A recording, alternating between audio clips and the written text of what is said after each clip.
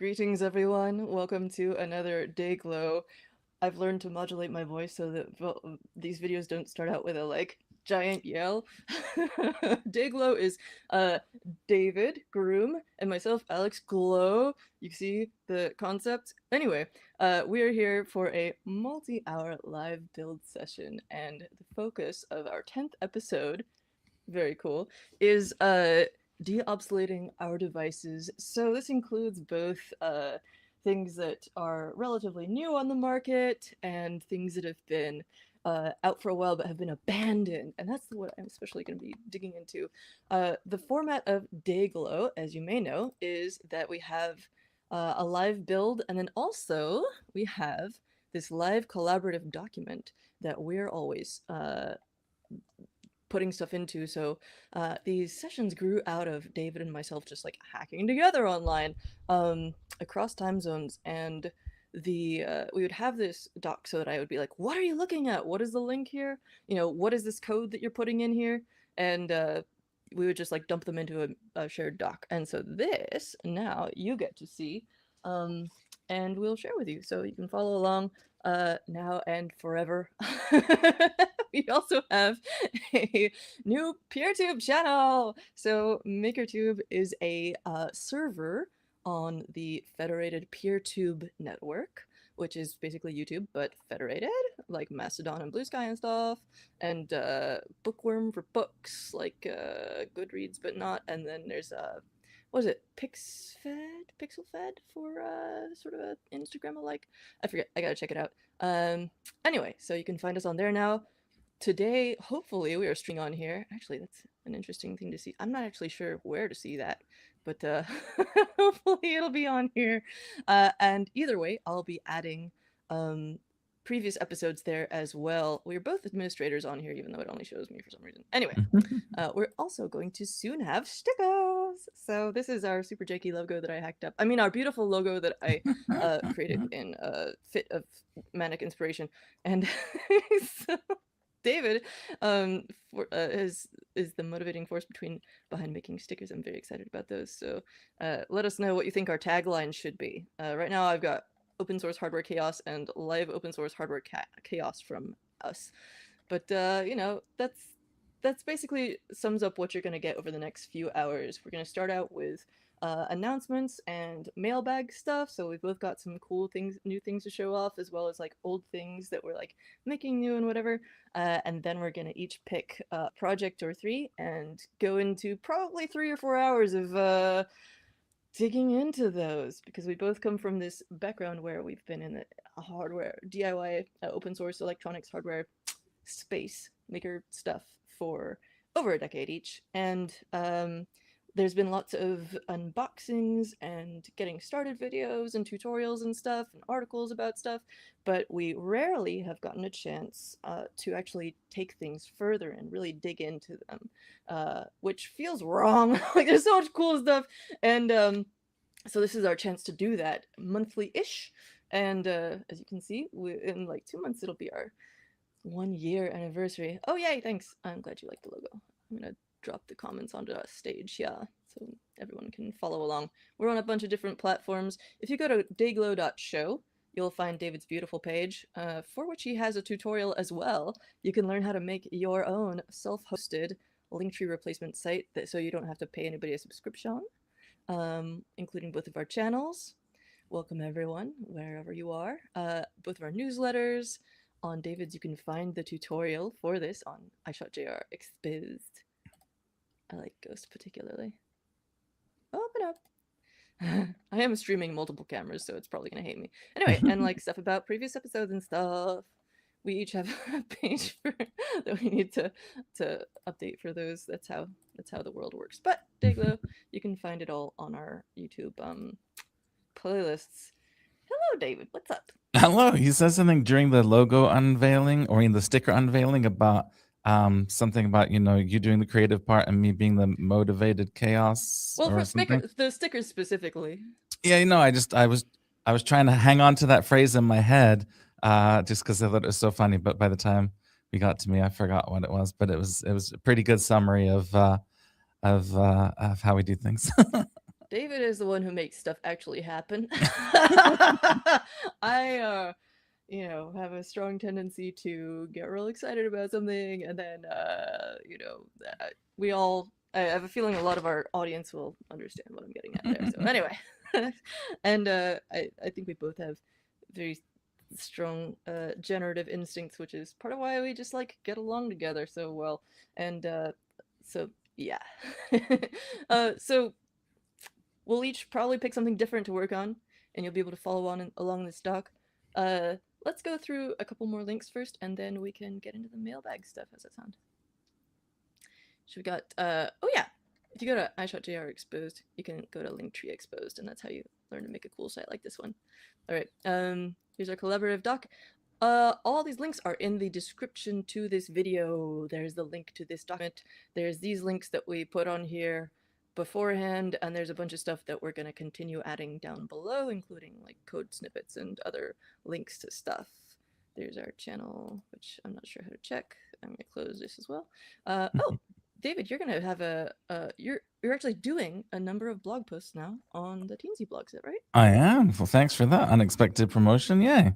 Super cool. I still had this open from interviewing Moldover, who's going to be on here. Oh, yes. Definitely featured, yeah. And that's going to be on Hackster Cafe, actually, which is another show that I do. I can't find it right now. Anyway. Also, I do Charmware, which is some cute little stuff that I'll show you in a minute. Actually, I think let's just dive into the mailbag and our potential projects, because I think we're about there. All right. Okay, what you got? I know you got a bunch of things. I've got a bunch of things, but not necessarily in the mailbag. My mailbag was a little slim this month. The main on topic thing that I brought from the mailbag is the new Pebble Time 2, which is this backwards? I can never remember if I'm backwards or not. Looks good. Let's get an audience opinion. Am I backwards? It doesn't really matter. You can check your own timepieces. But yeah, it's kind of exciting because a piece of obsolete on-brand technology that I wear every day is my old school Pebble Time. And right when things were at their most exciting, I'm not backwards, awesome. The Pebbleverse kind of collapsed just before the Kickstarter that would have delivered the original Pebble Time 2. And so I think only about 10 prototypes were ever made. And since then, Eric's back with his core devices Repebble, and this is the fruit of his latest work. So I'm pretty excited about it. Time 2, you say? Yeah, this is the new Pebble Time 2. Neato. Larger color e-paper display. Is that full color? Yeah, I mean it's like 56 colors.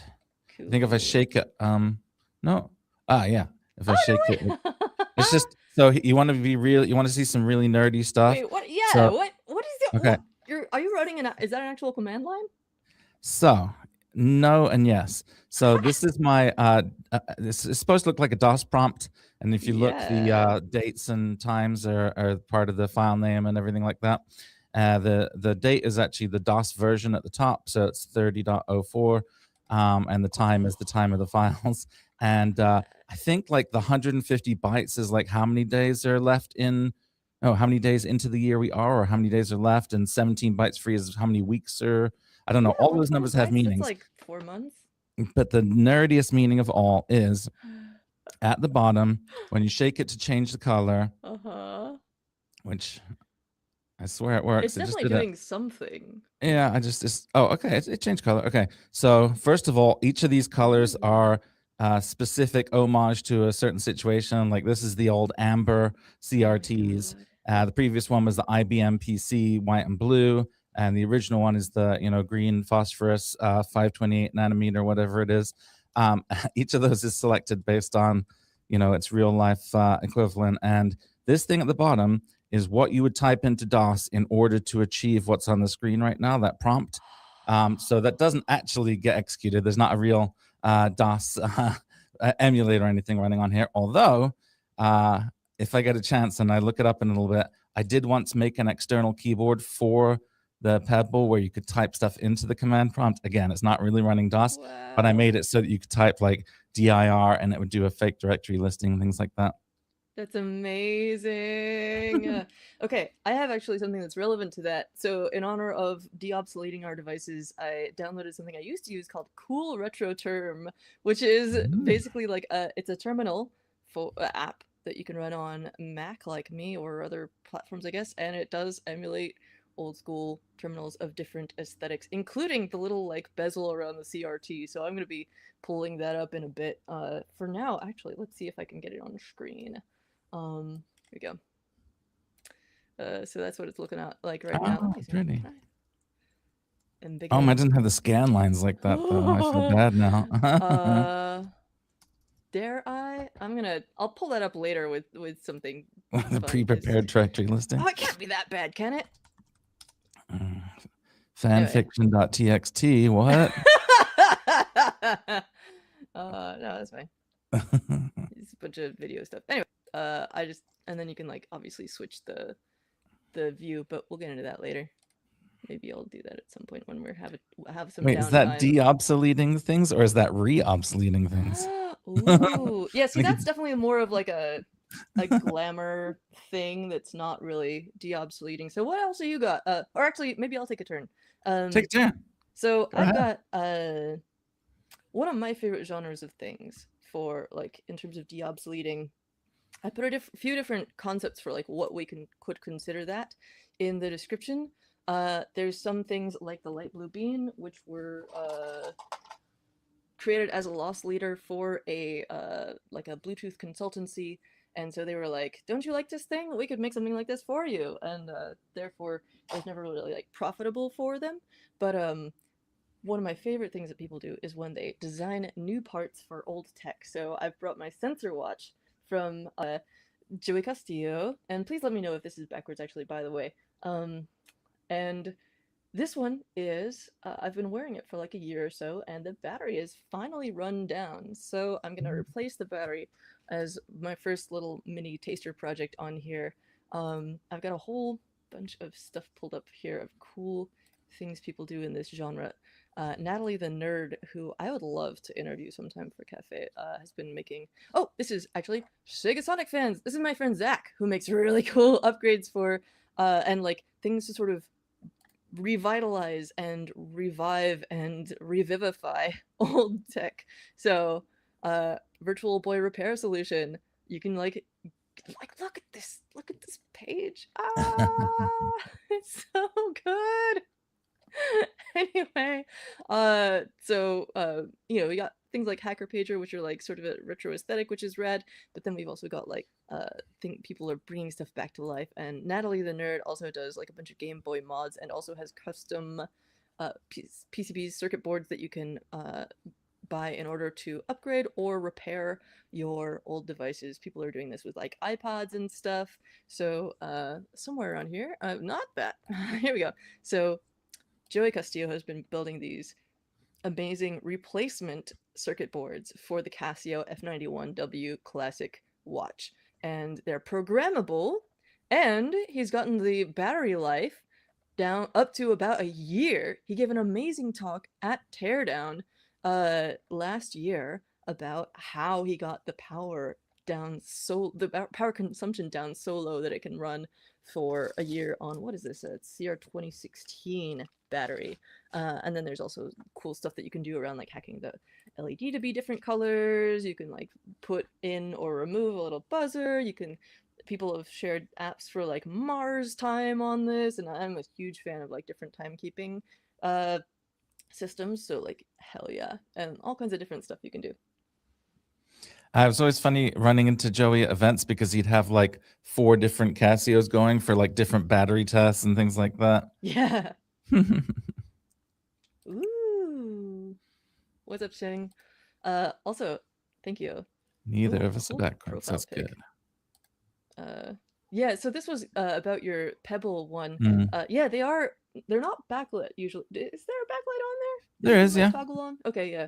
But I think usually it's like since it's over an LCD, it's a little more sort of dull colored than modern what you'd see on like a smartphone or whatever. But Yeah, I mean, it's reflective, so whatever the light situation in here is gonna influence it. And then if I shake it, it will backlight it, but it'll probably actually look more washed out when it's backlit for the camera. But that's Yeah, how it legit. looks. Also, David put in the private comments here. I'll just drop it in the chat, and we'll put it in the description or the collaborative doc as Oh yeah, well. This this link to the keyboard smart strap for Pebble. What? Okay, I your didn't. turn. I didn't Oh, want to put it in the chat because due to a technical glitch, we're trying something a little bit different. We've theoretically upgraded our game here, but it's the results of oh that is right, that when I yes. type, it comes out as Alex. So I'm abstaining from commenting lest it seem that, and that was not me. That was real Alex. That I I'm forgot that about I'm that. here. Thank you. I appreciate. Feel free to write stuff like links Okay. and stuff. All right. I If can you're put gonna like say David like, and Brit you know, and take the film off the device, then I'm gonna be mad. But you know, or anything around that kind of thing. You know what I'm talking about. I wouldn't have thought of it if you hadn't given me the idea, but thank you. Well, now you know the consequences. So JP from the Core Devices team says that they joined right at the right time when I was waggling around oh the yeah. old Pebble. So you've also been involved in Rebel, which is sort of like before the new versions came out. While It's this was true. sort of like a twinkle in their, gone back to being a twinkle in their eye.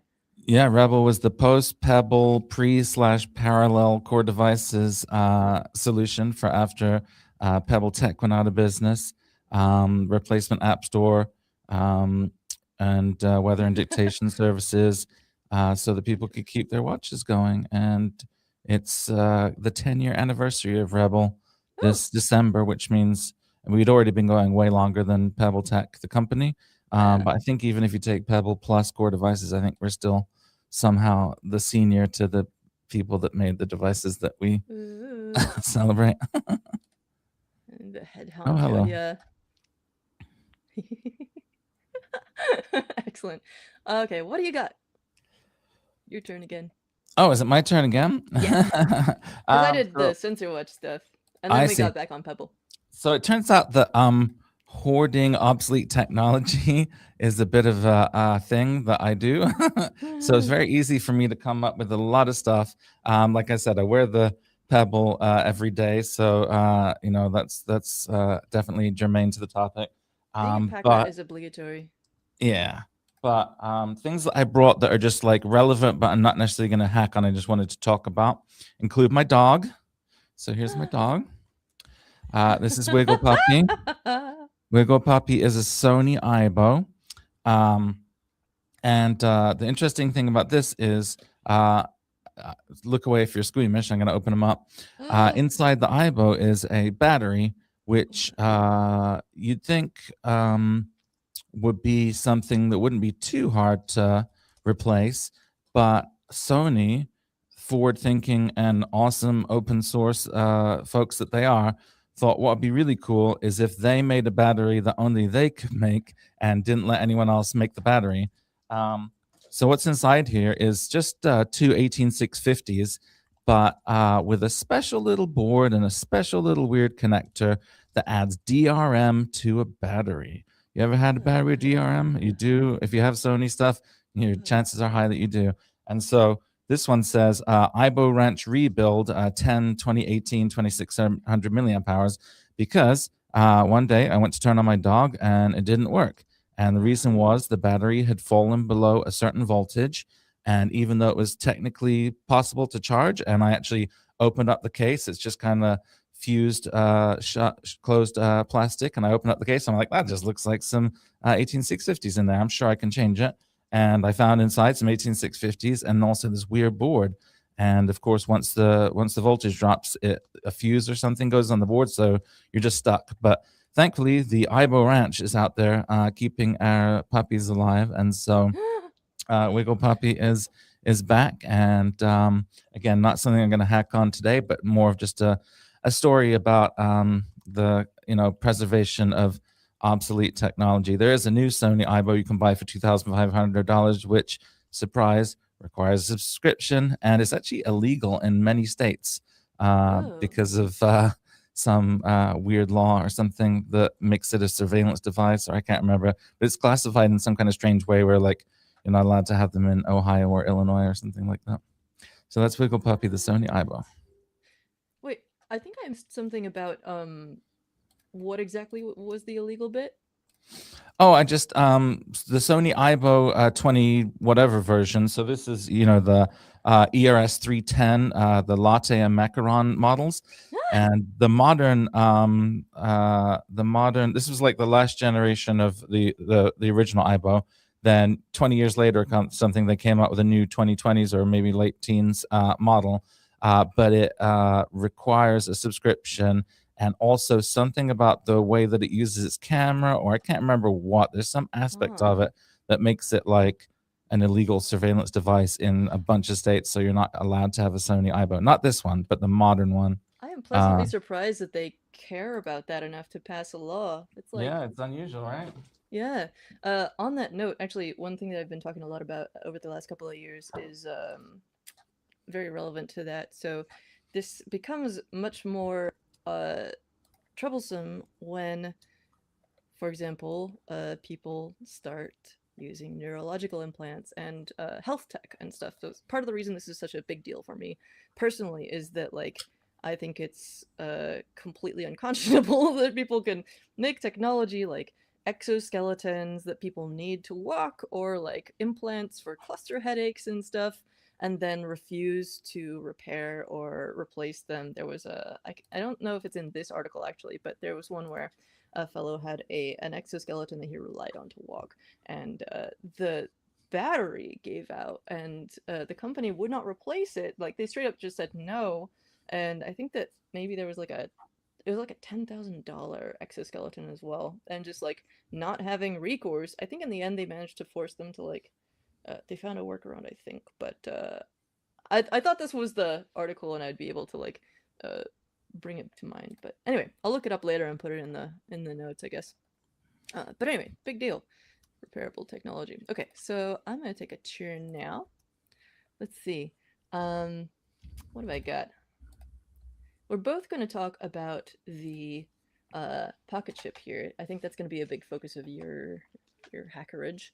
Uh, let's see. I've got one of the biggest things I'm gonna work on today is the light blue beam. So I mentioned this a little bit earlier, but it is an amazing little device that basically it's an Arduino with a little proto board on it, a built-in accelerometer, a built-in programmable RGB LED, and you could program it from your mobile device over Bluetooth with Arduino code. So this is made by Punch Through Design, and as I said before, it was basically like a loss leader for their Bluetooth consultancy for like make your own IoT devices, hire us to do the thing. And to their credit, when they discontinued this, they did make the files open source. Unfortunately, they are now no longer up there, but I saved them back in the day. And so I've made a page on my website where you can go to check out what I've been learning about that and like aggregate all my stuff. You can get the files off of Google Drive and stuff. I did not put the Bean Plus files on there. There was another version because I was only interested in this one. So I'm going to be trying to follow this and revive the ancient ones and put them in little robots in the future. But for now, it's just like last time I tried doing this, I ran into some issue that I don't remember, and this other person whose name is Brooke, I think. Let's see. Uh, yes, someone called Brooke on the internet found my files and was able to get their light blue bean working from the same notes that I had taken and somehow failed at doing. So I'm going to be trying to do that. There's an app that you use called Handy BLE. Oh no, water everywhere. That's not good. Anyway, Handy being oh lordy. Unplug the thing first, Alex. Anyway, we're fine. It's fine. It basically allows you to program these things. Handy is the German word for mobile device, in case you were wondering. So that's why it's called that. And it gives you like the ability to build touch interfaces with buttons and stuff and switches and whatever that are on your device screen. And why did I do this? But no lie, I was in line to present at Science Hack Day a few years ago. Oh, why don't I bring up the LED tattoos and stuff? Somewhere I've got these. I'm just gonna pull this up on the screen while I figure my life out. So, uh, hopefully I've linked to go away to this project where here we go. Electronic tattoos, yay! Uh, I made these little sort of wearables where I'd stick these to my skin, and I was like reprogramming it while I was in line to present at this Science Hack Day event. Uh, and it was just like so rad to be able to like as a last minute type of person, and also someone who always has more ideas, being able to just jump in line and continue going. This was like how many years ago? 2017, 9 years ago. So that's something that I'd love to be able to have back, especially for companion bots, which I've now been building. Having like a little buddy that you can easily program on the fly, like not even having to be in line for something, but like say I'm traveling, I often want to reprogram these fellers, and being able to do that like in the corner of a conference without bringing a laptop along is massive, because lugging around a whole backpack for like multiple days is not super fun, and even just being able to do it from a hotel room like very easily like makes such a huge difference for usability. And I think that it's cool that someone did that, and I wish they'd do it again. Oh no, my keyboard, sorry. uh I'm trying to fix it. Oh, why don't you take a turn? So anyway, Oh, light blue sure. bean, one thing I'm Yes. going to be trying to do today. Okay. I just dropped into the show notes something that popped into my head earlier that I forgot to prepare, which was a talk I gave at the ThingsCon Salon Rotterdam in 2019, which seems crazy that 7 years Oh ago cool. we were talking about, RIP Pebble. But there's a couple of other interesting pieces of technology that were discussed at that event. Unfortunately, I can't access the actual event page. I will put it there for people who feel like authenticating to Meetup. But the Meetup link there has some other great devices like the Chumby and Pebble and things like that that people were um, excited to try and keep alive. And are mentioned in that talk. The next thing on my list, if I can get my camera, Alex. Thank I'm you. gonna add your N- oh right, your face camera, sorry. Oh yeah. Next thing on my list is a box, an ordinary box, a brown box. Oh, I wonder what Ooh. that QR code is. I bet if you clicked on that, if you users at home scan this QR code now, it's probably got like my address on it and delivery information. We'll find out. But what this is let's see.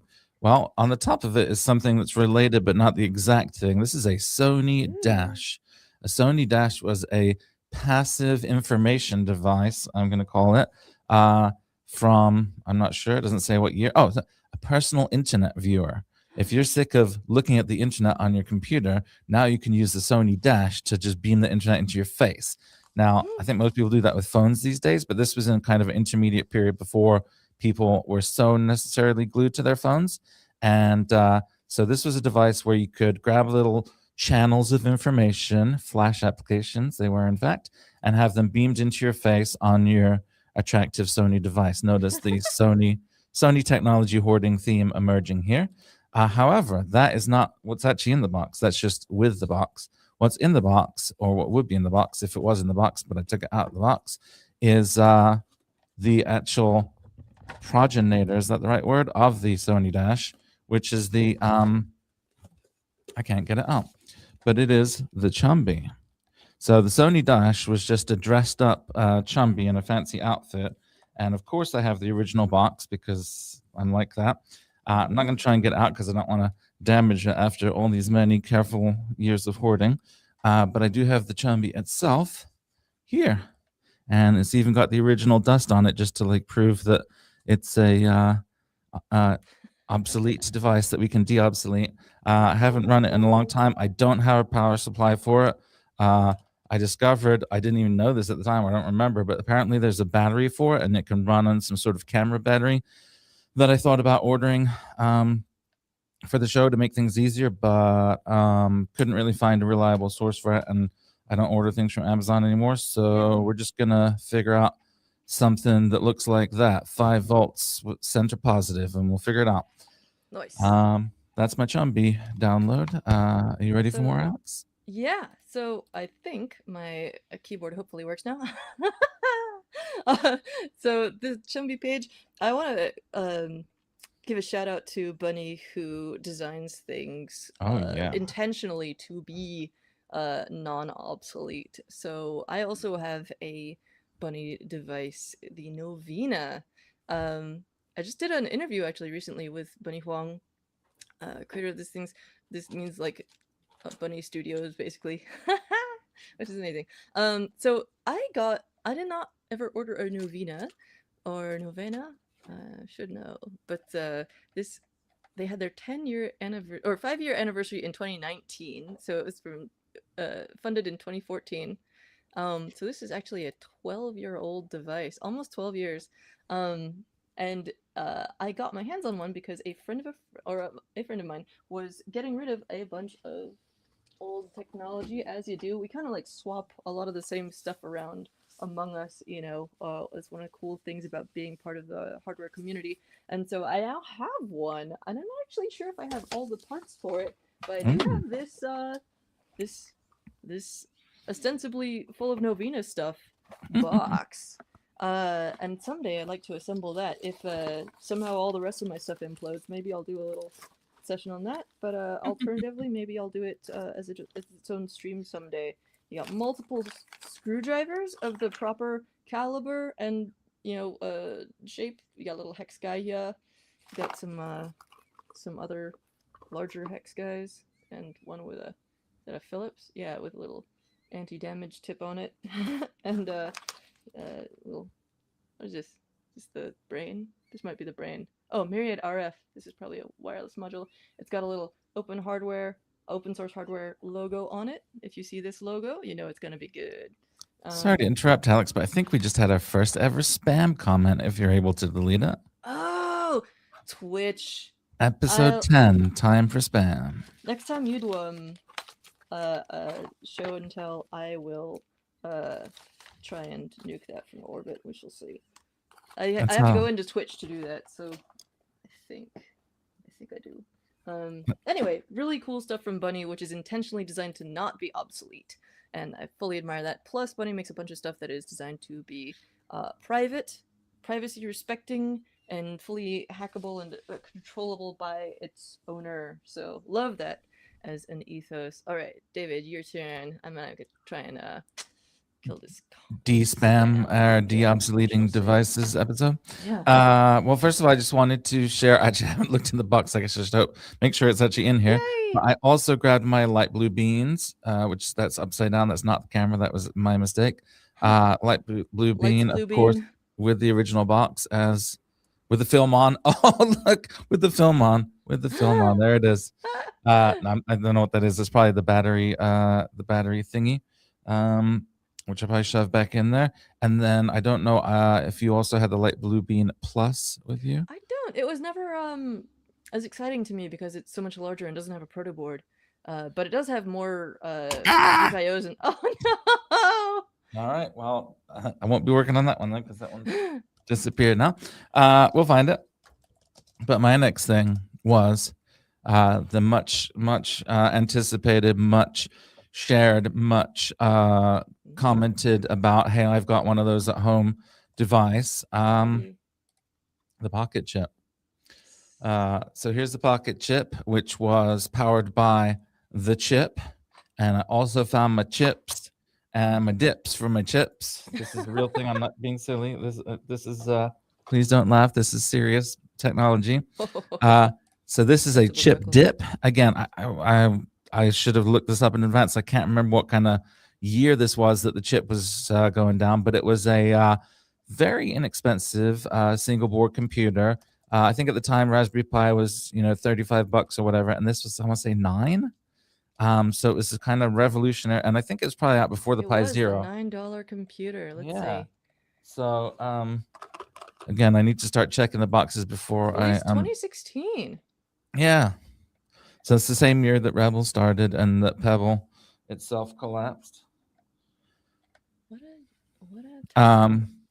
So yeah, I was really excited about the chip. I backed it on Kickstarter or whatever. Oh, I had this awesome looking chip box with this cool looking ink on it, and I was like, yeah, there's a chip. Oh no, this is just a looks like a cable that turns TRRS or whatever into a left, right, and video RCA cable. But I got one more box. Hopefully, there's one in here. No, actually, there's not one in here. That's just an empty bag. Hang on. Okay, I've got one right here. So this was the pocket chip. No, this was the regular chip board. Yeah. And so it's got a USB A on it, so you can do USB stuff. It's got your headers, so you can shove wires into it. And this is I haven't seen this feature on a lot of boards until recently, which is it's got a built-in bumper. I know Arduino started to do some bumpers. Raspberry Pi came out with a bumper a couple years ago. But this is like, man, these guys were way ahead of the curve on the bumpers. That's really impressive. So I charged my pocket chip the other day and turned it on and it worked fine. So I'm not sure how much de-obsolation is needed, but I know that there have been projects online to kind of keep them going. So I'm looking forward to diving into that and seeing what's possible. Oh yeah. I am totally failing at moderating this thing, but I'll figure it out by next time. Anyway, ooh, we got a bunch of people chiming in on that. Ooh, yeah.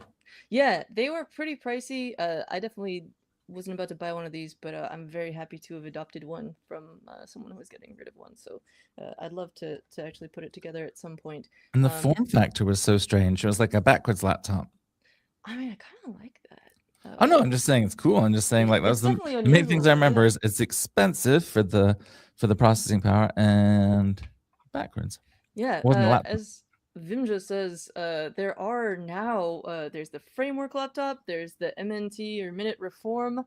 There's all these people making really cool uh like current open source or I don't know about open source, but like definitely repairable and moddable ones. One of my favorite things I think is for the framework laptop maybe, and it is they have basically like modular USB-C or like modular, yeah, USB-C cable ports, and basically you just like make little modules that slide into there. Someone made one that's basically like a snack tray, and you can put some M&Ms in there, or like a single starburst. And there's like this whole culture of like fun little mods and stuff, which is the same thing I love about video games too. Binary Digit, thank you for asking if I wanted advice, and I would totally accept your recommendation for a good Twitch bot. Dankeschön. Very much appreciated on both fronts. I would also like to talk about like in terms of modding stuff and modular upgrades and stuff. So the Light Blue Bean pairs perfectly, I think, with Carrie Sundra's Alpenglow coin cell power upgrade, which basically allows you to daisy chain devices with USB power. So you can set it to I think 5 volts or 3 volts. You can basically USB power in, and it like you connect them along here, so you can have multiple ones. Carrie has been making these amazing, gorgeous soldering kit badges, which I should have here, but I don't. And unless no, and so the fact and frequently displays them at events as like a shop background so people can see what they're buying. And so this just goes into there, and you like then you have USB power so that you're not burning through a bajillion different CR2032 coin cell batteries every time you do something. So did I need to bring a coin cell battery to use my Light Blue Bean? Because I didn't think of that. Unless Ideally. I mean, it it looks like you've got one there with a tag. I mean, I got one. Like, who knows if this is legit? We'll see. I do have my Tamagotchi on my desk though, and I'm willing to go and raid my Tamagotchi. Speaking of obsolete devices, I could go raid my Tamagotchi for a coin cell if it actually comes down to it. We should do an episode on Tamagotchi type things. We absolutely should. All right. I'm writing that down for later. Okay. Okay. So I don't forget, because otherwise I'll be like, what? Okay. Tamagotchi. I wasn't paying attention. Tagaothi. That's close enough. Okay. So another fun thing I've been okay. Okay, brain. Another fun thing that I've been doing is using these old iPods for sort of privacy respecting music on the go. And what I love about these big boys is that I think this is an iPod Nano or Shuffle, iPod Nano Generation 6 or something, 5th gen. The label is underneath this clip, so I can never remember what exactly, but it looks like this. And it's got, you know what, actually, that was the one that I got when I thought I broke the other one. Where's the one that I actually am using? It's plugged in somewhere on the desk. Anyway, it's a great little device which not only allows you to store music and podcasts and audiobooks on it, but it also gets FM radio, and it uses the the headphone cable as an antenna, which is just so cool. I love this thing so much. Like, isn't that brilliant? Like, we had this technology. Look, we had headphone jacks once. We had headphone jacks that we could use as radio antennas. Like, what? We had this beautiful time. And so, like, this interestingly, this radio icon only pops up if you have the thing plugged in, and I've usually got it tuned to 90.9, which is the local excellent jazz station. But I think, oh, this one has decided to stop tuning past 90 FM for some reason. I don't know why. It hates me. But in order to upgrade that for modern usage, I also ended up getting this FM or not FM Bluetooth transmitter thingy that I can plug in instead of headphones, and it still works as an antenna with the cable. But basically, this allows me to broadcast to my bone conduction headphones that I wear basically 24/7, because they're very comfortable for me. And so being able to like have this like attached to my going out bag, and then just like have my headphones like connect to that when I'm going out, and it's like it's an iPod, it can get FM radio. It's awesome. So love these little thingies, and still upgrading them. There's so much nostalgia and stuff in the comments today. I love it. This is So you really running just the stock? Is that just the stock like Apple firmware on there, or is it something different? It's the stock Apple firmware. I definitely repaired. I like replaced the screen on one of these at some point. And where the heck is the one with the actual stuff on it? Because it's got a cool little clock face too, which is part of the Apple stuff. So do you need some ancient version of iTunes to put new songs on it, or how does that work? No, you can do it with existing Apple stuff. Oh, here it is. It's just underneath the sensor watch. Lol. I'll pull this up real quick. Yeah, this guy. Check it out. I plugged it in because it was low on battery, but it's a cute little watch face on there, and oh, it's even doing radio with the oh no, it's you gotta plug in the headphones to get that. Haha. I got some like, oh man, I found like, what do we got on here? Some old. I haven't updated the songs on here at all, because it wasn't working for some reason. Oh, I think it likes to disconnect randomly. We got some Arctic Monkeys on there. You can see my taste from like 20 years ago, whatever. Oh yeah. Oh, that's like 2013. Anyway. At 39C3, the guy at the table next to us at the Pebble Rebel table was installing Linux on a certain generation of iPod. So there's definitely like alternate firmware, including full-blown, well, not full-blown, but slightly blown Linux available for certain generations of iPods. You got a link for that? I'll try and dig it up. Don't chew the cables, kids. I don't care how tempting it is. Maybe if you could, I wonder if, now I'm like, someone could totally design a cable that's designed to be chewed on, You could have like a thick silicone exterior on the cable. That seems like a bad idea, but also consenting adults and all that, I don't know. You could drag it through some flavor crystals in the same way that Kevin drags his USB cables through the pink sparkly stuff. Yeah. Jewelry. Jewelry. That's amazing. Oh yes, that's true. Yes, I've seen this. It's real. Yeah, that's a thing. There's like often it's like a silicone thing that looks like often it could like look like a flower or something. It'll be like a shape that's like cast out of silicone or something. You can make like what we should have is like, how there's candy cigarettes. We should have like candy, like the pull apart Twizzlers. But like that stuff is basically the same stuff, but you can actually eat it, right? Yes. Scented variants, huh? I want to talk also about reusing old stuff that I've made. So one thing that I got really into in like 10 years ago, literally, at the Instructable's residency thing was around the time I was really into carbon fiber. And honestly, one should always be into carbon fiber, but like I love reusing parts of old projects because it gives me a sense of like continuity and legacy and identity, that like these things are really sort of like part of me. So these are I use them as finger claws now. Ching has definitely seen these a million times, but they were originally things that I basically bandsaw, carved, and then sanded some wooden blocks into these claw shapes, and then ended up uh, vacuum forming them, so thermoformed plastic over the top, which is what you see on the bottoms here, and then carbon fiber layup over the top of those. So these are so cool in that you can like put LEDs under them and they will shine through. These bits here were vacuum molded off of a harpoon piece that my first team in high school had on one of our robots, and I like ran away with one after the year ended. So it was like an aluminum harpoon type shape. So it's now this collar, but that's what that was. That was vacuum formed.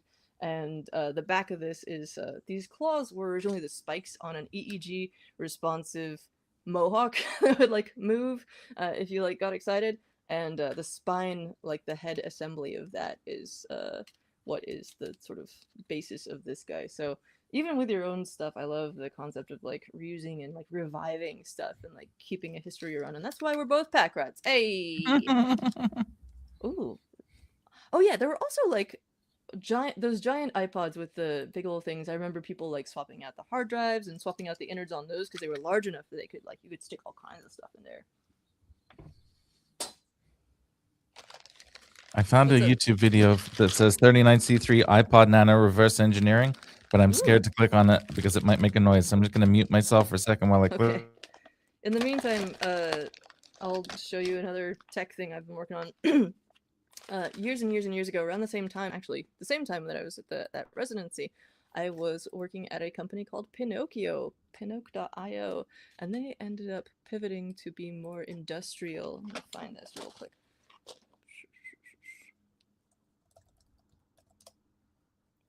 Pardon my AV juggling while I do other stuff.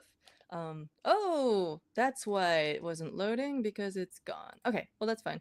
Anyway, wait. So at Teardown, which is a conference that's happening again this summer in Portland, Crowd Supply's annual event, they often have a table where you can go and swap stuff. So people can drop stuff off and people can bring stuff, and you can walk away with a bunch of stuff. This particular year that I'm talking about, I had taken the train up there so I could rescue approximately maybe 100 of the batteries from these things. So I have like a massive bag of these batteries from these, but the thing with the Pinocchio batteries for this device is that they had this connector on here, which I think was designed to be space efficient, and that's why they chose it, but it's like a small JST connector with a different form factor than most. So I was like, how do I get this? Fortunately, they told people what, I think they had the designs open source, and they shared what battery it was, so I was able to figure out what the connector was and order a bunch of them off of Newark, I think.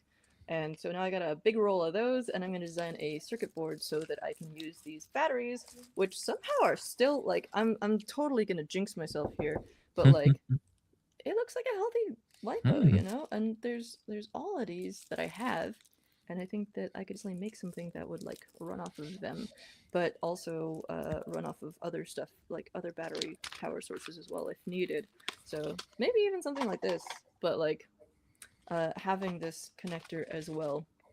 And it's such a small connector, I could easily like add it onto other designs and have it be swappable to another battery power source, so that people don't have to have this hyper-specific battery, which would like perpetuate the problem.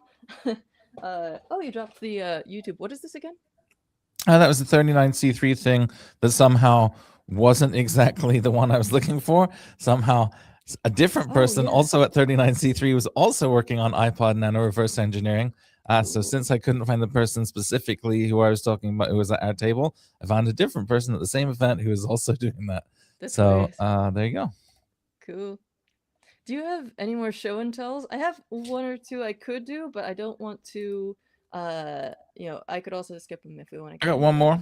Okay. This is kind of interesting one because this is a company that is not really, out of business or anything. Most of these other companies kind of went bust, or at least, yeah. I mean, in the case of Pebble and Pocket Chip and things like that, they went bust. I guess some of the things like IBO were more just discontinued. But Yeah. Particle, this is their previous generation. Let's see what it says. IoT development kit, mesh plus Bluetooth. This is their Xenon mesh kit. Mm. Again, I haven't checked there's actually anything in here. I should really start doing that. But oh yeah, thank goodness there is something in here.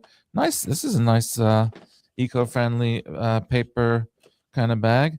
Yeah. But these are all EOL, so Particle doesn't support these boards anymore. Mm. But what you can do is put alternate firmware on them to use them for non-Particle stuff. Particle is a IoT company that does fleet management and things like that for sort of large enterprise projects. But you can, it's got a decent. I think it's like an NRF52. Yep, NRF52 840 on there, which is a great microcontroller. I love it. And so you can pop a different firmware on there. And here's one I made earlier, as they say. So I have flashed CircuitPython firmware onto this particle Argon, which is EOL'd. Uh, very safety mindedly slapped a LiPo onto the back of this. And the battery died. Oh man, I don't think I have a micro USB cable. We'll find one. But anyway, I slapped it to. Oh look, you can see my little 3D printed doodad up there. But I slapped it to a keyboard Featherwing Shout out and to Arturo. gave it a new life as the microcontroller for that. And if I can find a charger, you'll see that there's another retro angle on this, because the thing that I made for this was a CircuitPython based sort of operating system that's kind of like the computers that I grew up with. And I'll see if I can get it charged and we can look at that. You got more, Alex? Legit. I'm just gonna do a really quick lightning round, because I got too much crap. But I'm gonna try and keep it snappy. So, all right. So one of the main things I've been doing over the last decade or so is doing EEG controlled devices, and one of the big things that I worked around on for a while was this open source hack that I found by on this page by Frontier Nerds, which allowed you to connect these NeuroSky MindFlex devices, EEG controlled devices, to a Arduino Uno. And it looked like this at the time. And I made basically an upgrade to it for making it more wearable, where I would put it into a pair of headphones, and you put that around your neck, which is still like a form factor that I like, and then you clip this on here, and then you attach the electrode, like tape it or band-aid it or whatever to your forehead, and apply directly to the forehead. And that way it would like look slightly less dorky, and or more dorky if you like, if you prefer, and be able to do EEG stuff. And so I made it uh, like controlled a tiny toy helicopter using that and whatever. Like when you got excited, it would like fly up. And that was something that I tried again a couple of years ago, and it didn't work for some reason. So I'm kind of wondering what happened there, and I would love to try and make it work again. So I have that. This is actually one of those Pinocchio devices in there, so this was all sort of happening around the same time frame. Another thing that I love doing is using upcycled used bicycle inner tubes to as like a material for stuff. So this is, I call it bike leather because it's like such a nice material. It's like non-fraying. It's got kind of a leather-esque feel on there. And I've developed a way of attaching it to 3D prints. So one thing I will do if I run out of other things is Archimedes fell completely apart at the end of last year. He's my companion bot, and so he needs a lot of fixing. But one thing I started doing last year was building this Frankenmedes together with some like feathers stitched onto here with a 3D printing pen. Basically, like you use a hole punch to create a hole in the your shape, and then you like use a 3D printing. Oh lordy, because because I had PLA filament in there, and he's made of PLA. I was able to just like sort of tack those down, and I want to do more Archimedes fixin' at some point. Oh, now it's in my headphones. Oh, what do I do? Oh no! Oh no! Oh no! Oh no! This is where the chaos comes in. I already spilled stuff on my keyboard. Okay, anyway, so that's another thing. And then also have this video card. So someone brought into Noisebridge a few years, like maybe a decade ago, I couldn't find the like nice thin portrait style one that they had. It was basically a card that played video, and so I wanted to have these. You can just replace the video on there with a file of your own. So I might hack this into a little desktop display. Yes. I know, right? Make it like a 3D printed bezel for it. It's got these, you know, I don't know if it's still got any battery. Nope, obviously. It's got a micro USB like charge port, so maybe I'll try and charge that while we go.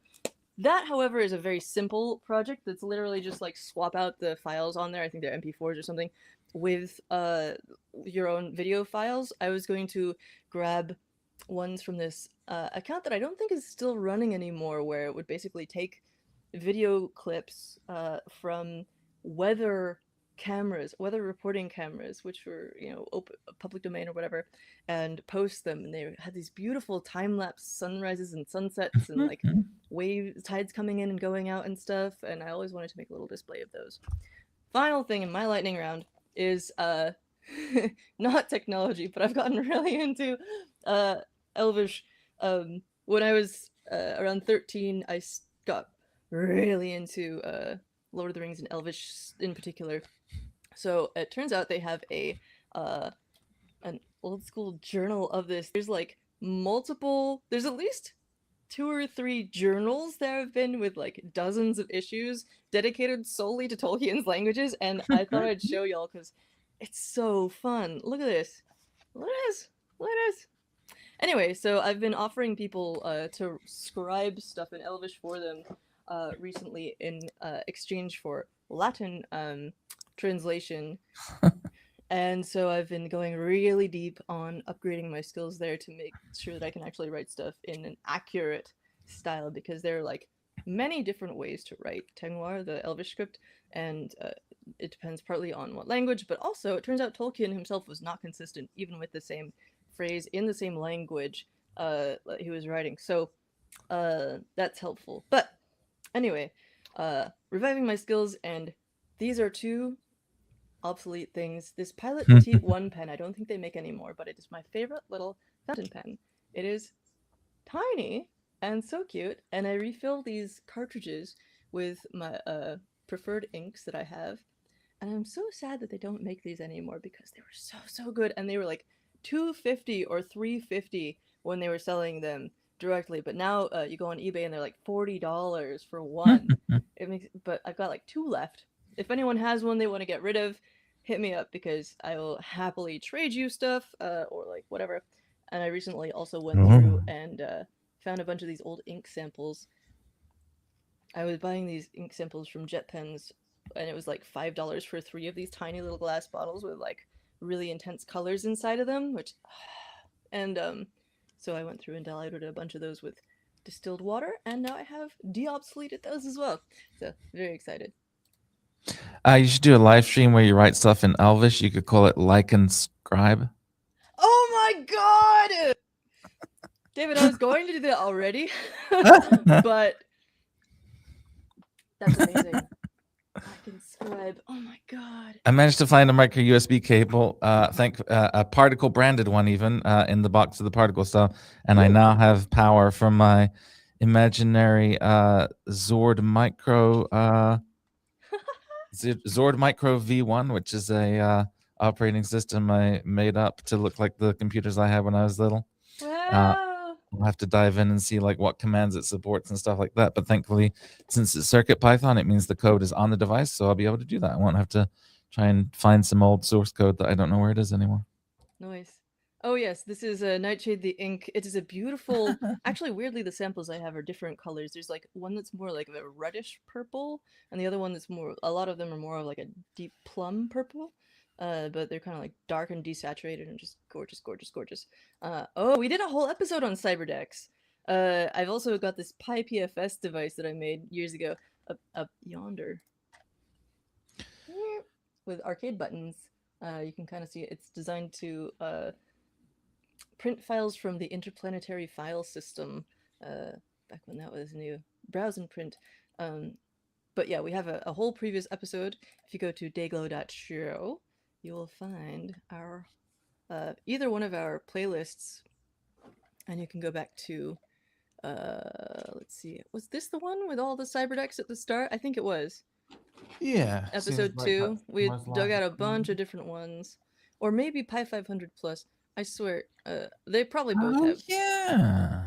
Yeah. Or maybe Anyway, that pre-Dayglow that was on Hackster that wasn't even on this. yeah. If you go to the Pico Calc one, you'll find a thing about cyberdecks too in the description, which was a pre before you started doing Dayglow. Here's another thing. Oh yeah, I gotta write down like and scribe. Wow.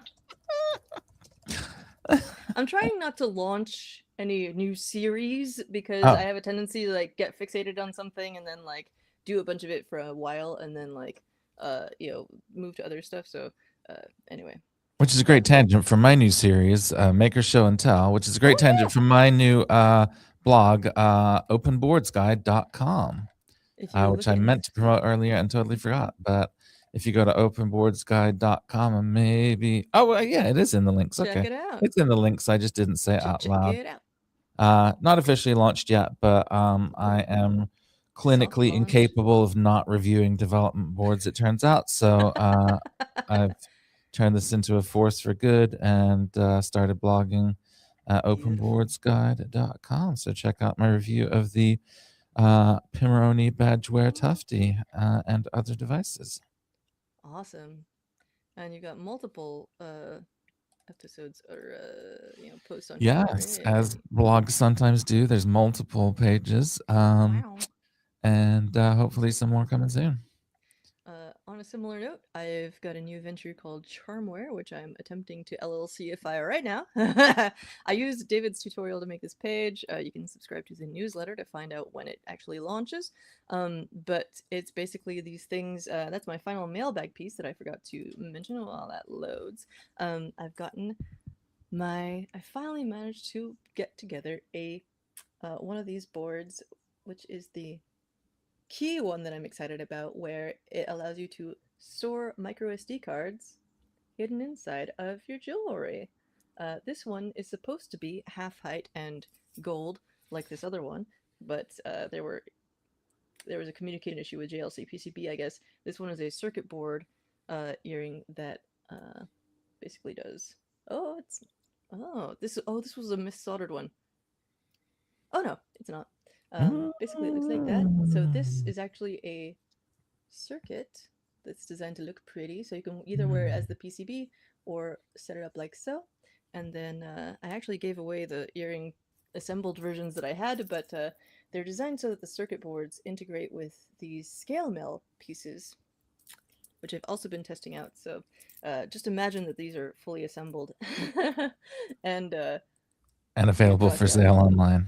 yes, and it Just will imagine. be like shiny on one side, scale mail on the other. My friend Ching, who's in the comments, has actually helped me model So these, cool. and you can find them like an actual idea of what they're like on my Instagram or any of these pages or YouTube. Um, Also, You've got if you're interested in, customers oh, customers waiting in the comments, waiting to buy them. oh, sweet. Anyway, you can see more Nice. about that. And charmware.tech is where you find those. And also, in regards to the Elvish Easy stuff, parts. I'm going to be making a page for that. If you go to my site and scroll all the way down, you can see my crappy work in progress, which doesn't even have anything on it yet, but I'm going to be putting all kinds of stuff on there. For now, there is a Mastodon thread on my Mastodon page, which is all about Elvish stuff I've been doing, and you can see the scribing and ask me to write stuff for you. All right.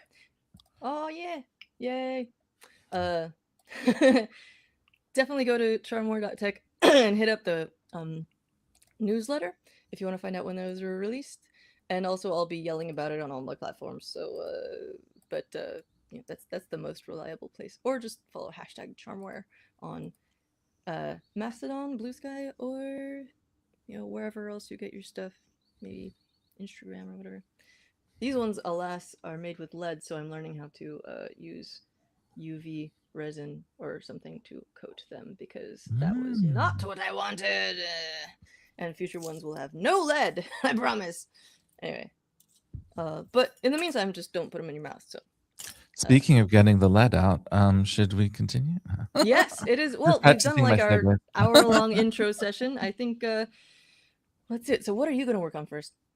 I think I want to investigate the chip a little bit. I know that Yeah. there has been some work in the community to do stuff with that.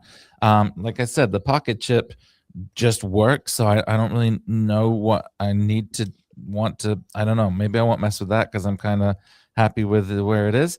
I'm thinking the same But I thing. definitely I'm going to research into. What are you going to say? Just while we're on the subject, I might do the same thing at some point. Oh, wait, were you still saying stuff about it? I don't Okay, remember. before we move on to another thing, one thing that I might do, since as you say, it still works. Pico 8 has a tracker in it, and I've forgotten how to use it. So Pico 8 is a game creation engine that is built into the Pocket Chip by default, or loaded on there, and you can not only make games on here, but also it has a built-in music creator slash tracker for making chiptunes, and people use that for making chiptunes. And it also has a whole like much more full-featured music creation engine, but that's what I might do with the Pocket Chip. And also, I got to demonstrate this thing that it does. Oh yeah, it's so gorgeous. It's got a terminal. It's got Pico 8. You can make music. You can browse files. Like, who even needs to upgrade? This has got everything you need right there. Yeah, it's got everything a body needs. The other cool thing that this does is it has these holes in the bottom, and that is for a pencil or a pen to use as a stand. It's just so good. If you are using a pocket chip, I recommend cannibalizing a stylus from something else because it works great. You don't have to be conductive anything. I think it's like resistive or whatever you say, and you can just it makes it a lot easier for some things on the screen, such as a tracker. What else are you thinking of doing? I kind of moved into I definitely want to try the the pocket zone. giving life to the obsolete particle boards. Just as a reminder, I got a little stack of these, and like I said, they're useful for. There's still like the 52840 is still a very relevant microcontroller, if you ask me. So, and since they're feather form factor, so I grabbed a bunch of feather boards. I got a Charlie Plexed LED and a probably OLED or something there, and a nope, that's a Raspberry Pi thing. That's not it. I grabbed a bunch of feather stuff somewhere. I think I thought I did. We'll see. So I definitely want to play with those and see what I can do with those. And I'd really like to get the Chumby going. As I mentioned, I haven't got power supply, but what I have got is I just grabbed this morning on my way here. This is like from my solar panel. It's a bunch of different barrel jacks of different sizes. I couldn't find any power supplies around the house. I thought, the old dangerous Spark Fun USB thing. Maybe I can jam that in there. You never seen this thing? I have not seen that thing. Oh, That's it's hilarious. It's just like plug USB into anything. Oh my god. Just do it. It's so wow. It's really useful though. I like it. And so but it's the barrel on this is not the right size. It's a smaller barrel. So I thought I bet one of these will work, and I bet we can jam the right power into it that way and see what we can get going with it. So I'd like to try the Chumby, and like you said, this was the first time that I heard of Bunny. This was the first time probably I'd heard of like open source. Like honestly, back when I was using this, I was just using it as like a person looking at a box, not as like a open source developing enthusiast or anything like that.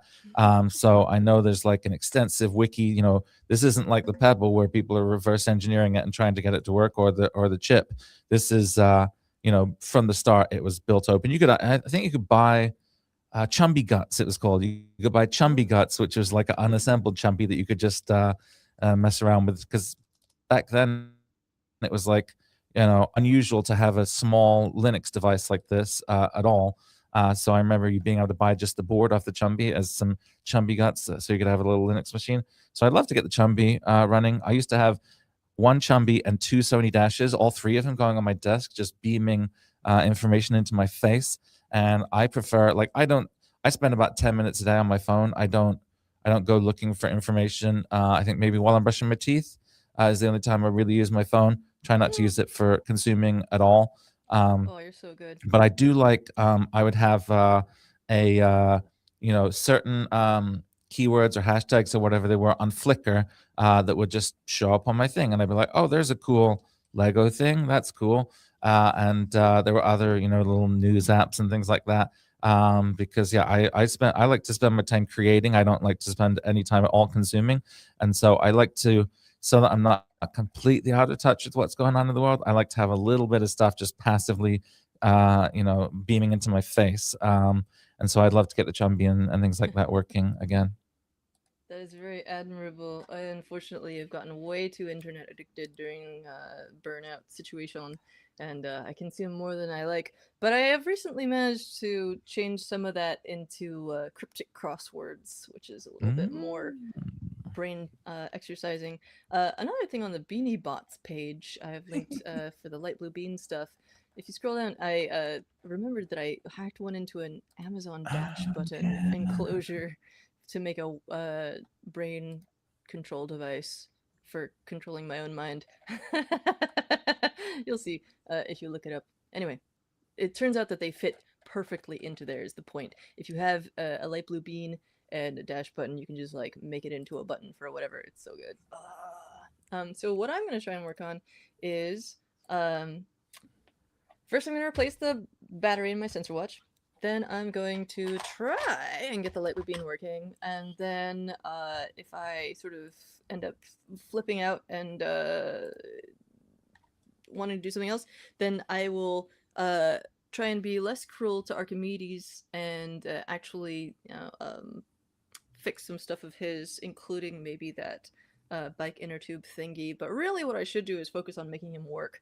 I did order actually a new one of those MindFlex devices to hack apart, but it has not yet arrived. That was going to be my big thing, was like getting the Your big EEG stuff flex. working again. But if I get Light Blue Bean working, I'm going to put it in Nanomedes, which is this mug size one I made a few years ago, um, which I kind of like actually use as a testing ground for stuff these days. I've pulled this out a couple of times on stream when like we had the RP20 Nano RP2040 from Arduino, which is on here, and I sort of like YOLO'd replacing its brain with that. Worked fine, and I'm gonna be using it for some other stuff coming up. So uh, might end up being a little light blue bean feller, It's a or good job it's the light blue bean, so it doesn't clash with the other stuff on your shelf there. there's a like that is one among many reasons that like I love this thing so much. Like it's not the reason obviously, but it's like it's not a reason. Uh there's also like, for the record, I was blue before I joined Hackster, before Hackster was even blue. Ooh, where do we get inspiration from? Terrifying question. But anyway, like working for a company whose color was blue allowed me to uh not only buy lots of blue hair dye over the years, but also I didn't expense that. I should have. But also like buy lots of 3D printer filament and stuff over the years that like matched my chosen color. Uh Inspiration, what do you think? Good news. I Ooh, found my notes on my Pocket Chip, my Markdown notes file from May 19th of 2017, so I can just pick that's up amazing. right where I left off and just keep Which going. app is that in? That's just in the right app or whatever it's called. Um, Ooh. To-do Oh, list literally is right. flash out local bookmarks page, SSHD, and get passphrase not retained. So maybe I'll fix that. There's gotta be a file browser on here. Oh yeah, browse files. Lol. I unfortunately had another chip somewhere, but I put a password down it that I could not remember. So I've got to figure out how to like Oh, fix that. There is a chip flasher app that was like a web app that you could use. That it sounds like you tried it recently and it was not up anymore, but it also seems to be on GitHub, so there's probably options for folks. Um, so yeah, inspiration, everything. All Uh, right. one thing comes from like being an enthusiast about so many different subjects that like then they sort of like all swirl together, and to me that's like a huge part of inspiration is like synthesizing multiple things, so everything from like music to robots to languages to brain, like to the fact that my brain no work good a lot of the time, and so I have to like develop devices to try and make it do the thing more often when I want it to. That's a huge thing behind my like mind altering devices. And companion bots really help me, like I think they're cute. I can't have pets because I'm not responsible, and also like it's expensive. And having robots lets me explore stuff, and also like having robots that perch on my shoulder means that like I get to make lots of friends in person, and like If you people if you will could come up to me. if you forget to charge your dog, then you might end up in the situation I was in, where his DRM battery does not charge ever again. So I get it. Yeah, but then you get to replace the evil technology with better technology. Fenrir used to have like has never actually used his camera in there, but like it's another little feller I developed for another project. Anyway, yeah, just putting all the things together, like drawing on my iPad now becomes circuit boards. It's freaking awesome. I love it. Anyway, so yeah, I'm gonna get into the sensor watch stuff. What time are we at? 1:16. I'm gonna try and mark this down for our later edification. Can put that in Very my nice. description if I remember. Don't congratulate me yet.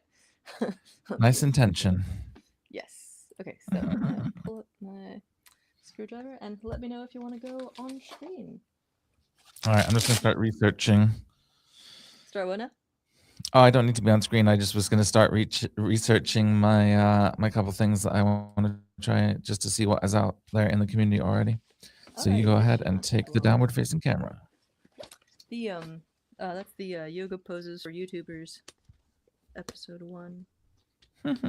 Downward facing camera. Sorry. Not sorry. Excellent. If you don't respond to the bad pun, you get enforced bad pun time. Cram it down your throat until you respond. Sorry. Let's see. Now, which size of Phillips was this? I did this on a desk at Open Hardware Summit last year. How many light blue beans you got there? What? It seemed like there was a lot of light blue beans in the bin there. How many is there? 3. Very nice. I had so actually the way that I met Simone Yetch the first time was when she was working at Punch Through to being their like resident maker person, and I was at Pinocchio doing the same thing. And also starting out part-time at Hackster. So these are, I got like a few back then, and over the years mutilated some of them. And did not mutilate this one, the one remaining one. And I did yoink out some stuff I had soldered onto there. They may not all still work, but it's very nice to have 3 of them around my little baby. I never thought of the perf board as a potential for, choppage. Oh yeah, you can just chop it. I think I was trying to make it even smaller for reasons. I forget what. I mean, that's pretty obvious. Yes, these are in fact Scottish batteries. Not that it matters. But we got my little bag of sensor watch here. What do we have? This is the original one, not the Pro. But quick start guide. Beautiful documentation. Joey is incredible at documenting the stuff that he makes. So anything that you get, including like there's an open book, Kindle alike, which I think was using like rescued Kindle screens, at least at one point. Another really cool like de-obsolescence thing. So Joey's just like a mastermind at this stuff. It comes with so much information. And then there's like a little temperature sensor, which you can get in German. Apparently. Here's a... Oh, did I have 2 of these for some reason? I think one of them had the blue LED, and then in here I think I've got the old original Casio PCB. I remember it being a little fiddly to get it back in with the buttons and stuff, so that'll probably be the hardest part. But yeah. Another fun thing about these iPods, BT dubs, is that I somehow, during multiple tech support jobs, Pavloved myself into feeling more productive when I had earbuds in, because I only really wear this style of earbud. I wore them like during that job, and so, or those jobs rather, and so now I can kind of like Pavlov myself into feeling like locked in by wearing earbuds. So it's cool to have these little guys that I can just walk around the apartment and like have a little bit more focus. Let's see. I'm gonna go with a 00. We'll see how this goes. Phillips situation. And this is the iFixit kit. It comes with a little tray, which I should actually use so I don't lose these screws.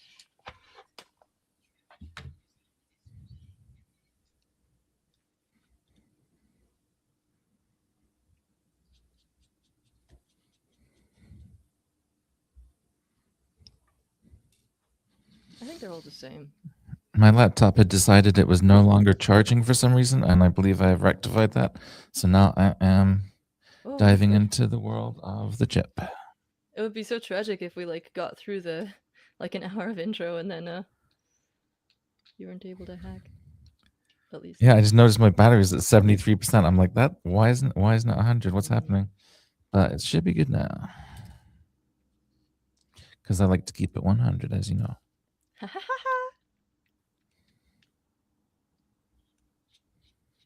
Ooh, we got a comment from TikTok. A person, not a platform. I assembled my sensor watch. Why is my mouse not cooperating? What the hey? I'm trying to highlight your comment, but oh, it's because the other thing is on my trackpad. Lol. Ah, yes. This is a big part of the motivation, as we say, behind Dayglow is that sometime this decade becomes like once a month. So, and maybe through the end of time. For the open book, I was lucky. I think I did it in a workshop at Open Hardware Summit with Joey. Ooh. And if it wasn't that, I know it was definitely, I remember like having a problem. Yeah, I think it was at a workshop at Open Hardware Summit, but I had a problem with it afterwards or something. And I remember him just like sitting cross-legged with my open book, like soldering on his lap, just like going to town on it. It was like the coolest, like it was just a really fun moment. Joey's such a badass. My point exactly. Maybe I'll. Oh, you can scan to see a video of the procedure. Pardon me. Okay, just to talk through some of what I'm doing here, I have refound the thing that I knew existed, which is the NTC Legacy Discord server. So NTC stands for Next Thing Corporation or something, whatever the thing is that makes these things. They were called Next something, and yeah, Next Thing Co. Yeah, Next Thing Co. Yeah. So I found the old Discord, and that is where I'm thinking is going to be my place for figuring out what the state of these devices is. Solid. Yeah. Feel free to take back the camera. Oh, sure. I found a napkin and a little puddle of tea remaining on my desk. So. Last thing I did before I joined the stream was knock some electrolyte water on my new shoes. Oh yeah. Oh yeah. Today, so it's that kind of day, I think. 'Tis the season. Let's see. I'm gonna grab tweezers, remove the backplate and rubber gasket. Then you know what? I love that even though there's a QR code on here and stuff, there's still full instructions and all the information you need on an actual piece of paper. It's so good. Like that is an unsung part of like keeping technology from going obsolete is having like hard copies of stuff like this. Go to sleep, pocket chip. Okay, wait, I actually needed that. Well, okay. Remove the screws, add backplate and gasket. I gotta remember which way this goes in. That was something that I remember from last time. So, there we are. Alright. Everyone, don't let me flip that around or anything. Okay, so now I remove the movement from the case. Let me use a non-conductive tweezer for this, even though it's already out of battery. Where did the... Here.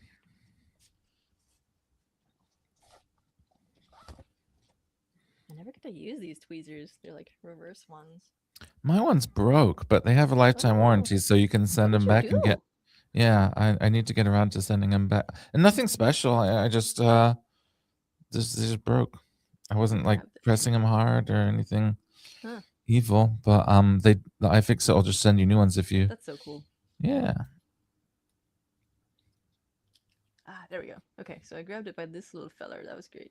The first time that I opened up a sensor watch, I accidentally. Actually, is it still in there? I had like a mote of dust or something inside there. Uh, Oh, I'm gonna hit that with the isopropyl.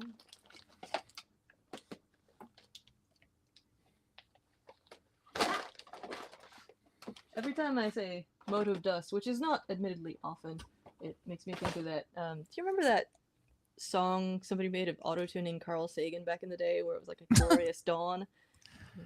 I don't You remember feel like a when the mote of first thing that dust. comes to my head is the dust sprites in various Studio Ghibli films Oh is what I think yeah, of. which I think would be an amazing companion bot, right? I really Yes. want to do that, but you know, it's on a very very very long list.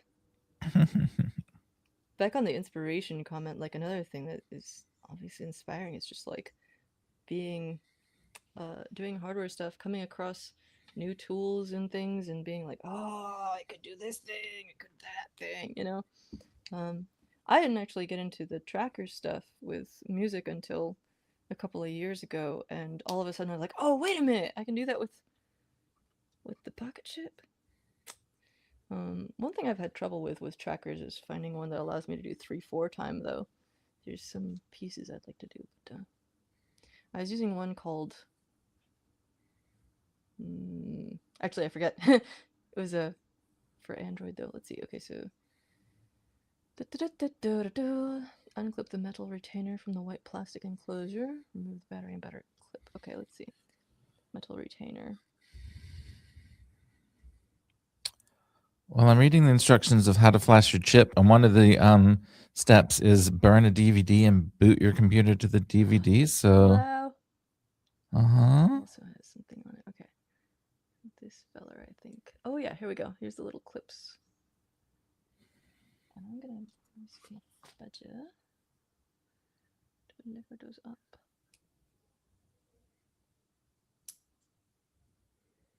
Okay. Once again. Okay, so that's circle on top.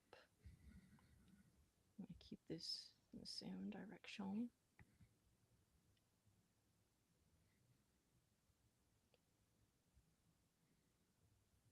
Ah, yes, Sunvox. Okay, so Sunvox has a tracker too. Sunvox is the fancier music software Yeah. on the Pocket Chip as well. I did not realize it also had a tracker. That's what I got for not RTFing the M. Wait, that's not Ring TFM.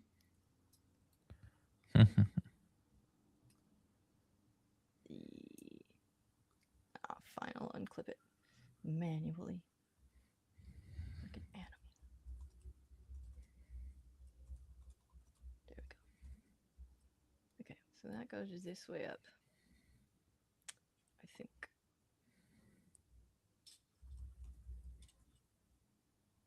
I'm so paranoid about getting this stuff flipped around. Okay. I unclipped the thing. Do I need to do anything? Yeah, remove the. Oh, fell. Ah. In the Oh, crap. meantime, I mentioned the iPod stuff earlier. JP, who was sitting at the table with me, 39C3, next to the iPod person that I mentioned, has come through with the link. It is freemyipod.org. Oh, And I will nice. put it into the documentary thingy here. Okay. Terrifying moment, but it turns out that this clip is non-polar. Yay. I can put it whichever way. Now, this adhesive, is that like. I like the adhesive. I want to know more about it. I want to ideally apply it to the new battery. Can I just scrape this off? Is it like a thermal conductive situation? Close enough. Okay, new battery. And that was on the ground side, right? Yeah, because usually, yeah. Come out of there. What? Are you glued in? What the hey? Uh-oh. What is? Oh, it's like a double layer plastic situation.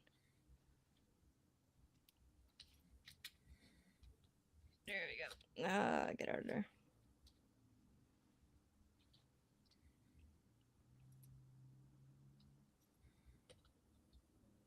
In a test of wits, can Alex get the battery out of its packaging? Oh, come on. Okay, it's probably good that it's difficult to do, because otherwise it would go everywhere, but a little bit of adhesive. Okay, let's do this with an actual, you know what? Nail clipper.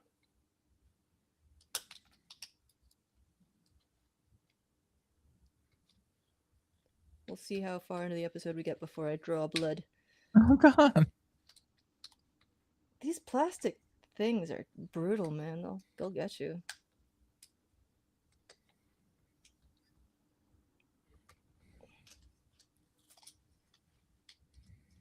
Ah. Oh my goodness. I can hear my parents saying, "You just gotta be smarter than the package." There we go. Okay, I'll put this back in the bag. I don't use 2016s for anything else. I'm actually gonna hit the bathroom real quick. If we got some cool.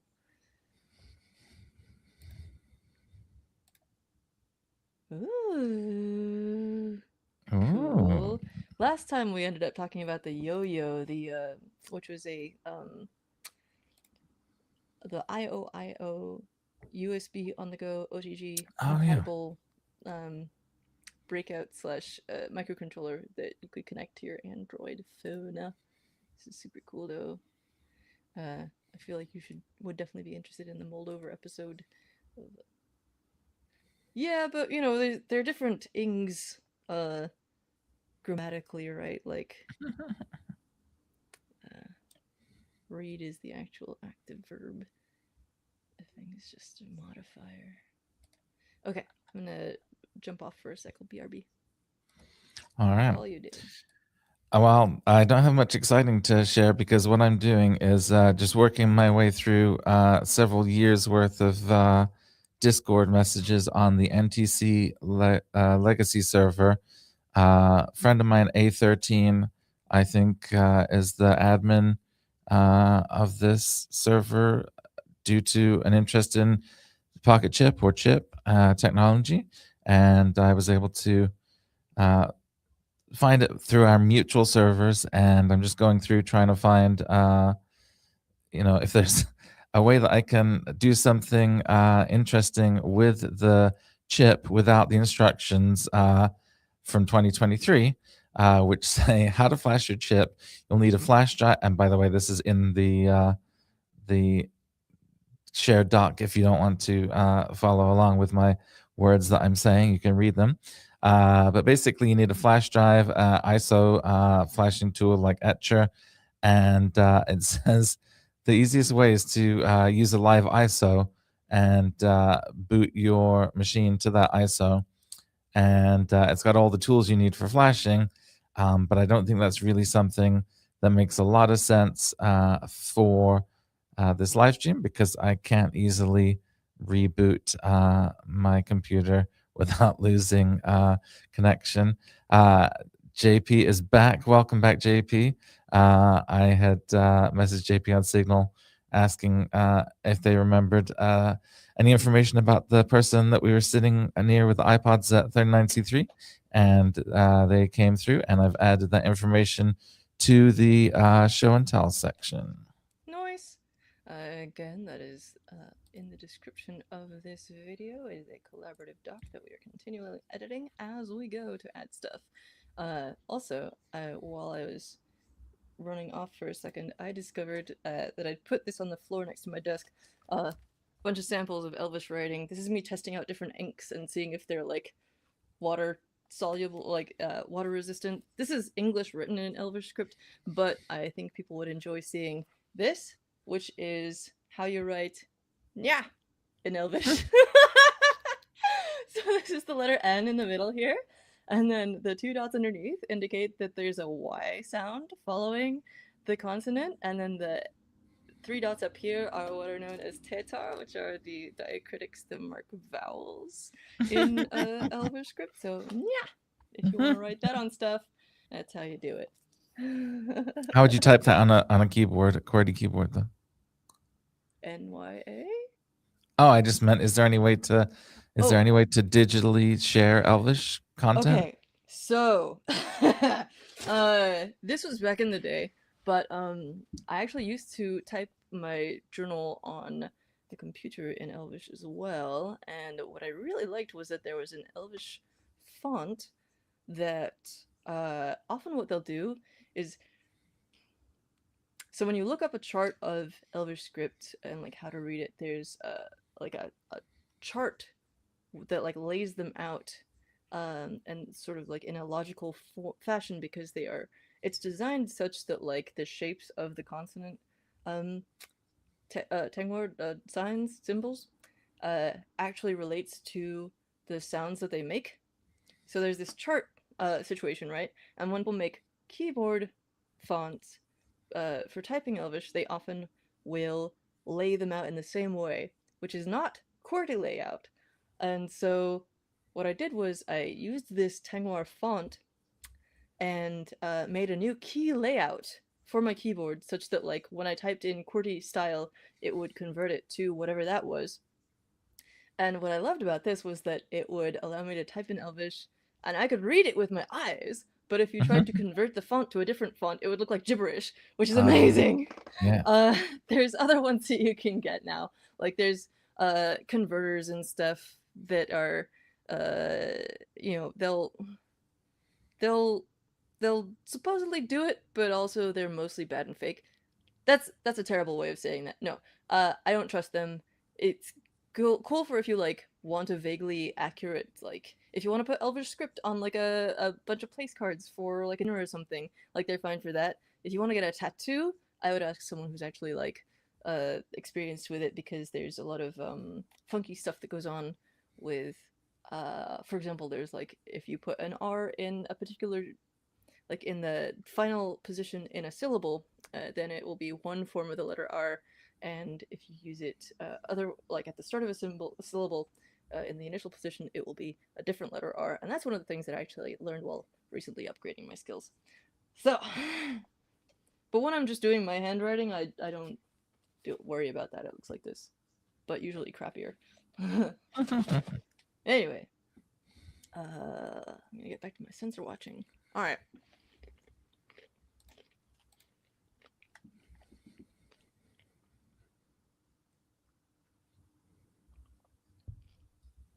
It's nice to not be soldering right now, because for once I can like have a snack. So not worry about lead poisoning.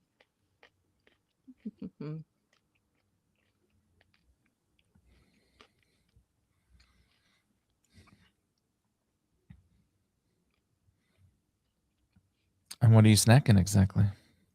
I got some cauliflower, and I have some mayo that I put Trader Joe's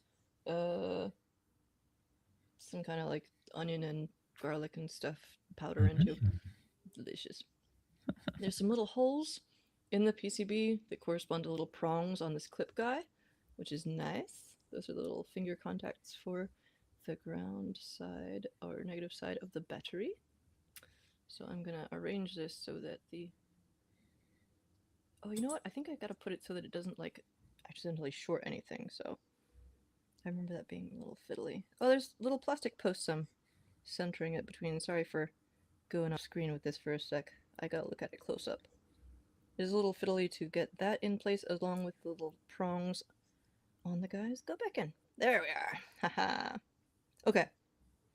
I think I have this back together in a way that makes sense.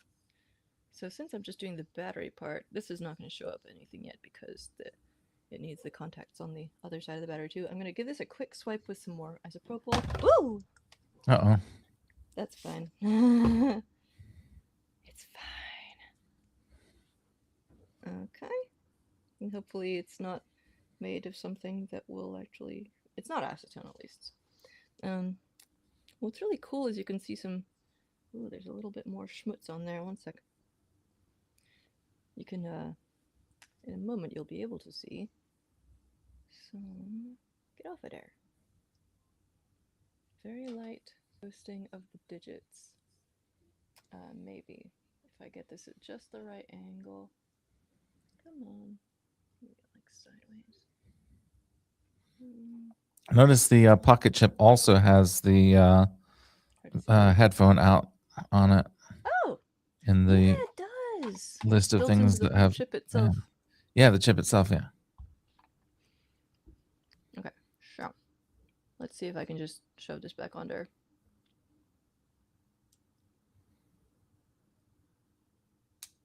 Hardware gods, please be beneficent. Ooh! Hey! Wait, Come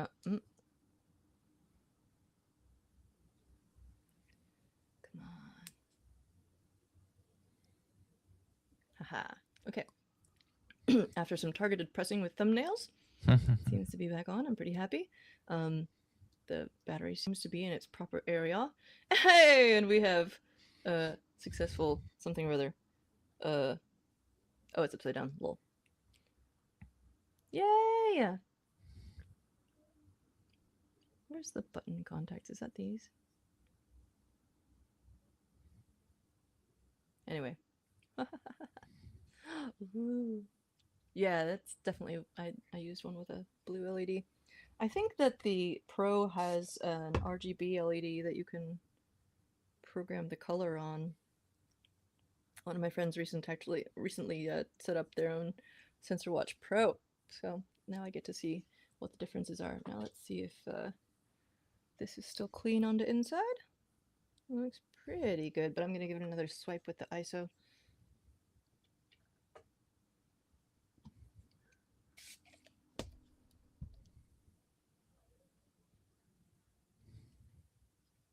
There's a scratch on the outside, but that is wabi sabi. Charming. Excellent. Oh, it's still a little smudged. Or is that on the outside? It's on the outside. Okay, cool. Sure. Getting this the right way up. Like so. Oh, I touched the inside. That's fine. It looks fine. It is not that time, but I like that it's actually not wirelessly connected, so it lasts longer. Now, is that gonna go? No, it's gonna be a dirt again. Okay, I gotta wrangle this with the buttons. Ooh! In the enclosure. My tweezers are probably tripping that button. I shouldn't use these actually.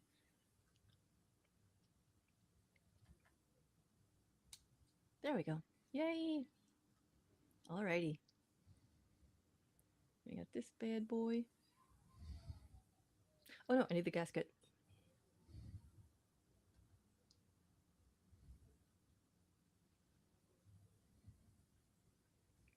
Smush that into place with my fingers off screen because I gotta look at it close up.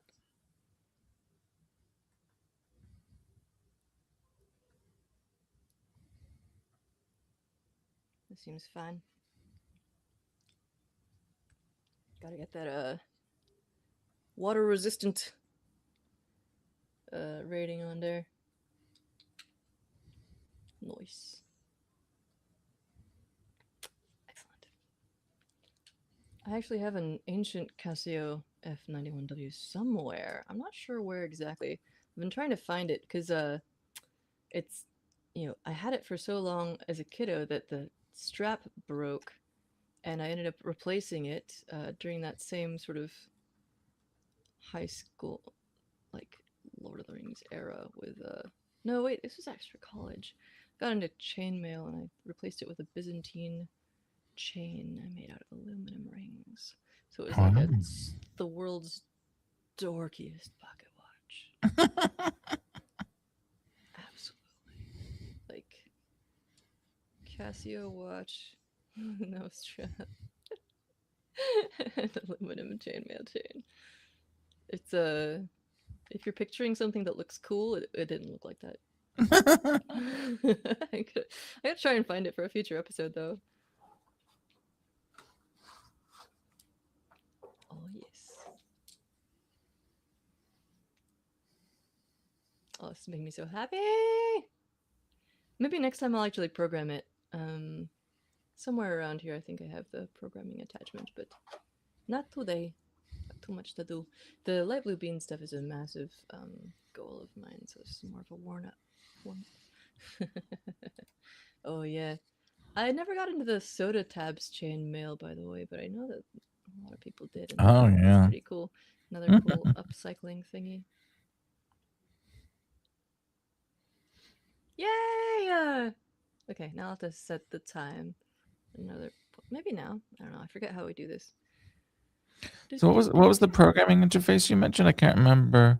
For what? For the sensor watch. Isn't there like an attachment or something you can get? Oh no. Maybe. I gotta look it up. I thought you had a sensor watch. No, am I making that up? I have one. Yeah. Let me do I the don't minutes. remember. I don't remember I programming keep on pushing it the the wrong number of times. Okay, I'm sure there's a guide somewhere for this, but I'm just gonna. No, that's definitely only hours. If I do this, ah, ha ha ha. Okay, cool. Oh, this is gonna be a lot of minutes. If I hold it fast down, does it go fast? No. I'm just gonna use this to press it, so I don't kill my fingies. No, it really doesn't wanna. I thought there was something where like the edge of the PCB was also a connector or something like that. Oh, that's probably what it is. I actually, I looked at it probably years ago, and I got a. Oh, you know what? I already put Joey's talk from Teardown in the description. So if you want to see about how he optimized the battery usage on this thing, it's really an amazing talk. Just so cool. I took a million notes and photos of it. So yes, here we go. Joey Castillo's talk on reducing sensor watch's power usage. It's so good. Plus, it's got really excellent aesthetics. It's like one of those. No, that's what I. Where'd it go? That's what I call low power or something.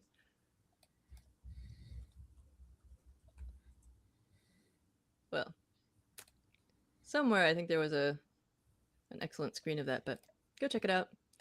It's worth it, even if you're not designing devices. Okay, so I'm very excited to have that. I gotta change the date at some point, but that's fine. Put it over with my actual things that I use in the real world. Is there a watch face with your favorite decimal, whatever it's called, time on it for the sensor watch? There is one with beat time, the Okay. Swatch watch decimal time, but it's not the same as the Ke, which is that's the one. Ancient Chinese unit of time, being a hundredth of a day, aka 14.4 minutes. It's similar, but not the same. I don't know if anyone's made like a French Revolution decimal calendar date extension or whatever, but okay, light blue bean. So again, the last time I tried to revitalize these, I ran into some kind of issue that I can't remember now, and this other Brook person seems to have figured it out, and I talked to them online, and they emailed me, and then I ghosted them because I completely got sidetracked by something else, and I suck. But hopefully after this, I'll have my shit working, and then I'll be able to actually email them back. Either way, I'm gonna email them back. Be like, hey. I promise. Okay, so leave this there because otherwise I'll lose it. This old battery is going in the old battery pile. So let's see. Did I have issues just getting it to connect or something? Let's have a look at the documentation. I have The other thing about the light blue bean is that I'd love to. So they open source the hardware files for these. I would love to actually bring them back someday. You can like. Oh, I wrote a helpful document. Check that out. Ha ha ha!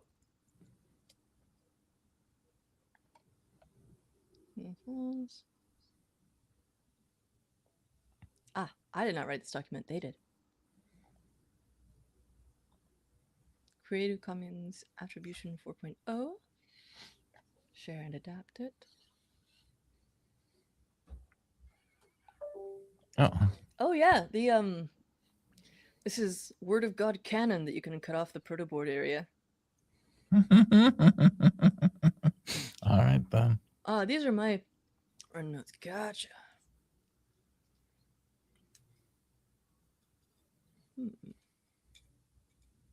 Yes.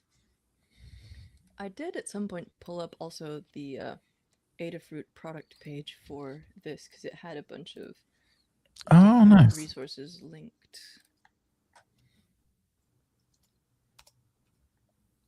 Let's put these in the same. In fact, I'm gonna actual window management here. Fancy that.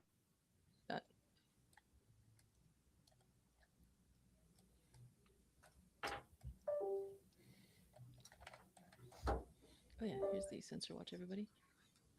Oh, and a video that I made using the iPod Nano's FM capabilities. It's a video about a piece of public art in San Francisco that had a secret radio station embedded in it. And there's audio that you hear that we basically, I plugged my iPod Nano into my friend's car radio, and we played it through the car speakers and recorded this stuff. So it's a very, very much specific aesthetic. I'll dump it in the docs.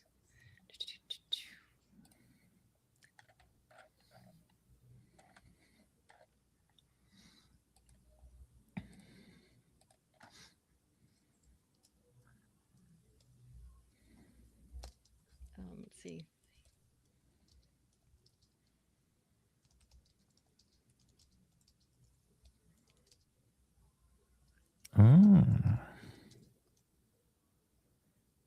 This is one of the first videos I ever made for Hackster.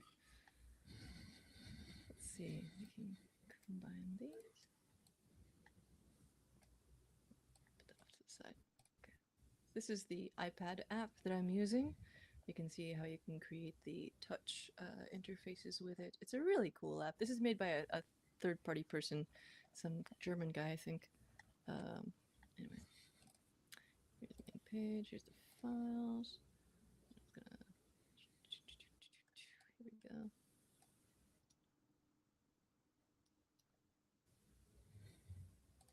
I'm so sorry I'm making you watch me do this. There we go.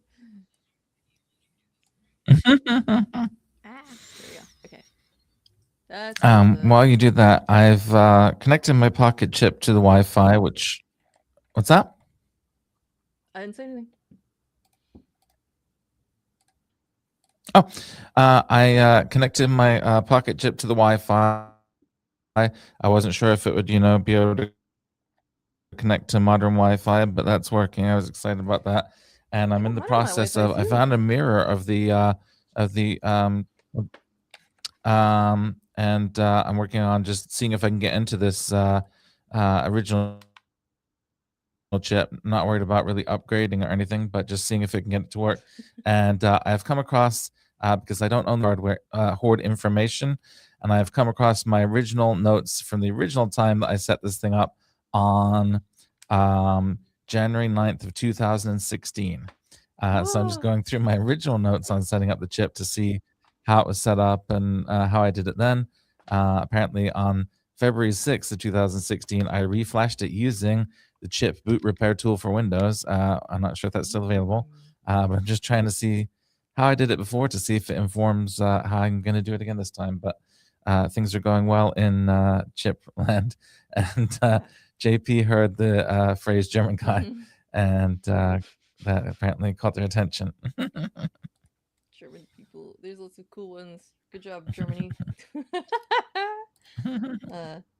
My pocket By the way, chip I is have chip, rebooted. chip Okay. 2, and chip 4. I have apparently 4 different chips that I have notes about, and that's not even including the pocket chip, which has its own separate note. Nice. Mm-hmm. Mine's decided to reduce the brightness again. Yeah, and there is like a browser on here too, isn't there? Am I making that up? There's a terminal, there's Play Pico A 8, web browser on the pocket Notepad. chip? I thought there was a web browser on here. Am I making that up?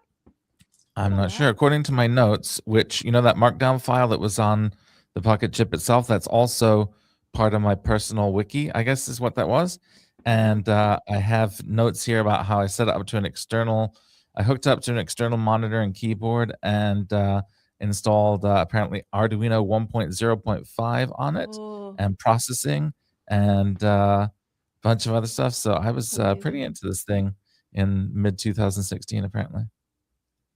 This is the help file. I think it's just a file though, or like a local Oh yeah, but thing. it might be. Yeah, it could be Probably not browsing. browsing I'm it. sure it has links though.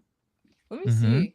I haven't used links in ages. I'm already getting distracted, but I want to do something other than like put the browser on screen. So, And you're saying let's see. LYNX, the text-based browser, correct?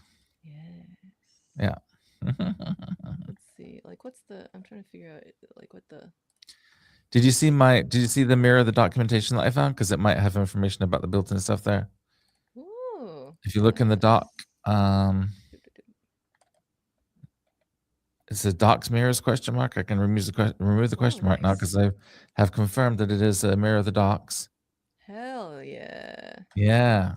I don't know who is the awesome person that provided this, but I assume Love this. getchip.cc was like either the original domain and they repurchased it, or maybe it was getchip.com and they, I think it was like nextthing.co or something like that. So well, this is whoever this person is, they're not really taking any credit for it because it's just like a direct mirror with no references to anything except for the exact original well, they also seem to documentation. have this aren't isn't this a different thing? Or were these also from Nextthing.co? No, dip was the thing that I Oh, I mentioned see. They had that you official can plug ones. VGA in and stuff like that. It's like a shield. It's their equivalent of a shield that you can plug in. Neato. Yeah. You're right. Huh. Oh, what were we looking for again? Oh, this is like the dip Ah, docs. aha, aha, aha. Ooh, look at So that. here's confirmation. On my VGA dip, it says step 1, go to getchip.com/update. So getchip.com was the original, and some awesome individual has registered getchip.cc Show and us that restored amazing all of the anti-static documentation. bag. Hmm? The bag. I bet it looks cool. Oh yeah. VGA chip Oh yeah, dip. they all came in these pink. I forgot about the packaging stuff. Uh-huh. Those little cardboard boxes are Yeah, so nice. yeah, the Cool. boxes are What's in great. the pocket chip? Ho. Oh, this is the same thing they've got on the device, but in a much more scrollable form. Well, that maybe suggests that you were browsing HTML. Yeah, if my MVS is maybe like a local HTML file. I'm just trying to figure Sorry, out. but Huh? I'm reading through the documentation. I somehow ended up on the compliance statement where I discovered that the FCC ID of this device is 2AF9F dash HELLA1337. What do I do with that stylus? That's amazing. Here it is. Before I found an actual stylus for this, I did just use like a zip tie that I had folded up, or like made a loop on, so it like worked. It's really nice that it doesn't have to be a. I'm pretty sure that like I can just do like man links or something like that. Man links. I'm just trying to remember what the basic command was. Oh, I mistyped that. Man. Actually, how you spell links this time? People made add-ons for this to make the oh, no such thing. The dome keys a little easier to type with, like 3D printable stuff and whatnot. Yeah. I'm sure this is so basic. Just how you open a URL. No. So you say it doesn't have links? I bet it does. I just want to I'm pretty sure you remember can the just say syntax links for and like then the URL. I don't think you need literally just any that. Okay, parameters. I'm gonna try I that. think so. Links. I'll see how accessible my web pages. Yeah, I'm sure you need the protocol and stuff like that, though. Where's the colon? Here we are. I'm like, where's the colon? Where is it? Did you find it? Yeah, it's on one of the pink keys. So you gotta hit function, and then see these Yeah, is it fellers. M? You gotta hit function. Function M. So the colon There is we go. like over here. Yeah, but I hit that Yeah. and did not hit the function key hard enough, I guess. Cause there we go. Haha. What were you saying about needing the protocol or something?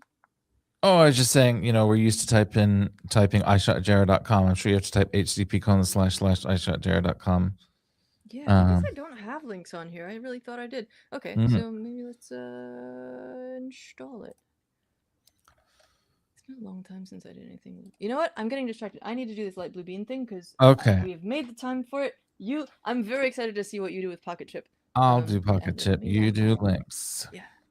Or no, not links. Light blue bean. Sorry. I gotta focus. If you get links running on the light blue bean, I'll be very impressed. Links, blue bean, light blue links. I mean, actually, like, so for a minute I was collecting a bunch of little sort of fluffy guys that I thought would be cute to turn into light blue bean critters. This thing I bought from your daughter, and it's so cute. But then we got an owl bear. I don't have a lynx. I have this thing that I got at Walgreens in Las Vegas at some point. Fluffy feller. And then there's like I got this thing at a mini so. Oh wait, no. Did I get this? Like a mini Daiso store. Anyway. Aspirationally. Okay, so the Adafruit product page, which is still up, has some useful info. But I want to read through the conversation I had with this person about the bean because it was very cool. Okay, so let's see. Oh, that's right. It was on Hackster that I think someone had messaged me directly. I'll see if I can pull that up. And I'm gonna take this off of my browser because it's boring to look at. Actually, let's do this situation. There we go. Okay.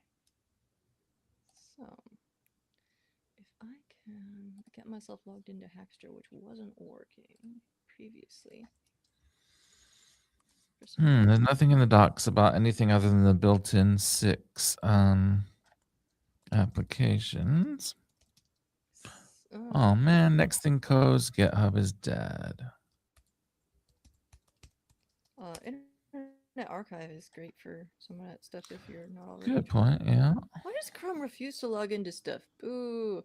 Turn an old Kindle into a typewriter. Ronnie Bendino makes the coolest stuff, man. This person, like, makes all these literature projects, including some about like Jorge Luis Borges, which just like made my brain light up immediately. Just really cool things. Anyway, though, I was trying to find this documentation, get logged in so I could view our previous conversation. That's what it was.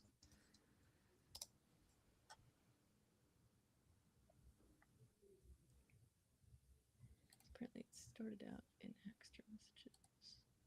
I think I saw them having worked on something with it. Pocket Chip runs mainline Linux 4.3 with some custom patches.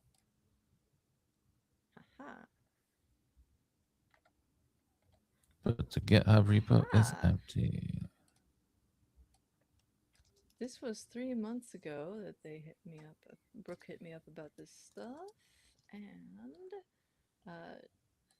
shared their blog and said they would eventually write it up, which means maybe they have by now.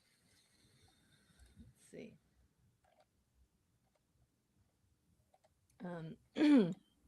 I think this isn't sensitive.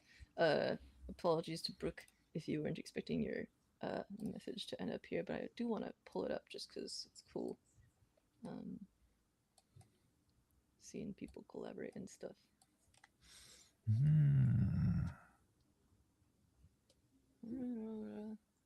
So let's see about this. Ah, cool. Hell yeah. Even if the light blue bean stuff isn't up, it still seems like a cool blog. I hope they're okay with me showing this. Okay, so I put up my stuff. There's the punch through files I had. Okay, well, I've already talked about all that stuff on the stream, so.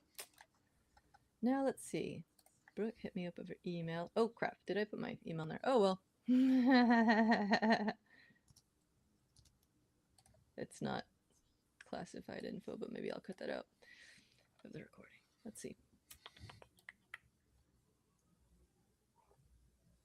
There is a program. Wanted to add brake lights to a bicycle. Oh, ended up designing their own breakout for the show. That's very cool. So it looks like the Pocket Chip has a built-in browser called Surf. And if you type in Surf and then a website, it'll load up. Aha! I can't tell if it's not loading from mine or if it's... I've got this happening right now. I typed in surf.ishotjerry.com. In the terminal? Yeah. Ooh. Where did it go? So I don't know if it's loading or having a problem or what, but I have this happening. I'll try my website. There's a website that's really good for getting around HTTPS and stuff like that called Frog Find. Can't remember if it's .com or .org. Frog Find. Frog I think mine Find. supports... Yeah, it's really good for like retro stuff that doesn't have SSL capabilities. Nice. My website is doing the same thing. Oh wait! Hey! Thank you for showing me the way. This is actually loading. This is my ancient website I designed in Bootstrap many a year ago. The one I have linked on most stuff is a Notion page, but it's boring and ugly. But I actually update it. That's the benefit of Notion, is I can update it from my phone, and so I actually do update it. But I still prefer the aesthetics of this old one. Yeah, this is the way to do it. Awesome. Problem. What? That's the way to do it with the old website. My website apparently probably forces you to HTTPS and doesn't work or something like that. And I'm not really sure how to get out of this now. Oh no. Let's see if the Notion will load. It's trying. It's still just a white screen though. Ah. It is cool how they broke out all the GPIO stuff at the top here. Mm-hmm. And there's a little prototyping area in the top corner if you want to get funky.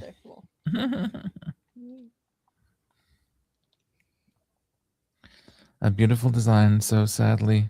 Ah, they're in Oakland. Oh, look. They've got the staggered vias too, so you can just jam something in there and I love grab that. The it. friction fit stuff. Yeah. Okay, this is not loading for me, so I think, yeah, common problem. Which one is that? My Notion site. Yeah, there's no chance that JavaScript laden hog is gonna be loading. Is this like the place where they had for a speaker or something? Oh, I don't know. We can pop this off. Surf. I vaguely remember that. I'm sure it's in the docs, but I'm gonna pop it up anyway because it's fun to do.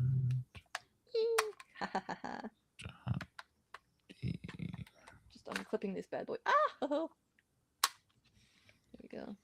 Oh, I'm gonna do something horrible to this thing.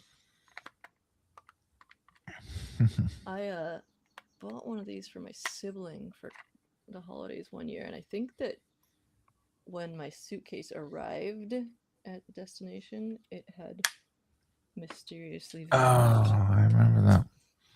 Oh, you know what?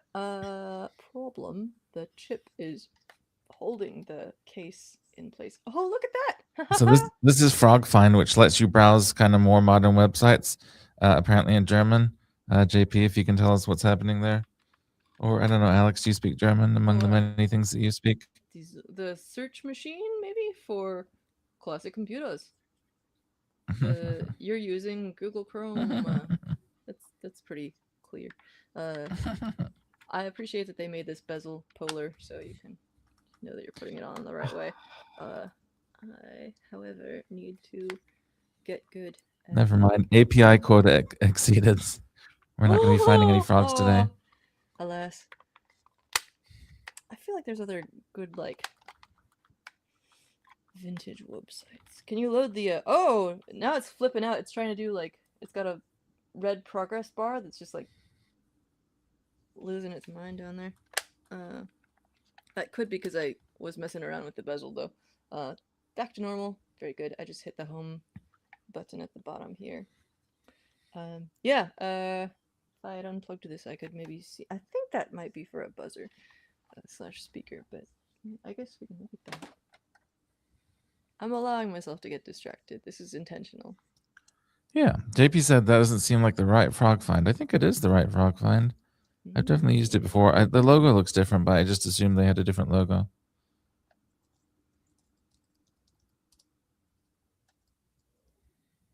Wait, oops.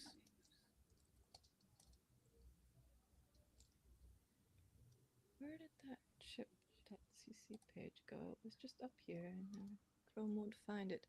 Boo. Oh, it was in our links. This is so good.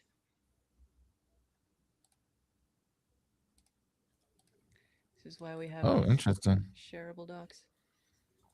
This has reached a state where it's freaking out. What is that again? That's a. That was just my my particle argon feather plus a feather wing, which I think has reached a unfortunate power level and is no longer happy about it. All right, JP says it's on .com. Chipperdoodles is in the building. What's up, Chippy? Yeah. Ah, it looked like you were on .d. Oh, that makes sense with the German. Huh. Frogfind.com just says server error when I go to that. So Alias. I don't know. I feel like there was volume, power home, settings, shoot up charging.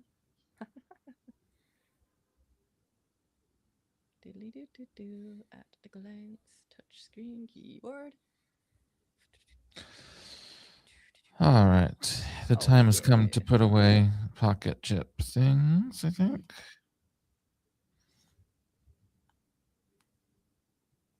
They made it so easily disassembled. It's so good. Secret prototyping area, GPI solder pads, pencil stand and pen stand. So good.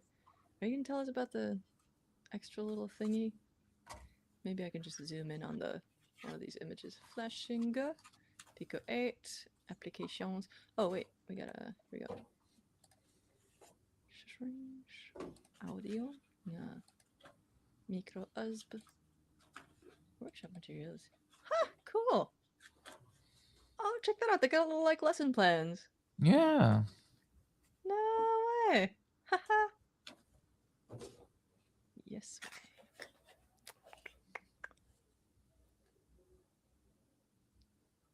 I'm gonna zoom in on some of these images and see if I can figure out what that piece was for. And by piece, I mean exposed contacts.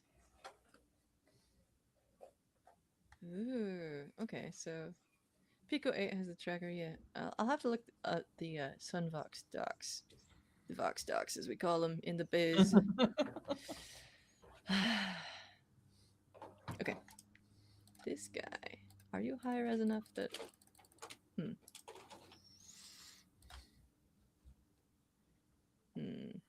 So I wasn't really paying attention to your light blue beanage while I was doing the I was reading through docs and then an email thread, and then I got distracted.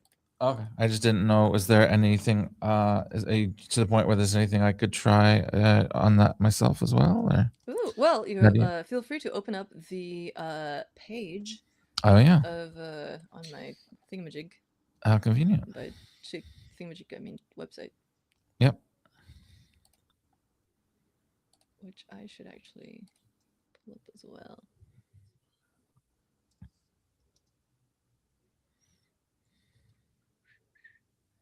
Where'd it go? Here we are. Okay. So the handy BLE one does. I think I just had trouble like.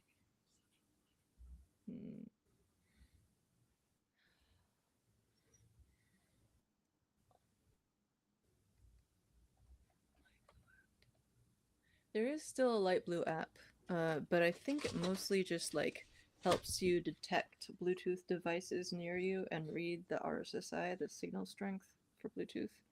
Let me see if it's on Huh. here. Light blue? Nope. App Store. Oh, I think if I look up Punch Through, I'll put links to all these apps. Yeah, if you look up Punch Through, you get a bunch of stress relieving punching games, and also the first result, though, is the Light Blue app. The go to BLE development tool. Last updated 6 months ago. No way!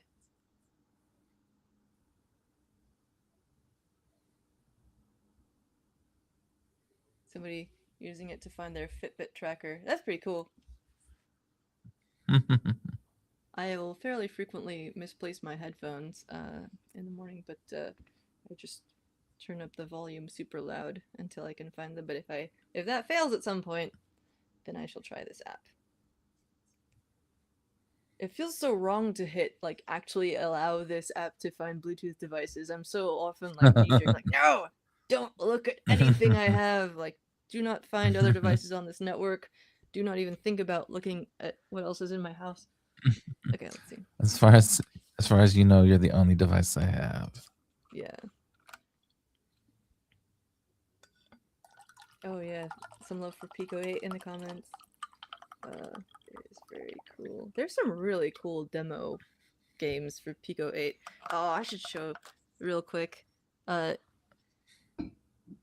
flavor, in between like us looking at browsers and talking about stuff, which is something that's like a valid part of the process, but definitely not the most fun part. So if I hit play Pico 8, I'll actually do this on the downward facing camera so that it's not just me holding it up and squinting at it sideways. Why won't the Google Doc let me paste into it?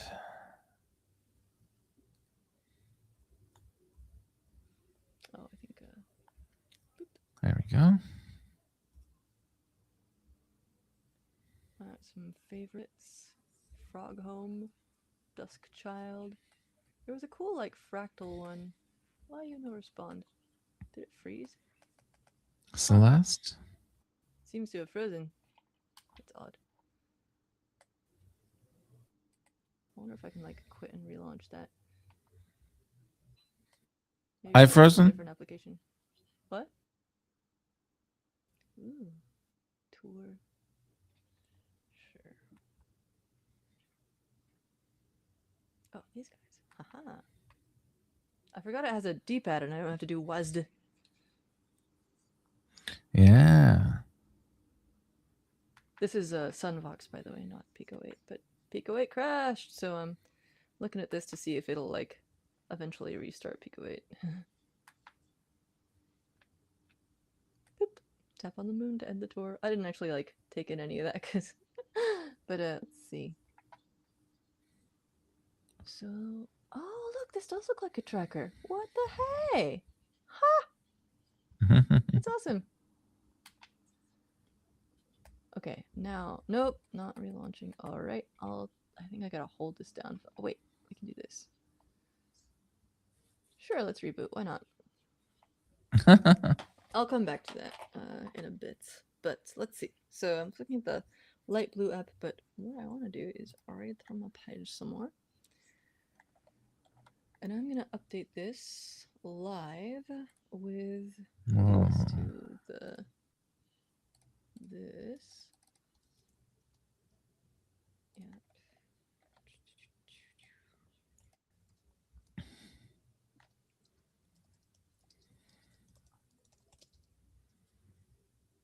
Ah. Oh dear.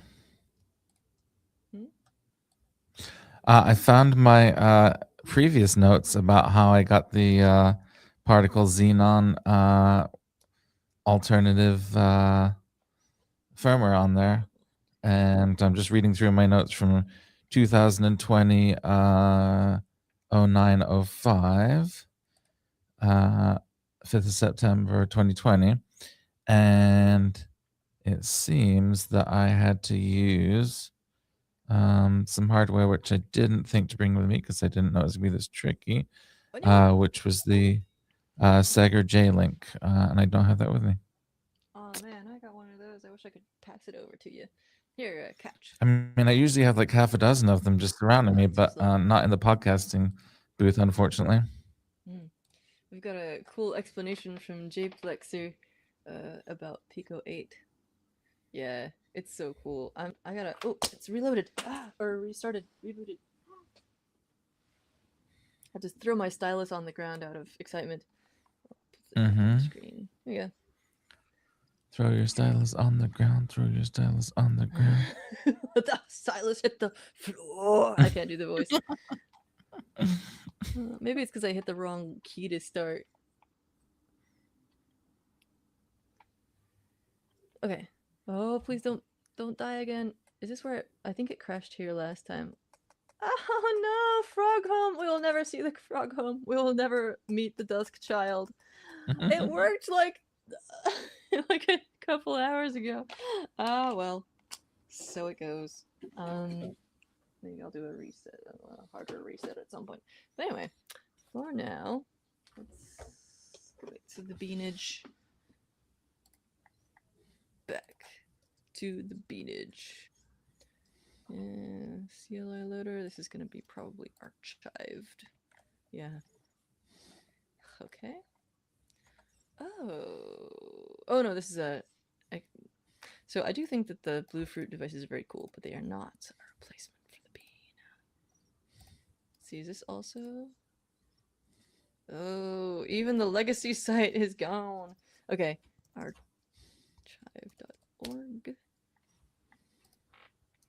Sorry to anyone who hates me saying it that way. I am doing it on purpose because I think it's funny.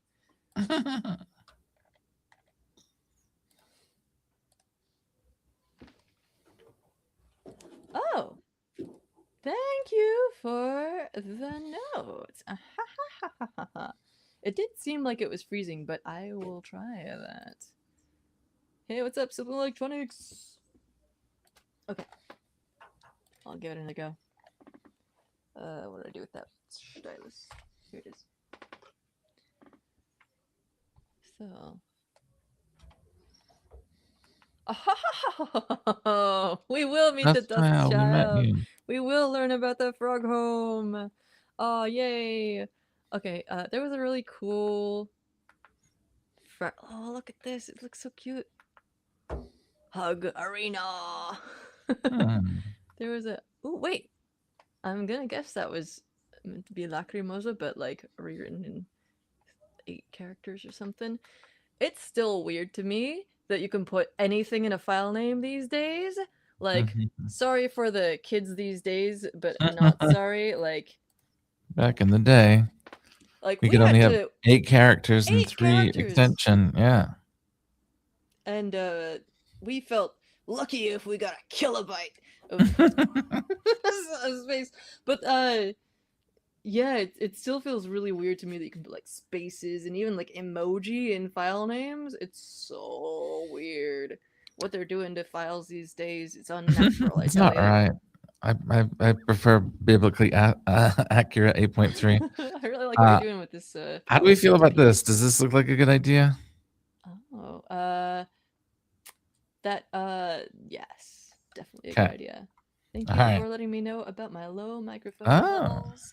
That might be because I keep moving around and this is a shotgun mic. Is that any better, or shall I try to figure out if I can fix it? Here's my voice for reference, just to compare. It does say automatically adjust mic volume, so it's probably just me going like in all different directions and mumbling. Oh. Yeah. I have no clue. Up way more, please. Okay. I'm not sure how to Oh.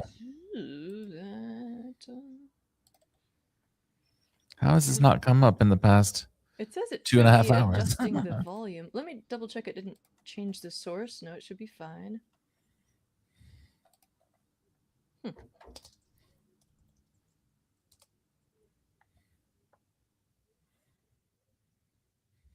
If I increase the volume to David, well, I can't hear you. If I hear you, well, David shares my speakers.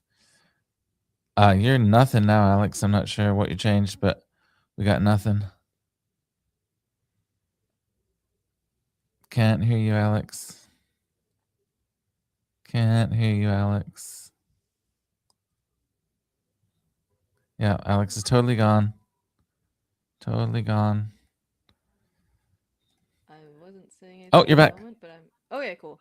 I was launching the app to try and adjust my settings if possible, but it turns out that it just hates me. You went quieter for a bit. Did you turn yours down? That would be the another smart way to do it. No, I didn't. I didn't change anything. But apparently, I just get too excited sometimes, which is very loud. Well, damn. I will try and just Wait, speak so what if I more could turn loudly. mine though down? What if I do turn mine down? That could definitely help. I'll also try to project better. All right. So I'll you can probably still hear forget me, the right? name. Everything's good. I can hear you. Okay. You sound the And same-ish to me, but like also, I don't know. I don't know if Okay, it's like auto compensating for the fact that I turned it down. So yeah, I don't know. What if I like undo? Okay, I'll let people respond to that for a minute. Let us know how this is going, and then if that doesn't work, the next thing I will try is killing the automatic volume compensation. adjustment. Um, So mm. I'm like at 50% right now. So I don't know. Where are you setting that? Is that in the Oh, StreamYard just on interface? the mixer itself. Ah, My okay. microphone has a XLR into a Ah, USB mixer majiggy thing, ooh, and XLR, actual oh, sorry. mixers. Well, that's I'm the glad you advantage. have one of those because I definitely do not on this end. Let's Yeah, but at see. the same time, it's. I mean, I Oh, might have okay. a fancy mixer, but I don't have my J Link. So, like, who's really winning? I don't know. This is, by the way, one of the best music videos ever made. Okay, I'm going. So, slight difference from that. Okay, now I'm going to try turning off automatically adjusting my. Oh! Now I get a slider. Okay. All right. I'm going to leave it on non adjusting. And, Okay. folks, let me know. I'm going to actually. I'm going to bump mine up to 75%. And Okay. then let me know if I still need to adjust anything.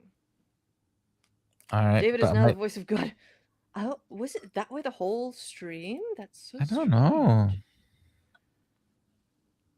Hmm. Okay, Okay. excellent, way better. Let me know if we want to do some more fine tuning. Let me know.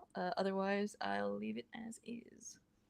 Okay, so Ooh, all right. and I'll try to be more mindful because definitely when I lean forward, it definitely does affect the microphone. And It's I'll a try to very get good less excited thing about to have things to. because apparently that's the main problem is when I get excited about things.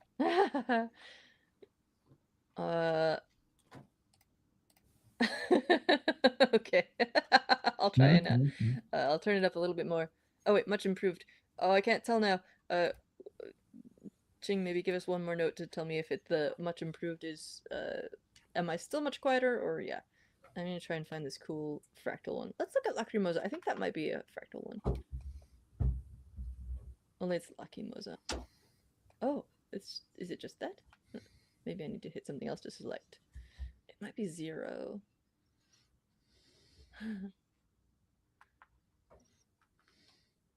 Love in Outer Space. Pcraft by Pico Racer. Ooh, what is this? Let me launch it. I'm sure there was a screen that told me how to select things. Oh, there we go. Hmm. What are we doing here?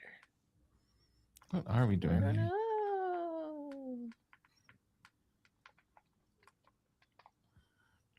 Exit Explore. Oh yeah, and you can all these ones that are on the device, you can edit on the device itself as well. Opa. Let's look at my faves because I'm pretty sure if there was. Oh yeah, that was the cool thing about the Pico 8 is like anything that you can play, you can like Yeah. hack. Press button. I don't know what I'm doing here. What am I doing here? I keep telling you press button. I'm pressing button. I don't know. Well, okay. Let's try. And these are called carts. So they could be games, they could be music, they could be whatever. This is interesting. I can barely see this in real life, but press Z to frog. Excellent. But it's showing up great on the. It's definitely a frog theme today. Oh! This is also backwards for me. Oh. I love him. Oh, look at him go. Can I go outside? Do I have to hit something to open a door? Oh. Oh! Neat. Oh. Look at those clouds. Those are great. All right, center positive or center negative. It is backwards as well for me. This channel doesn't seem to be monetized. That's no fun. Lol.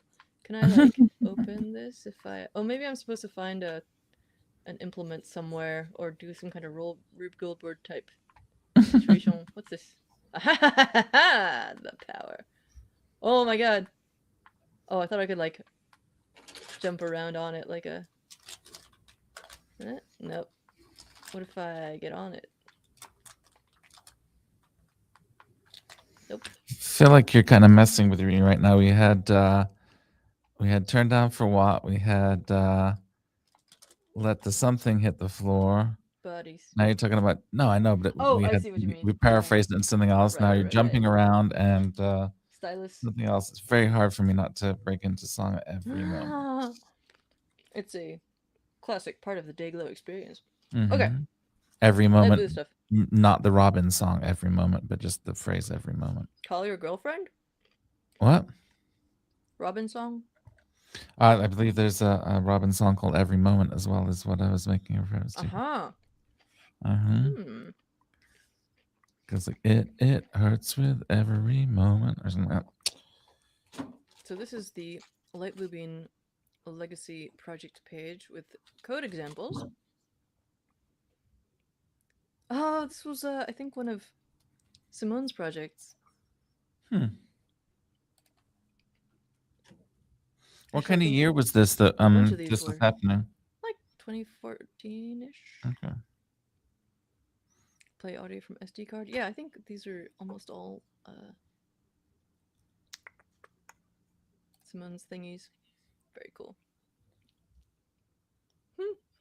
Look at the Dayglow episode 11 music episode. Oh, danger. Yeah, we gotta do that too. I feel like even this one is kind of, just retro is like a broader theme or whatever the retro darling devices is a broader theme than we typically go. Usually we're just like one device or a couple of family devices. And I think it's very interesting.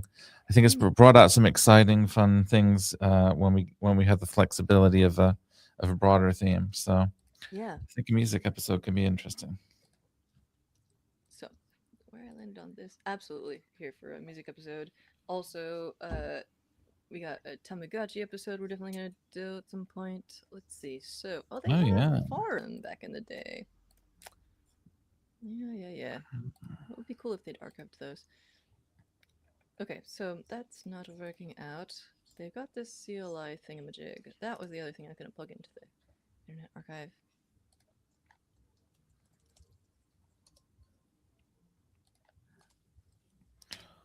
All right, what did we find for the power requirements for the Chumby? Ooh, modded a Guitar Hero to do USB.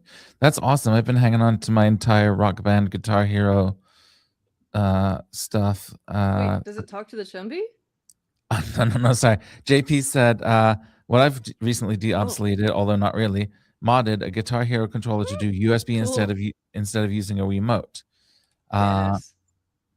And I was just saying, I've been retaining, not hoarding, retaining my Rock Band and Guitar Hero stuff for such a similar project of turning them into some kind of quote useful controllers for that. All right, I am trying to get my Chumby power supply set up over here because I'll be very sad if I fry this thing. So it was 5-volt center positive, and I think somewhere else in the note we had Some More average information. information. I'm going to drop this into RPH. This is, I found a an archived docs page about the CLI loader. What was that noise? It was just me dropping my my. That's almost like a Wilhelm scream for your It was device. I was dropping my multimeter, but like in slow motion because I still had the leads, and so it wasn't really like falling on the floor. It's just like slowly spaghettiing through my hands to the floor. Well, yeah, so All right, where it's did already those at the top. But Chumby docs go? it's not it. Okay, so here's the info and the files. Oh, they've already got this link here. If I had actually paid attention, Oh, lol. I guess I did the same thing like a few months ago. Scan and connect beans, update the firmware, blink the onboard. Program sketches. Read accelerometer, log serial. Now here's the thing. I could have sworn. So the way that this worked, the way that it worked before with the light blue bean is that you would upload a specific sketch onto the bean, and then that allowed it to talk to your Handy BLE app. And you could program, yeah, you would upload Arduino code to the bean. And I think that Punch had like maybe their own app for this where you could program it. I swear they had like another app for that, but I think now you'd have to use the CLI. If you wanted to use the Handy BLE Touch customizable touch interface app, then you'd have to upload a matching Arduino sketch onto your light blue bean. And if you had specific functions you wanted to initiate, like turn the LED blue / green / whatever, you would build those into your Arduino sketch. And Handy BLE, the interface creator, you would create touch controls that would call those functions on the bean. So you'd basically like write the beans with the functions in an Arduino sketch. That wasn't a properly formed sentence, but whatever. And then you'd have, if you wanted to have touch controls on your screen, you would program this other app to call those functions. All right. Now that I've got that in my head the right way around, I don't think I need the uh, mobile app to program Arduino. I can do it through the CLI. It's much less cool, but also, you know, do you remember if this thing has Bluetooth? I don't think it does. the light blue bean. No, the Oh, this thing. this thing Yeah, I was holding off screen. Can't you I remember think about this thing that I wasn't showing you? I think it does. I think it has Bluetooth. Ooh, that'd be cool. I bet you're right. I could hit the get help button, but no. There's all kinds of different things that I could use, presumably, maybe, to is there though? Because it's kind of a specialized thing. It's like connect to this thing and also write Arduino sketches to it. I'm trying to remember the name of the app. What if I looked at my old tutorial? There you There's go. a brainwave. All Here we go. right, This is 5 linked volts, from 2 my amps, Notion neutral page. positive. My Notion page. Scroll down. 2 amps, Tutorials. not 1. 2 amps. Hackster is still not logging me in, but I think that's Chrome's fault. Okay, so here's an example. No, let me log in. I'm gonna pull it up on Firefox. Why don't you load the Hackster page on the Pocket chip? It'll load in like 8 years. Mm-hmm. Here we go. Okay, here we are. There's code. So you can see this is like just a autonomous app that cycles through colors. This is one, I think, from them that does like accelerometer based LED stuff, which is pretty cool. Okay, here's speaker stuff. Ha ha ha ha! Here we go. Handy BLE colors example. So you put this on there on the bean, and then we've got, oh, literally just sending it characters.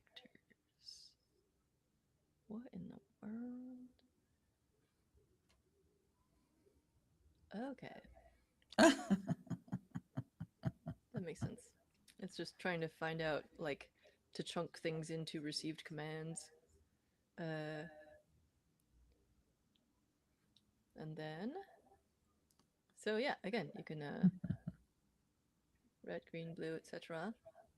And set the LED. Okay, I remembered that correctly. Hooray!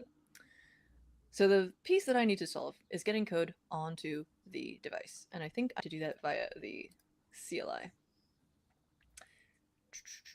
So what Brooke said to me is that it loves batteries. macOS said the battery was a 40%, but Beanloader didn't want to flush the device. Wait, Brooks got Beanloader. Is that the CLI? Beanloader. Yeah, I'm trying to remember if that's like a. I think there was a phone app called that, and I'm gonna see if that still exists. I don't think so though. And um,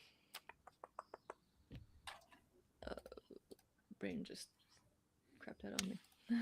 I'm Oh about to yeah, but plug it the might be Chumby the into. CLI. Sorry, I'm about to plug the Chumby into my power supply over here. It's I can't really get it in shot because of everything I got going on over here. But I'm either about to start crying if it doesn't work, or if it smoke comes out or something. Or but just watch my face to see how it reacts, I guess. Oh yeah, that's a good face. It's working. It's working. It's working. It's working. It's working. I got little blue circles on it, and oh, oh my god! Now the circles are changing to a different color. Is there any way I can get this up to where people can see it? Oh, now the screen is. Oh god, this is not a good face. The Oh screen is no! now turning white and not looking good. I'm Oh gonna no! unplug it. That was a good reaction though. I know. Oh, Huh. Well, I it gotta know had what some. that was. No clue.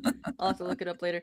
Um, Simple Electronics. So, I worked at Hackster for 10 years, up through March 2024, I think. 5, last year. And then went indie. So now I'm doing my own thing, and I'm still making videos for Hackster, but as an independent person. And I'm also doing this charmware, launching this smart jewelry company, which I'm very excited about. Um, yes, Could, thank you for restraining the low hanging bean jokes, but also feel free to make low hanging bean jokes. We accept you. could I get a another full width Yeah. video just to see if I can just about squeeze this into the corner? Is it visible? Let's see. Oh, almost. I'll Hold hide on, the let me chat let for me a keep second. working over here. I'll try and make it even more. Oh god, that's not a good sound. Why is my That did not Windows? sound like that was a No. computer disconnected a thingy Yeah, that sound. was not. I wasn't even touching the computers. That's why. Okay. Oh, okay. All right. Check this out. So I apply power to the chumby. Thus, the chumby comes alive. The circles happen. Oh yeah. There's chumby stuff happening. It's doing chumby things, and it's like looking all good. And then it changes colors, and you're like, oh yeah, this is some really good chumby stuff. See, this is what I was trying to say we weren't supposed to do. That's Not. Dave in the corner. That's Dave in the spotlight. All right, so it's like Living looking in all good and I have to keep chumbyish, it. right? Everyone agrees this is What'd like you a say? good chumby situation. Oh, it's That's getting good. further than it It did looks last like a. time. Oh, it's waving at us. It's so Yeah, cute. so there's a little chumby octopus or whatever it is on there. And then the screen just started to go like white, and I panicked and unplugged it because it didn't look healthy. But this is looking really good. That is looking good. That's a healthy little octopus. Wow. Okay. Come on, chumby. I was going to write I it. think like if I remember, next thing that's going to happen is it would like try and connect to the Wi-Fi or prompt you to connect to Wi-Fi if it doesn't have one. But this is really impressive. I was not expecting this much functionality. The previous time it freaked me out because the screen started to kind of bleach itself, and I was like, "Is it too much power? What's happening?" I got 5 volts, 0.6 amps going into it as requested. Or sorry, 5 volts and 2 amps going into it. It's only using 0.6 right now. Who is up here chumbing it? That'd be me. All right. Okay, I'm going to take it away from the screen because I need to be able to see it to type in the Wi-Fi. But this is really exciting business. Nice. I am writing up real quick the stuff that I just said about the process. Pardon me. And I'm going to. I think it takes a minute to upload or to update the Notion page, but that's where I'm putting my I'm Notion surprised you notes. haven't had any Chumbawamba jokes yet, Alex. Oh, yeah, that is a surprise, isn't it? That is the best band. Uh, Folks, Chumbawamba was actually a really good band. Is still a really good band, actually. Ah! If you didn't know, and they also did the soundtrack to the best movie ever, aka Revenger's Tragedy, which is a Jacobean era tragedy play, uh, ported forward in time and space ish to Liverpool, in a post-apocalyptic scenario, and it stars Eddie Izzard, and aka Susie Izzard, and Christopher Eccleston, the first new Doctor Who. It's amazing, and you should watch it. So my screen did that thing again where it just kind of like suddenly gets bleached out, and I don't know. It's probably like a single capacitor or something that's not happy. Is that beeping noise me? I heard that. It sounds like you, Oh, I think it's just actually. my my multimeter saying, "Did you forget about me?" Not my chumby saying, "This is why did you put 500 volts in instead of 5 volts or something." I will turn my multimeter off. Thank you. All right, chumby is bubbling. That is a. Oh, okay. Because Anderson Paak has a phrase called "bubblin" that. Oh, you know about it. Of course. Excellent. It is jumping. It's bubbling. Excellent. I don't actually know the song "Bubblin'." I just know it's. He It's also something. references it in "Leave the Door Open." I think. It just goes like we bubbling, like phrases, phrase. We bubbling. Masterful. Mm-hmm.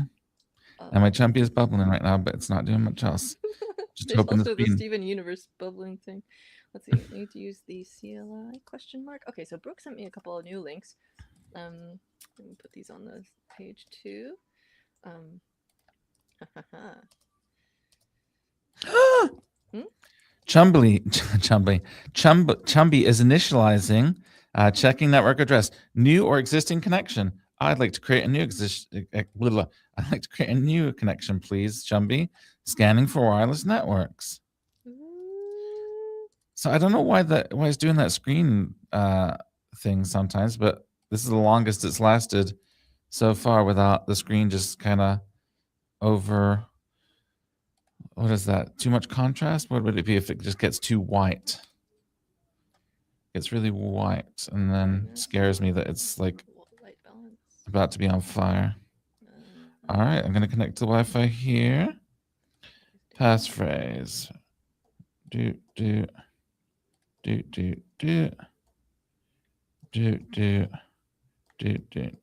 Hopefully no one can translate the dutes that I was doing there. This is very you're edging over into Tom's Diner territory.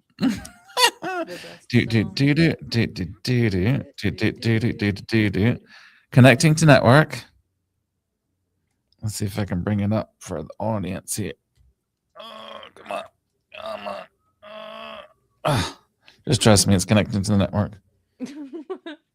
Oh, but I think I need like an account or something to do the network, probably. It's hating me. I don't know what you're doing, Alex, but could you check on the Chumby webpage and see network connection succeeded 192.168.7.193. Packets sent gently 60 make you packets. look up your own things because I'm doing Okay. I have one hand holding the Chumby and one hand holding the power supply into the Chumby. So I can't in that type case I'll anything look right now. something up for you. But it Yeah, sounds like you figured something out. I can't do anything except for hold my Chumby. So I didn't know if you went to chumby.com, if you could find anything about what's required in terms of like, do I need an account or how's it going to work? Like for setup? Yeah, I don't know if Chumby setup. It says downloading the control panel. Please wait a moment. There's a whole button on here that says activate a Chumby. See. You gotta create an account to activate your device, activate your Chumby Light Android app, add content to your device, and access other parts of the site. So it sounds like you do have to do that. Okay, well, maybe my account is still good. We'll see. But we are at please wait a moment, and the progress bar is happening. Come on. Yeah. Okay. Here we go. Maybe I could pivot my camera a little bit. I know. I agree. I was all the holding my Chumby stuff is definitely a lot more suggestive than the bead stuff, in my opinion. Oh. Ah, cool. Digital multimedia. Let's see. And for the record, I've been adding new stuff to the Beanie Bots page. I'll just go ahead and add this documentation link, but I'll do that later. Anyway, so codifying my thoughts and also adding these links that Brooke emailed to me. So I'll add those notes as well. So do we have any theories about what would cause the display to kind of blanch like that initially, and now it's sort of stabilized? Like, any retro computing nerds got any suggestions? Chime in the comments, folks. Because there was definitely something that it didn't like, and now it seems to have like warmed up, and it's please waiting a moment, which is encouraging.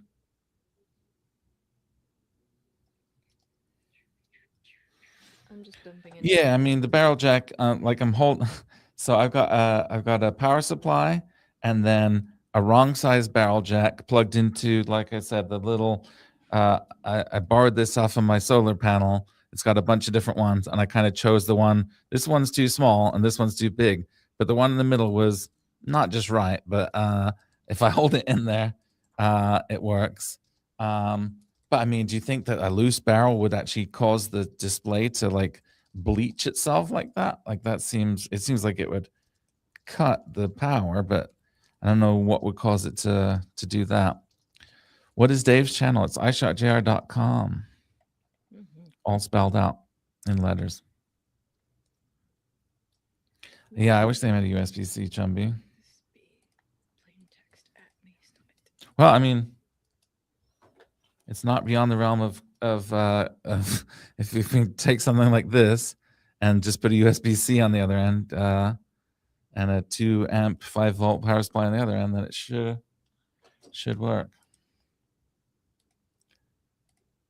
We're stuck at this like 10% mark or so though. Oh, it just moved as soon as I said that. Come on. I've already forgotten what you told me, Alex, about I do need an account to use it. Yes, it says you do need to. But maybe I already have an account and it's still going to remember me after it's done booting up. I could not say.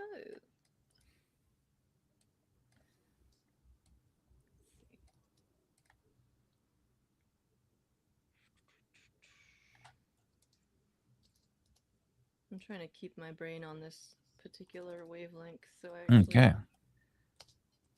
Let's see. Make some progress. Stop turning that into a single line, you foolish thing. I'm also trying to wrestle Notion and make it behave. Oh. You can just see the percentage progress in the corner of my camera there. Is what I'm looking at. You know what I should have is a... I'll pull you a full screen. There we go. That's smart. I mean, I'm just watching the progress bar. It's not that exciting. Cool. What I should have is... That's not a bad idea, actually. What were you saying, though, Alex? What you should have is what? Oh, like, so there's this person, BB Pins, who makes these enamel pins that have a slider that show your, like, social battery or, like, all kinds of other different things, like your energy level and stuff, and I'm like, I should have one of those in, like, the screen. But really, we should just have, like, a progress bar that, like, slowly depletes, or the opposite of progress bar, where it's, like, you know, over the course of it, it's, like, and then there's, like, a little icon where it's, like, oh, my brain is melting! Yeah. Could be more of those pixel emoji things I made back in the day. Ah, excellent. Which were a result of us hacking on our first one, our first Dayglow episode. We were hacking on the Thumbie. Yeah. doing graphics and stuff. Okay, anyway. So yeah, I accidentally left myself on screen when I was just like In the plugging zone. away in Notion and trying to like paste stuff in and like organize my thoughts and whatever. So typically I'm like switching all the stuff between the AV whatevers, and that's why sometimes I get touchy about it. But yeah, so this page should be updating slowly but surely. Excellent. My Chumby is updating slowly but surely as well. By Or this page, I mean this. nice. In fact, I'm gonna edit this so that the random pictures are not right in the middle there, because the more useful stuff should be up top. But anyway, that's where I'm at. There's a couple of posts here that Brooke linked. And where did they go? Here we are. Reddit thread and this guy. What is this? Oh, that's Chumpy page. Okay, so apparently Brooke found these useful. What's up? Oh, just Chumby and Thumby is starting to sound like a Pokemon Oh yeah. team. Extremely good. Chumby is used confuse.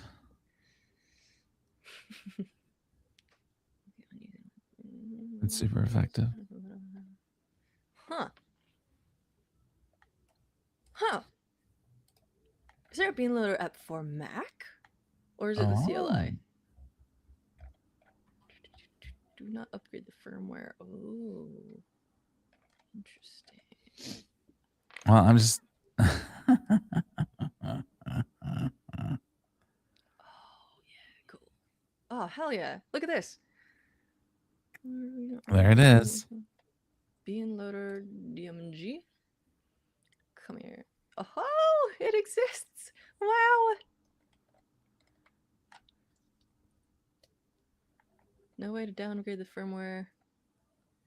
Oh, I see.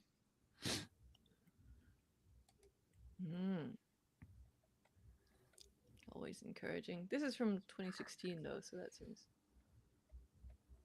I thought it said 2014, 2024 in the. Oh, this was someone's Reddit thread about getting theirs to work in 2024. I see. Got it. And the release is dated 2016. Excuse me, I just searched for Chumby and it said, "Did you mean chubby?" How dare they? How dare they indeed? Not that there's anything bad about being chubby, because that's marvelous.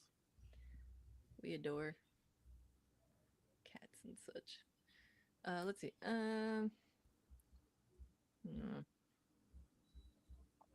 I should actually read through this thing they posted. But they also said not to upgrade the firmware. Oh, the progress bar is moving. That was also. Oh.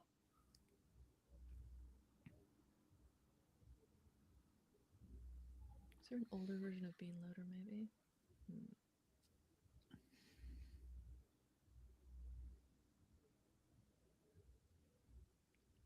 Huh.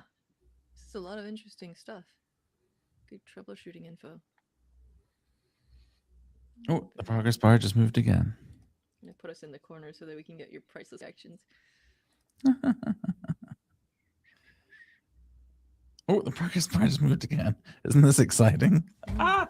Oh, I just dropped my Chumby, but it didn't unplug. Oh no! Oh. Crow, come on. So it didn't unplug, but it did do the screen thing, so now I have to start over. Oh.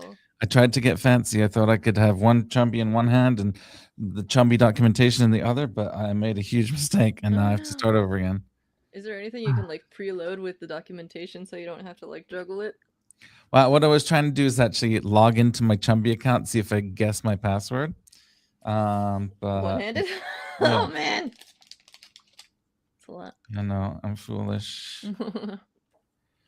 Does it move forwards or backwards? What was that in reference to? The Chumby? Some Chumby Oh, the jump. evolution? Oh, that's a good idea. I like it. I thought you weren't supposed to put water on your Chumbies because then they'll turn evil. Just only after midnight. Oh no, nope. That's food, I think. Yeah, you're not supposed to charge your Chumby after midnight. Yeah, no. It makes it complicated when you're trying to have it be an IoT always on device, but these were the sacrifices we had to make in Well, that's why it 2014. has the battery, so you can charge it until midnight and then Oh, run there out we of go. battery until. Okay. The progress bar was moving forwards, but now it's gone back to 0 because I fumbled the chumby, so to speak. You chumbled. I had a chumby fumble. It's so much fun to say. I do have my Thumby in my backpack, so I could plug the Thumby Yo, into the dog, I heard chumby. you like umbles. So we put Uriah Heep in your David Copperfield deep cut.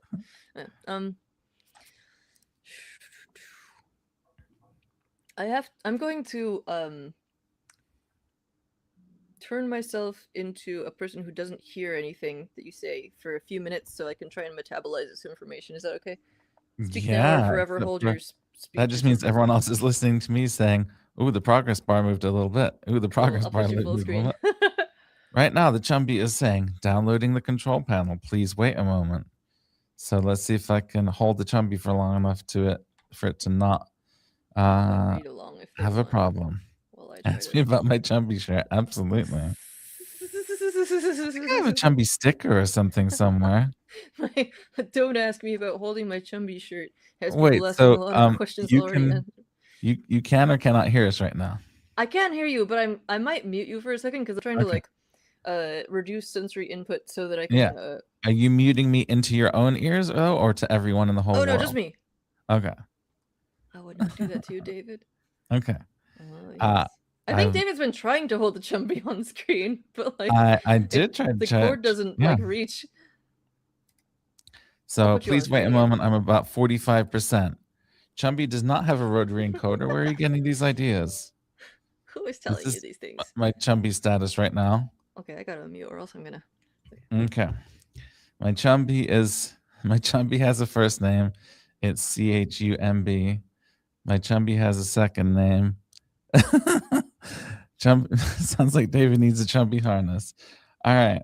I am at 60% downloading the control panel with one hand while trying to guess my password from 10 years ago with the other hand. So let's see what kind of passwords might I have had 10 years ago before I sensibly adopted a password manager.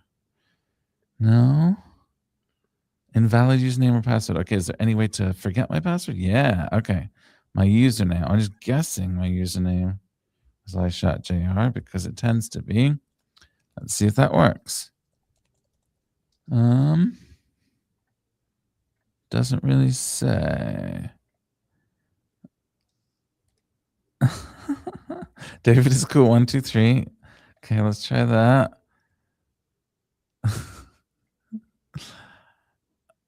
All right. So did I get an email or what's happening here? Oh, you can find your username on the Chumby device. If you open the control panel, hit settings and Chumby info, your username is on the registered to line. Okay, so maybe I should wait until it boots. So. I'm back. Okay. Oh, you missed some amazing Chumby updates. There's a. Oh, I'm sure I did. Maybe I can get the Spark Notes or whatever. Cliff's Notes. The Chumby made progress and people made jokes about my Chumby and tried to guess my password. Let's see. Okay, so we do still have a light blue app from. So it still exists for Mac and for iPad, which is cool. I think this might be the like iOS version on here or something, or maybe this is the computer version. I don't know. Anyway, that's cool. So I'm just like trying to follow this. They've also got Bean Loader, so I'm gonna try and download this bad boy. Figure out which. I'm not familiar with this. What? Machumbi has initialized, and it's saying set the date to the default of December 31st, 69. So let's see, what is today? April 30th. That's handy. And see if we got a Y2K problem here. 70, 71, 72, 73, 74. We're fast forwarding through the 80s. Here goes the 90s, the aughts, and the teens, and 2026. April 30th, 2026. All right. I have set my date. Oh, 7:05 p.m. No, 6:13 p.m. All right. A lot of resistive touchscreen action today. All right. We got Chumby time.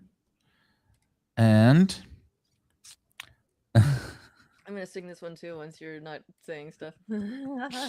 all right, there's a Chumby just kind of black, like a washed out background with a Chumby. I think that guy's name is like Octi or something like that. I swear the mascot has a special name. But it There's like the is Octocat from GitHub as well, and Lulzbot has yeah. I don't know what the Lulzbot octopus is called. Maybe Ching knows. Did you know that you can sing, apparently, Evanescence's Bring Me to Life to the tune of All Star by Smash Mouth? If I'm not remembering that wrong, I think it's correct. But I'm not gonna try and do the Evanescence version. My chumby once told me the screen would not load it. It's not the swiftest thing in the shed. Okay. The wrong register. If I can do this without dropping anything, this is going to be exciting. Because we have full Chum Nation in effect. Chum Nation! Yay! I've achieved full chumnitude live in front of everybody. Amazing. That's a timestamp right there. Wait, hold it up again. Oh my god, the screen just went. No!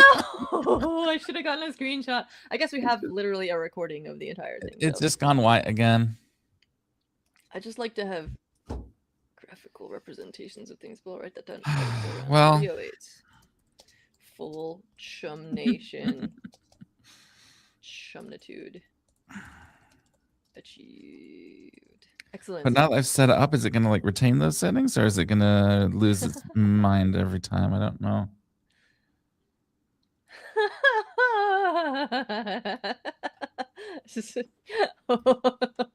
Yes.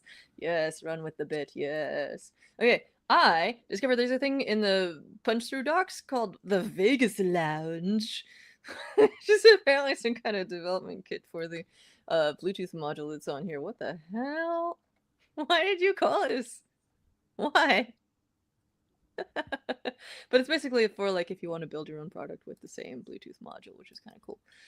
However, I'm trying to find this software. Where do I find the actual beta release? I don't know Atlassian. What trying to, I'm trying to use it at my own risk. Just give me okay. Current release. Download link. Wait, where'd it go? Oh, this is it. This big old clippy thing. Gotcha! Hooray! Now I've got another Dimga. It's short for disk image, but I always think of it as damage. Look at it! It's doing the thing. It exists in real life. Brilliant. We should have had Clippy on as a guest, speaking of retro darlings. When I was a youngin', I actually dug through the Windows OS files to find the one for Clippy, which was called Clipit. Wow. And deleted it and wrote a little poem about it because I was edgy. It was like 6th grade or something. I did the opposite because I'm a little bit older than you, and when you were deleting Clippy from your studying the blade. I was interning at Microsoft. No way! And when I was at Microsoft, we had access to the international server. You could download any software that Microsoft made across the world, and that included alternative Clippies from other countries. For example, there was a dolphin. There was a Japanese one called Office Lady, who I won't detail much. And there was like half a dozen different Clippy alternatives that you could swap in instead of the paperclip. And it was pretty great. And I may have downloaded them before I left my internship and still had them. Oh my god. This is Major. I found an article at Medium. Won't let me read. There's not much information about him online. It's kind of weird.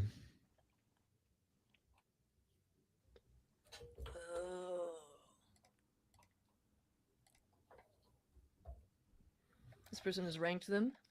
Oh. No, see, that looks like Microsoft Bob or something. Oh, okay, interesting. Yeah. Okay. Shakespeare.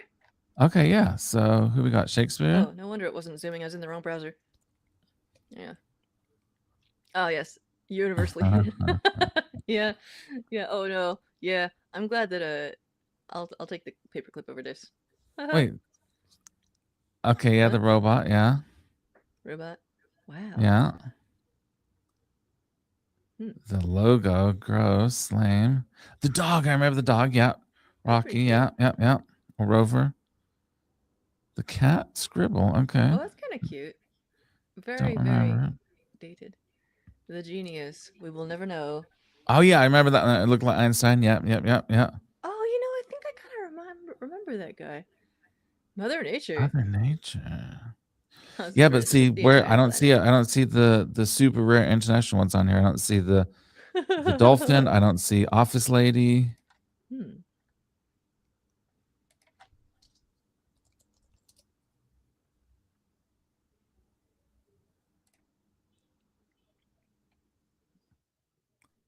It's just the same ones. Oh, there's our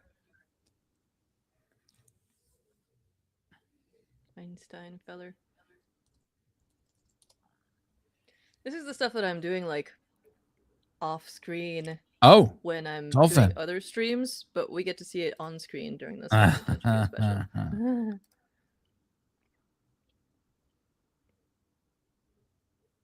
Feverishly pulling up websites to try and find visuals for what people are talking about. I love it. You don't get to escape accountability just because you were region locked. Huh. East Asian editions. Why couldn't we get the dolphin? We were not allowed the dolphin? What's wrong? No. Like, this feels like discrimination.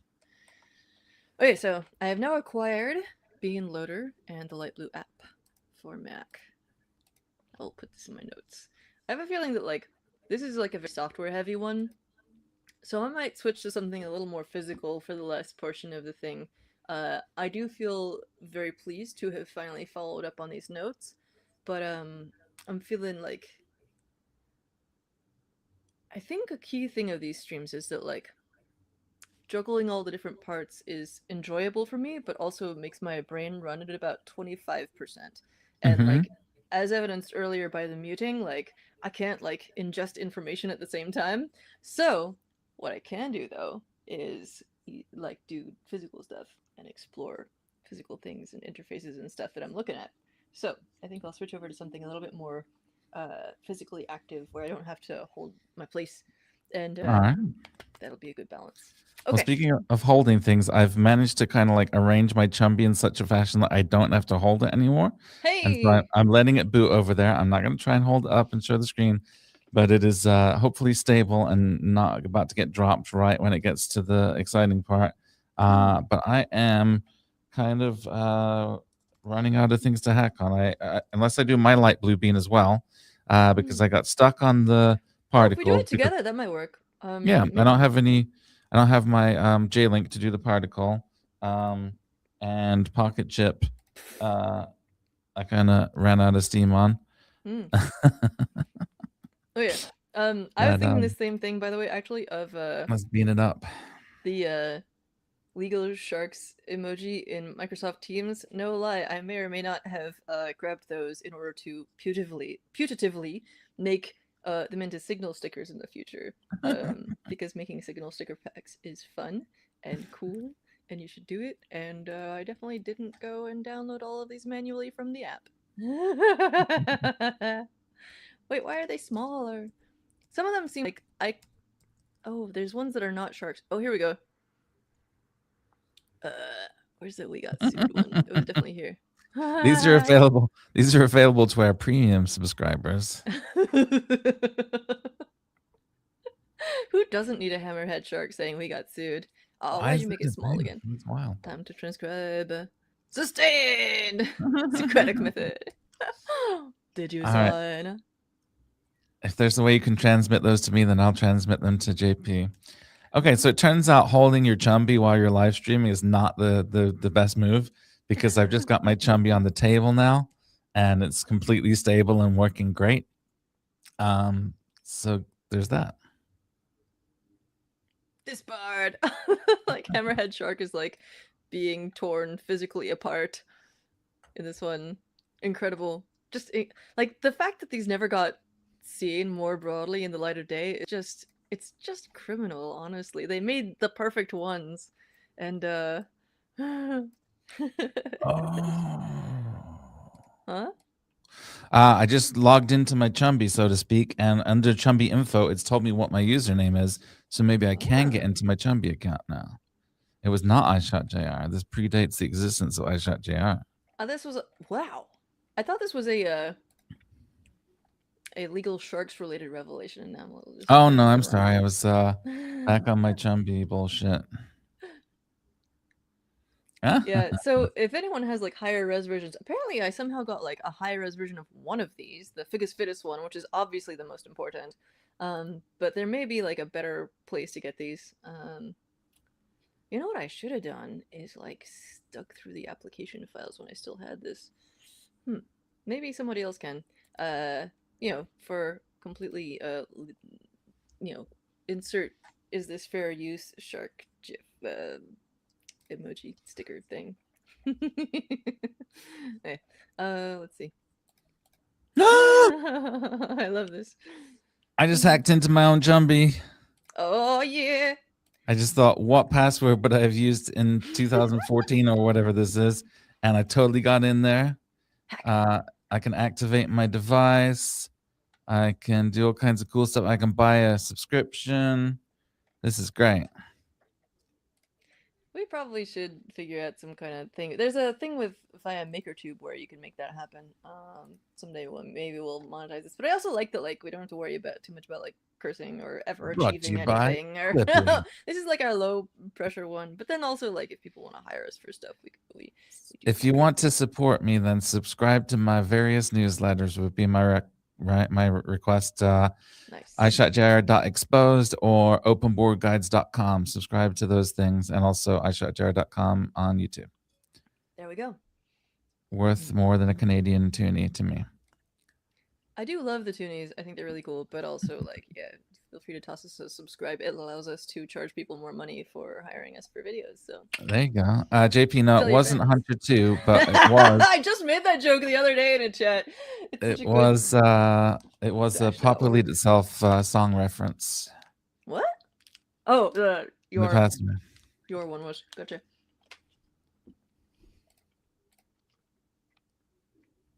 The names for your are these about David's newsletters? Oh. Oh, you, David.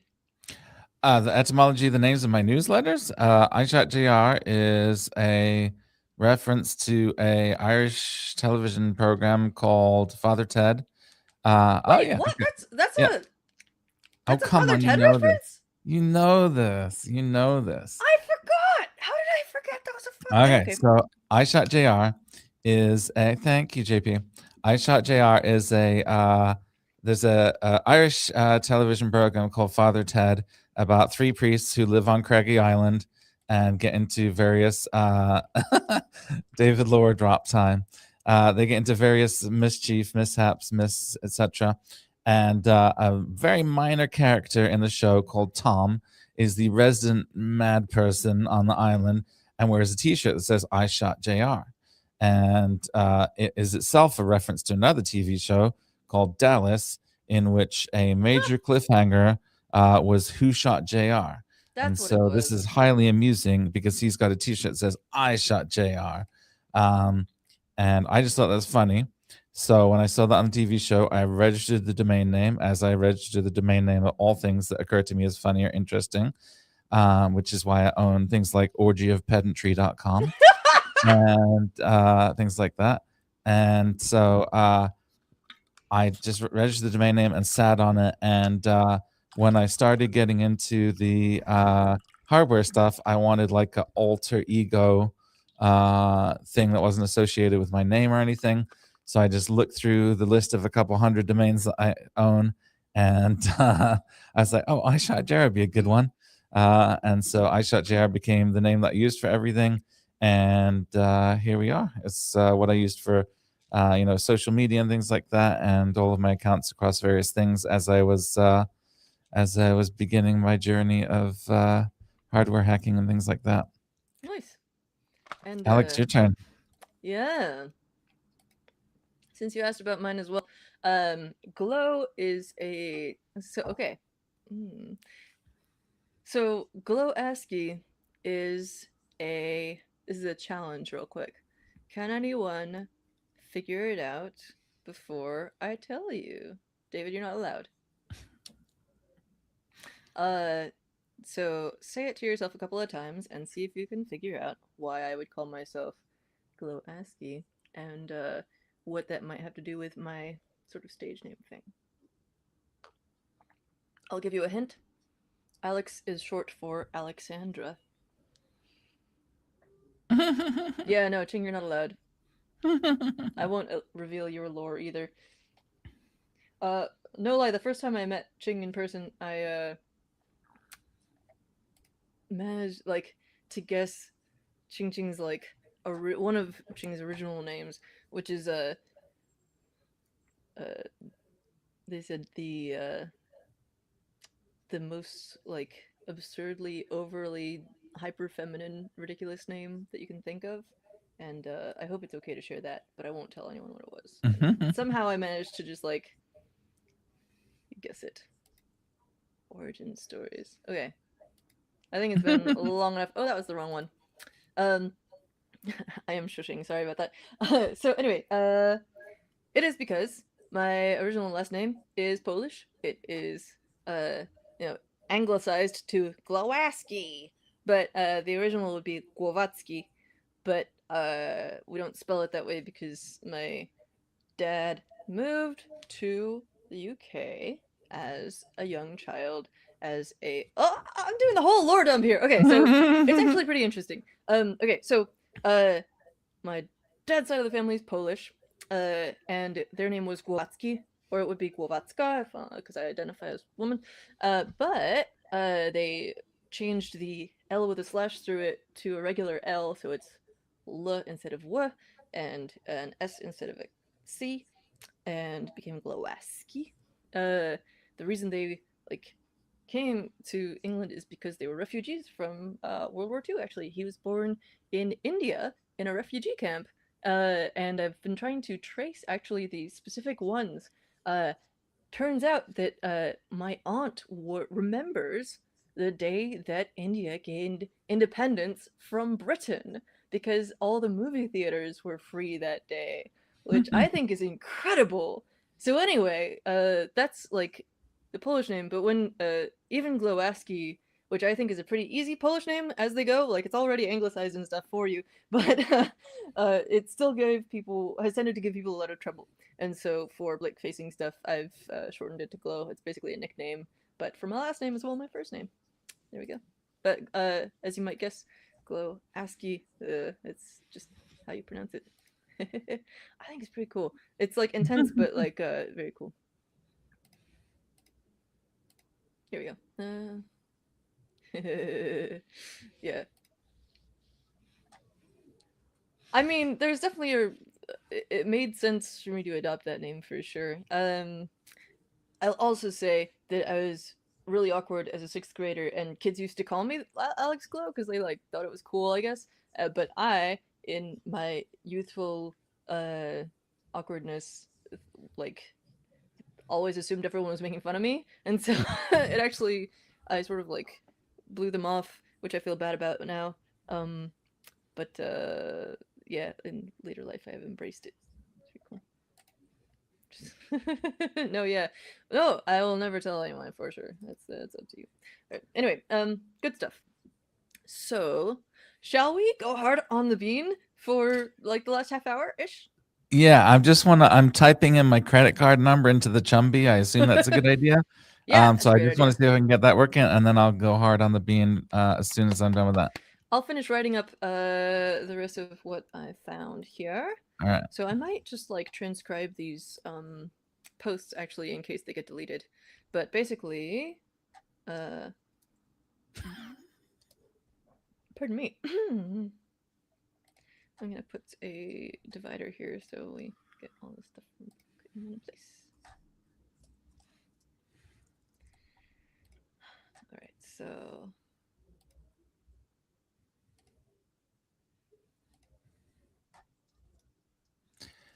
Can I move the camera?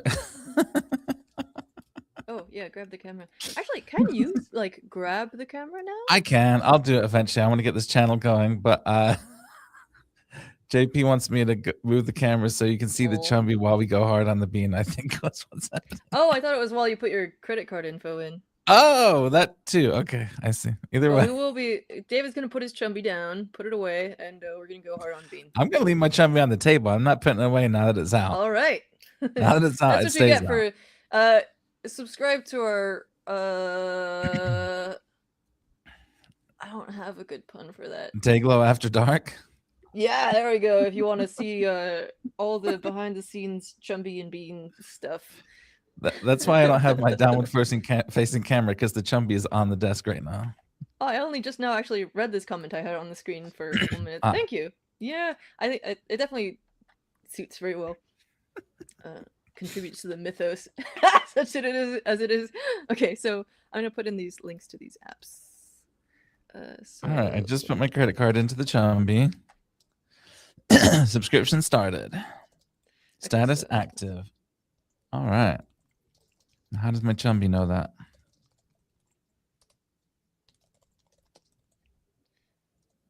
So let's see. Got this. Chumby, how do you know that you've got money now? Chumby info. Still says unsubscribe. Do I need to restart or something annoying? After all that? This is one of the apps I grabbed, and then the other one is this feller being loaded. If I knew more of the lyrics to Big Steppa, I'd be singing that right now, but alas.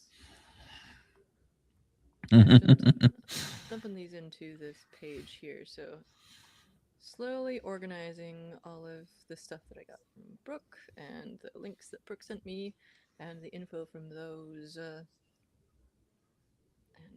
But I think it'll be really good if we manage to just get a few brain cells together for a few minutes with what remaining energy we have and try to walk through it, because then you can come through from like the beginning. I can chip in with whatever I manage to brain up here.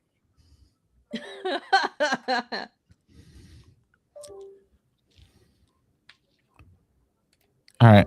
Don't switch back to me, because I'm actually going to unplug my camera for a second so that I can get the Chumby on screen. Just hold on.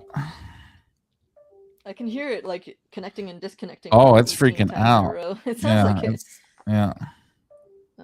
While we're doing that, actually, while we switch gears here, I'm gonna show people real quick some more about these new PCBs I got, because this is sort of a mailbag thing. These are my new Charmware guys, and as I mentioned, they're gonna go into earrings like so. And this is an older concept where literally you can just attach these sockets to whatever using this. I've seen it called rocket tape or gecko tape or servo tape or whatever. It just works really well. Anyway, if I could actually have... I might 3D print a tool for getting these in and out when you don't have fingernails. If I have fingernails, they get filthy. And so I try not to have fingernails. But anyway. Anyway, this is the newer version of that is designed to actually go inside of there. And the whole thing about the design is that I had been trying to get them all done in black, matte black and gold and white silkscreen, but somewhere in the ordering process with JLC PCB, I managed to undo my choices, or they undid it, or something. But somehow they got ordered in this regular 1.6 millimeter instead of 0.8 millimeter half height, and also in non-lead free hassle coating, which made me very sad. So I'm again working on doing some resin stuff to cover that up so that I don't lead poison everybody. Oh yeah, I use KiCad. I love it. Oh. Okay, so I haven't used their vector tools really. I think I might have at some point imported DXF for a board outline specifically that I had like designed as an SVG in like Inkscape or something. I know that Thea Flowers has been working on gingerbread, which is like ginger. KiCad. Um,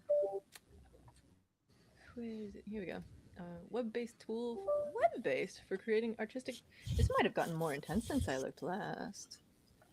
Updated 5 months ago, huh? Oh, but yeah. Anyway, for converting vector, all this stuff, you can do that. I haven't used this tool, but I have started using plugins for KiCad, including there's one called Transform It, which allows you to scale things like graphical and footprint objects that you've already imported, which is massive or tiny, depending on what you want. Anyway, it's amazing. Um, so definitely recommend having a squint through the plugins if you haven't already. But I love KiCad; it's so good. And I've got some new burning ideas that as soon as I get the boring bureaucratic legal stuff done to form my LLC, then I'll be able to get back into like making weird cool stuff. Oh, I adore Steph Piper's work. We both love Dayglow loves Steph Piper's work. Where's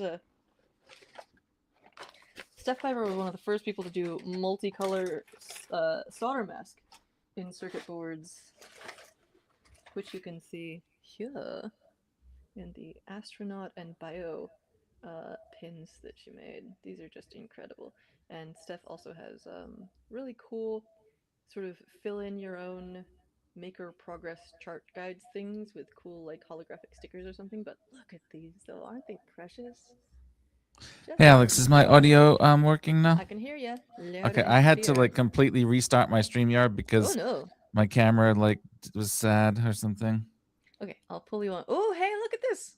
All right, so we have the Chumby cam going. I don't know what these Flickr this looks API like my error. Flickr API may have changed. Flickr API error retrying.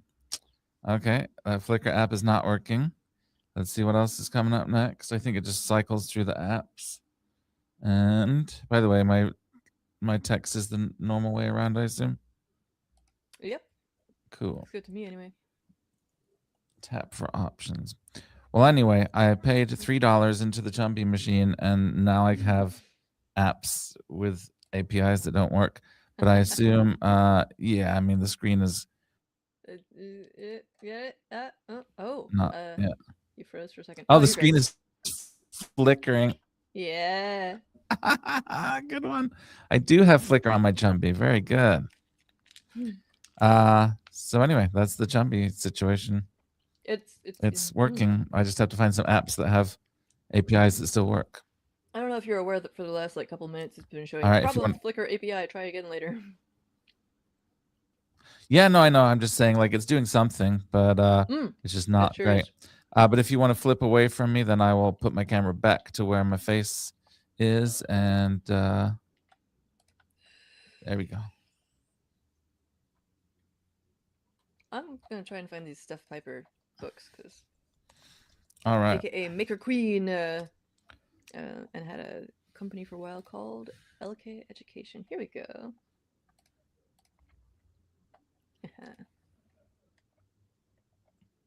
Skill trees. That's where we go. What they're called. Yeah. So cool. Oh, and this glue stitch stuff, which I have like a piece of that, and I needed to actually try it. I love these. This kitty cat, so pretty. It's like a nightlight. And this is like a purse thingamajig, I think. Are those real constellations? One or two of them definitely look like ones I reckon. Oh, there's Leo. which I always think looks like a swan, but that's a whole other uh, constellation, Cygnus. Ramble, ramble, ramble. On the subject Mhm. of Elvish, turns out Tolkien had names for a bunch of the stars and constellations and stuff. But are you back? Oh, you're back. Okay, let's I'm back. go away. Desk view. I'm ready to go Um, hard on the bean.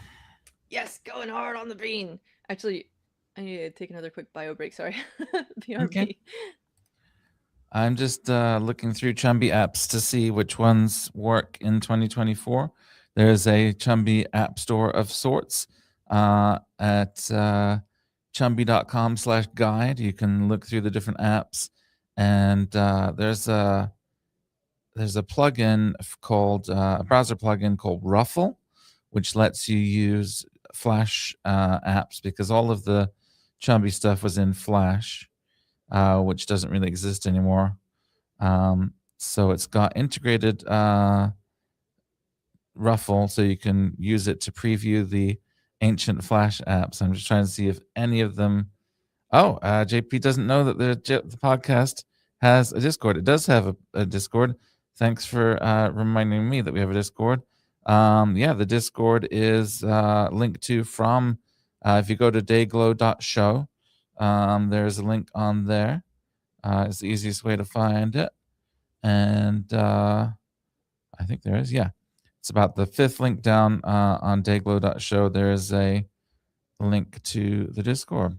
So please join us over there and you can share all of your dad jokes and things like that over there.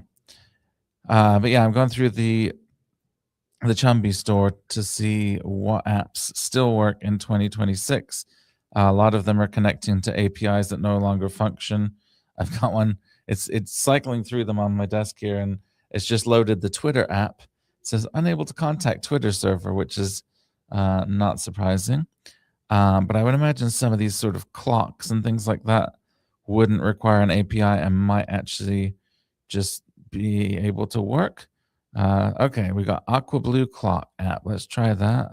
So if I add that to, oh wow, I see. Okay, so I've got all kinds of channels for my Chumby. I've got a work channel. I've got a sports channel. Surprisingly, that's probably a Oh, built-in on one your because I. Chumby. I thought you were talking about a YouTube channel. Oh yeah, I Hey, got my sports channel where I talk about all the sports, like that one that I like. That is got nothing. Don't know anything well, about sports, I have unfortunately. a side anecdote that I'm going to avoid because it's very long-winded. But okay, I guess I want points. Do I get credit for not telling the anecdote? That's worse than telling the anecdote. Anecdote. Oh no. Okay. Bean time. Bean time.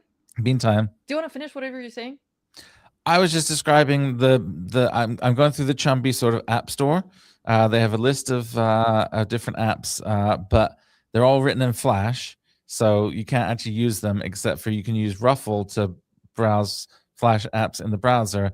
And so I'm going through them trying to see which ones actually work in 2026 and don't, as is the case with the Twitter one that's come up right now that says unable to contact Twitter server with like five Twitter logos, a Go's Twitter logo on it. So I'm just trying to find something that'll work so I can load it on there so that my $3 is not spent in vain. And then I'm ready to go hard on the bean. Solid. I'm gonna look and see if Bean Loader exists at all still as All an right. app for iPad, which I don't think it does. Sure doesn't. This up one more time. Punch through. So how do I know what channel this is? Oh, okay. Cool. Curses. Oh. I used to have an old phone that had the punch through stuff on it, but then I wiped it for someone and forgot to. I guess there was no way to No. like save the app. Platform IO has support for it. Huh. That's something I have not yet explored. But I've got the Atom IDE, don't I? No, maybe not. Okay.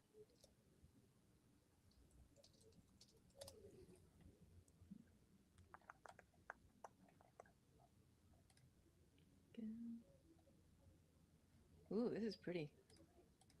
I know you can get Platform IO on the Atom IDE, and there's a pretty site for it, so. Yoink. Okay.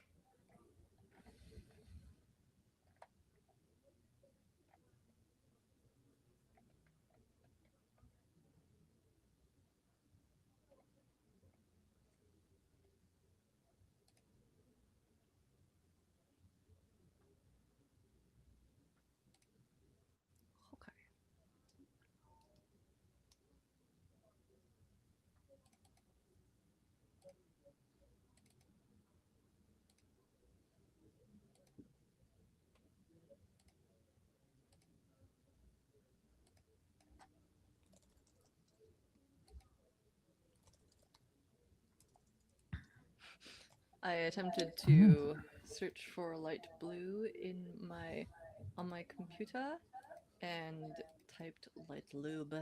I feel like people would enjoy that. Let's look at this thing of resurrection files.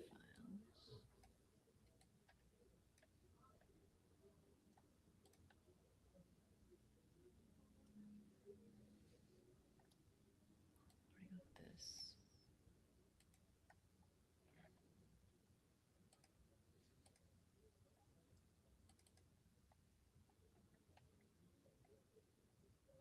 Oh, I already unzipped this thing with Atom. Whoops.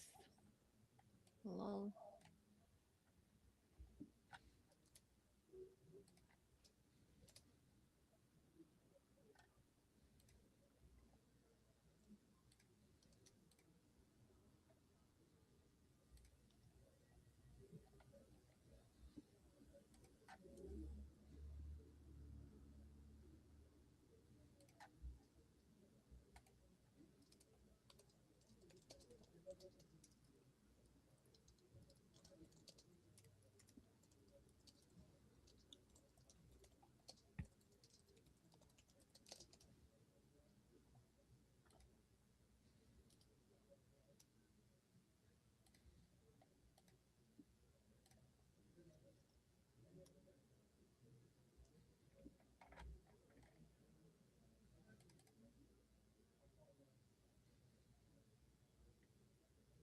Oh, if anyone, since it came up earlier, uh, I have on the website information about my KiCad setup and what I do to network, including a new page about what I use these days. Is it down here? Oh yes. I'm trying to like oh, I gotta actually show this on screen. I'm trying to remake my hardware documentation page Alex, thingy. people are saying there's some echoing happening. I think that it might be coming through your speakers, maybe. Oh, I wonder if something changed with my thing when I rebooted. Let me check.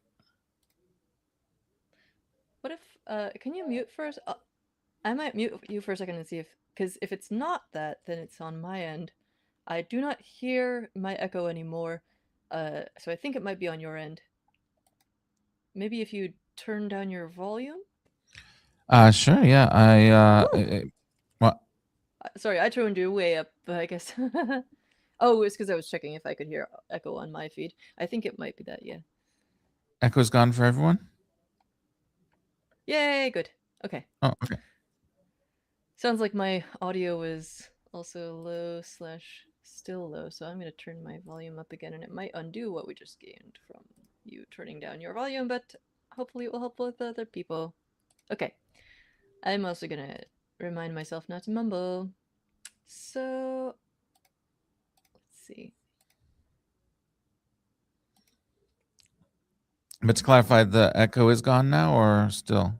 It looks like it might be gone. According to Simple Electronics, who it sounds like has been doing some Steph Piper PCB stuff as well. Let's see. I'm trying to figure out how to add Platform Awesome. IO because I had it on an old computer, but not this one.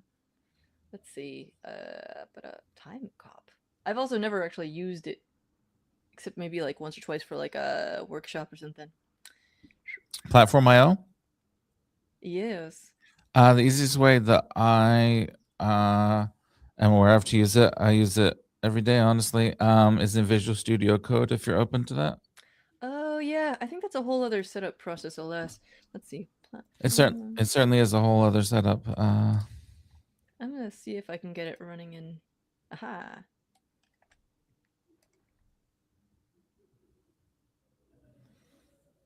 Atom preferences Honestly, I installed. didn't know Atom was still a thing. That's cool.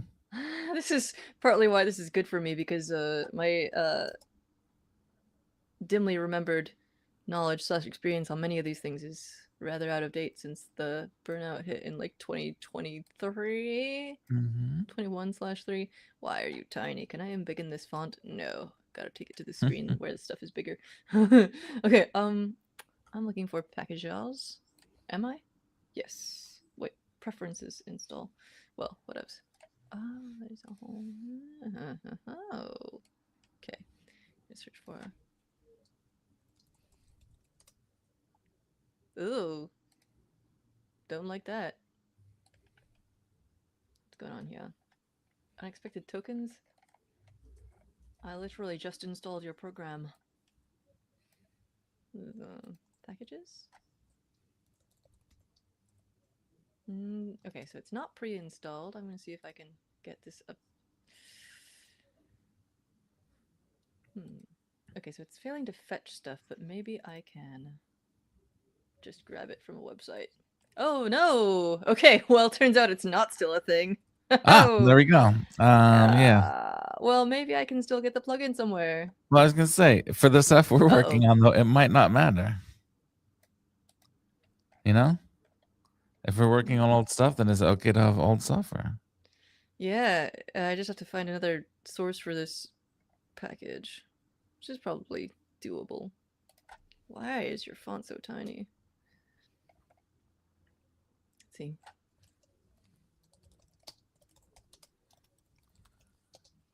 Uh,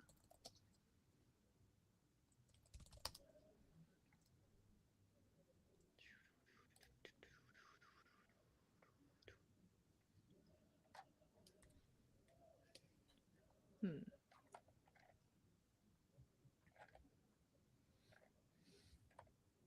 Not sure if this will cover everything I need. What my late in the episode Melty Brain says is we should just not do this way. Okay. Or maybe you can do that way.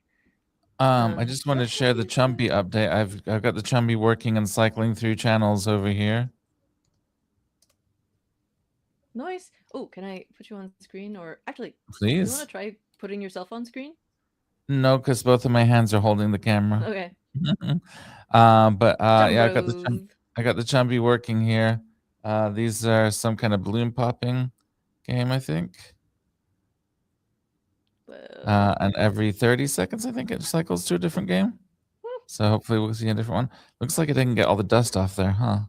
I gave it a quick wipe, but all right, what's up next? Come on, give us a new game. Anything? Let's In see the if I meantime, we can. have comments about apparently the Atom people made a new IDE called Z that has become JP's favorites. And Oh. apparently, I learned that Simple Electronics' name is Dan. Good to know. Does So glad anyone we learned some remember stuff. Q Overload? It was one. Wow. I It was remember being annoyed when I came across a watermark on some random thing on the internet. the Daily Puppy. Okay, bubble Oh, wrap. Let's see if bubble wrap will work. Yeah, we got Chumby bubble wrap that you can burst. All right, I consider the Chumby working. I consider this a success. The Chumby, yay. all it needed was power supply apparently, and we're good now. All right, so where did we end up on the bean situation?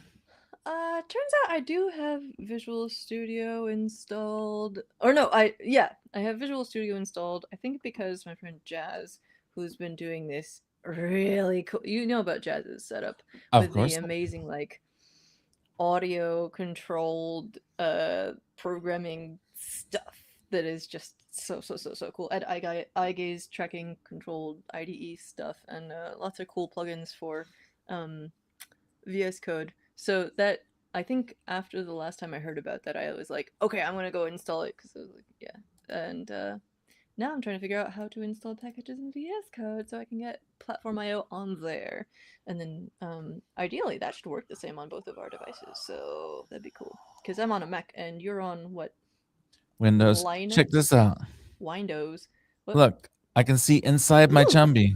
This is what's happening inside the chumby, I believe. Wow. Oh, it's changed to a fish now. I mean, is that also inside of there? Oh yeah, that might also be behind the electronics or in front of the This electronics. reminds Yeah. me of that thing where they would take old Apple IIs or whatever and put aquariums in them. Or the candy colored ones. Brain melting. The IMAX? IMAX, there we go. Yeah. Oh no. Oh. All right, unfeature me if you would. Sounds like oh sorry. That's okay. Missed a whole formative experience that people had with these things. Well, fortunately, David's much better at software than I am, and so there are fish in the chumby, definitely. Fish and well, there's the fish and chips. There's also some kind of pun to be made around chum, but oh yeah. all right. So yeah, I figure if there's okay, platform IDE for VS Code. This is what I'm trying to do. So which doc are you following right now, so I can follow along with really your any doc, but also, but I am. Let's start from the beginning. So on this page, which is in the doc.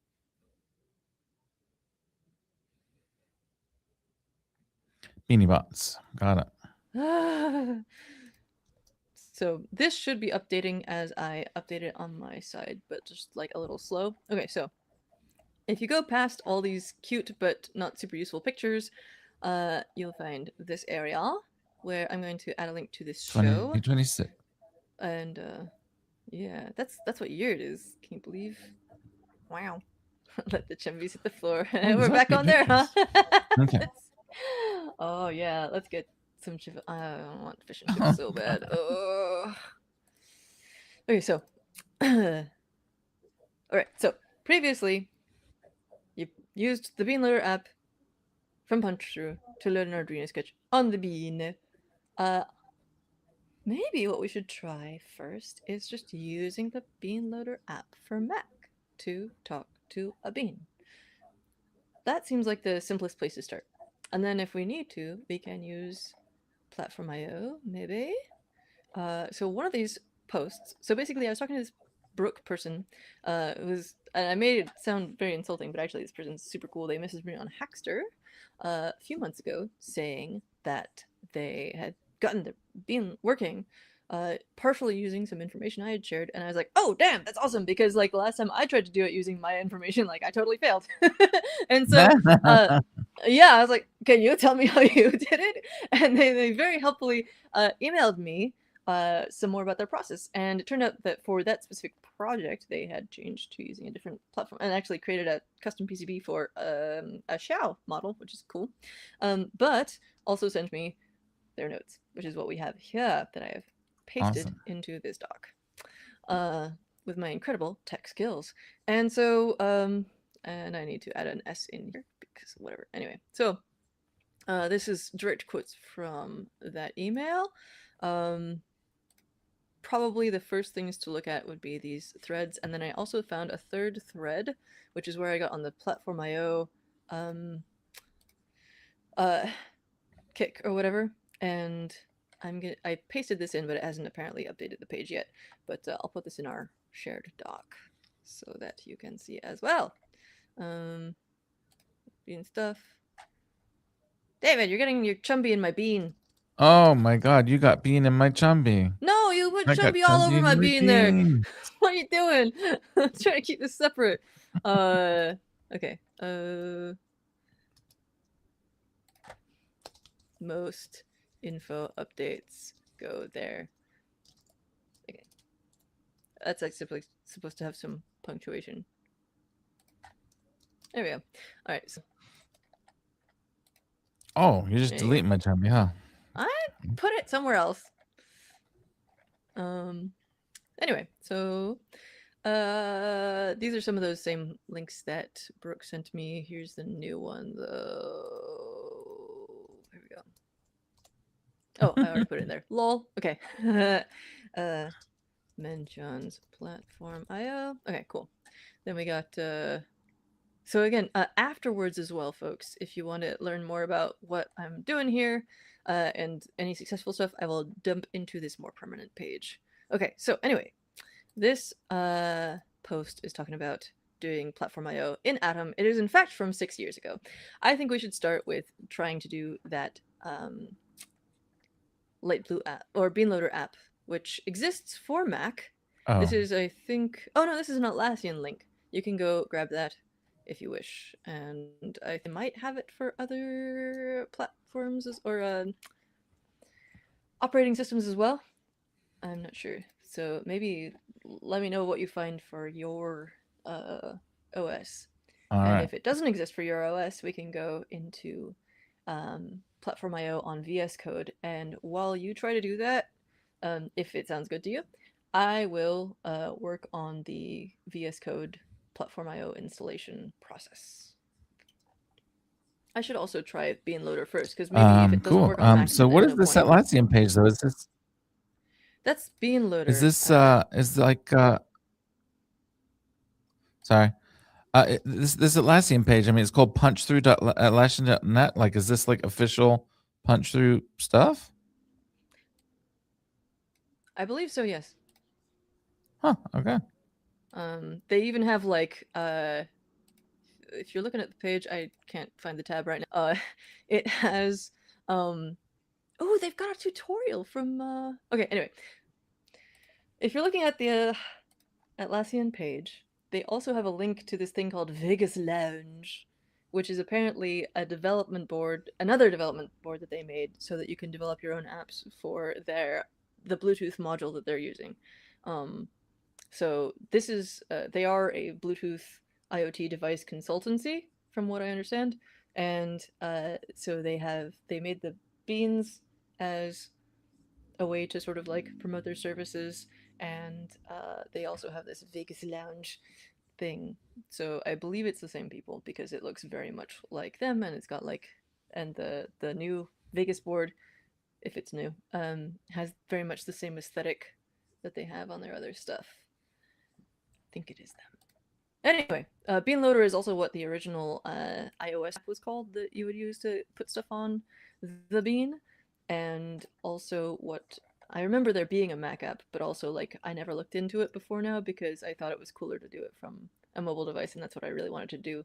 I have to tell my Mac to open the thing I told it to open, even though they don't know who it's from, and I have to click another button to tell them to, and I have to put my password in. Open the thing! I appreciate that they're trying to keep me safe, but danga. Okay. Whoa, Beanloader would like to use Bluetooth. Yes. I have to peer around my camera here. Allow anonymized data collection. Here, I'm putting this on screen. So, can we get this any bigger? I gotta move this to other screen to read it. We collect anonymized usage data to help improve the Beanloader. You can turn this off by selecting Disable Analytics in the Beanloader app menu. Cool. Warning! A valid Arduino application is not associated with this Beanloader. Please click Associate to select your Arduino location. Aha! This makes sense. One of the other threads, I think this Reddit thread, was talking about how you had to associate Beanloader with Arduino IDE. So I guess you have to like tell it what Arduino to talk to.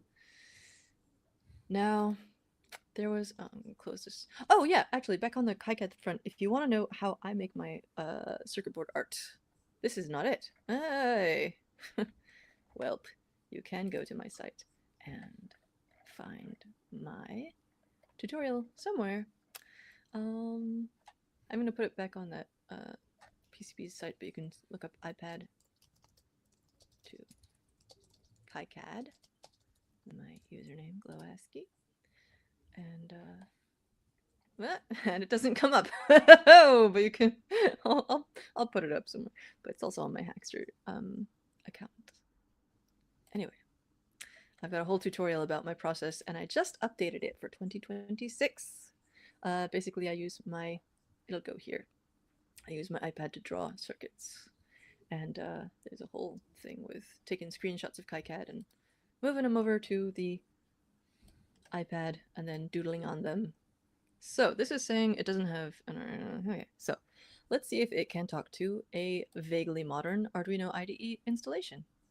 I see. You can see all my horrible folders. Well, I don't know why you wouldn't just go to here, handy tools. I don't know what that is. I need to unbiggen this.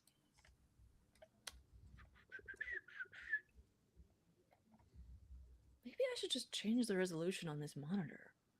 Then everything would be bigger. Arduino IDE, it won't let me select it. Okay, so maybe there's specific versions. Oh, yeah, it says must use older Arduino 1.8.x. Let's go there.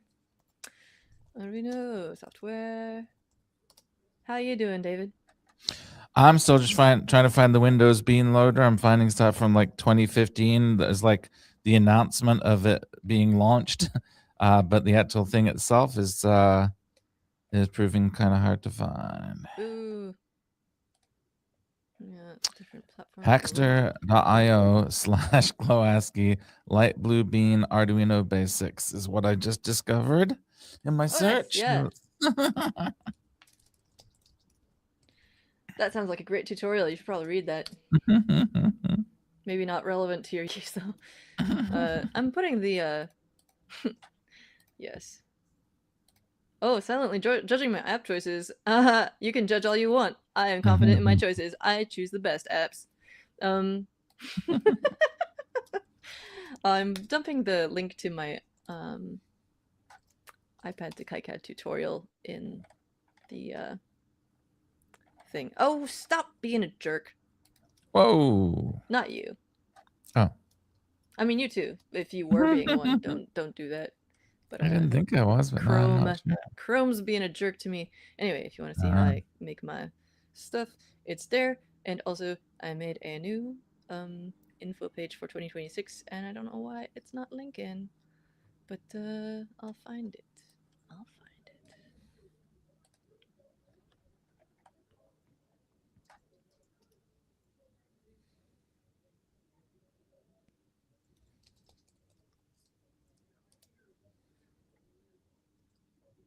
I'll put these in the doc. Here we are.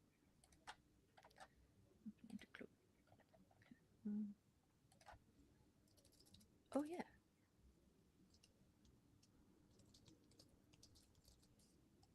I haven't actually used my vintage aesthetic terminal yet. Okay, so Oh yeah. You know, I'm just gonna whatever. Put this in its own section. Okay, Alex's PCB art tutorials. This is the original, and then the new one. I shall grab the link.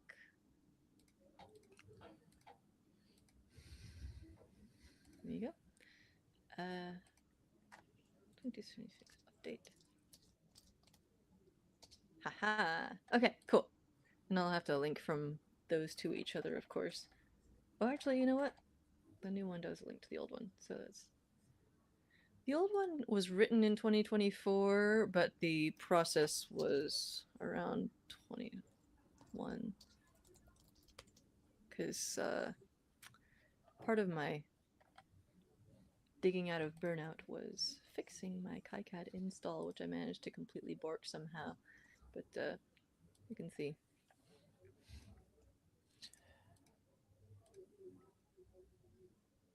How I do the thing. I'm going to add images to this page because it's still a work in progress, but you can see all the info on my process. So I really don't use vectors much, but I may in the future. We shall see. Anyway, after regression, maybe I'll leave that open. Okay, so I'm getting a legacy version of the IDE 1.8.19. Oh, don't do that. Don't care how many bits you have, Linux. I'm not interested in your bits. Giovanni Bruno has joined the chat. Oh, hey Giovanni, what's up? Good to see you. Just at the perfect time. Just like when JP joined when I held up a pebble. Giovanni has joined when the Arduino came up. Yes, I was messing with my Chumby a lot off the screen. I wonder. I don't sit on the yoga ball anymore because I screwed up my back too much by playing too much video games on the yoga ball. So I no longer bounce on screen. But if you see me jiggling, it's just because I'm a jiggly person. I promise there's nothing going on. Jiggly person. Why do I even? Anyway, what's up, Giovanni? So I'm still trying to find some information on how to do it on Windows. I found a GitHub repo from 12 years ago called Light Blue Bleen getting started. And it says download and install Arduino 1.05. Download and install Teensy-Duino 1.19. Not sure what that's got to do anything. Download and install BeanLoader 1.10. And it seems to say that that is in the repo, maybe? Let me see here. Want to dump that in the dock? I'm curious. I don't think that I'll end up using it, but I'm curious. Okay, so this is 1.8.19. I wonder if this is an okay version. I'm gonna open this up another way. It's all just Mac garbage again. Maybe you should switch to a decent IE. I can actually say that now because Windows has been doing all this ridiculous Copilot stuff that's apparently janking things up for everybody. So, we both are still outclassed by the Linux people. But I mean, I can dual boot to Linux right now if you want me to, but I don't know if the stream will work from there. Yeah, that'd be cool. This machine has Ubuntu on it. Isn't this Linux on here? What's that? Isn't there a Linux in here? Yeah. It's Debian or something. Yeah. In fact, I was reading it. I was reading the specs, and it was like, this is built on Linux 4.6 with some other jazz or something. Oh yeah, cool. So we are both running Linux right now, as we speak. So anyway, focus. We can do this. I'm confident we can make this work on at least one of our platforms, and then that person can help the other. Okay, I'm trying to figure out if this version of Arduino will work with it. All right. 1.8.x. Oh, 1.8. Oh, that is his. Okay, this is 1.8.19. Haha. Okay. I thought I had a 0.18. Is Arduino even up that high? I mean, it's on 2 point something. Things open. I think LinkedIn has ended our stream because we go for too long. Lightweights, they can't handle real engineering, which takes time. Oh, I have the light blue app open. I forgot about that. I'm going to close that for now. Which I know is fascinating narration. So, yeah, it seems the punch through has removed all the repositories related to it from their GitHub. So I might have some of that on in the Google Drive folder that is linked from my Bean page. I don't know if it's all of it though. It might just be the hardware files. There might also be someone else who's saved them. If we can find them. So let's see. I'm trying to install my legacy Arduino. Okay. 1.8.19. Got it. Okay, I'm gonna name it something else so that, wait, I think the new one is called Arduino IDE. Yeah, so what if I just I'll rename it to old. All right, I'm just going straight to Platform IO. I'm not messing with this rubbish anymore. Maybe I'll do that too, because I think the Mac stuff will be easier later on, but I should have followed through with trying to install. Actually, do you know off the top of your head how to install a package like Platform on Visual Studio? It's like Control-Shift-P and then just search for the name and then put it in. It's pretty easy.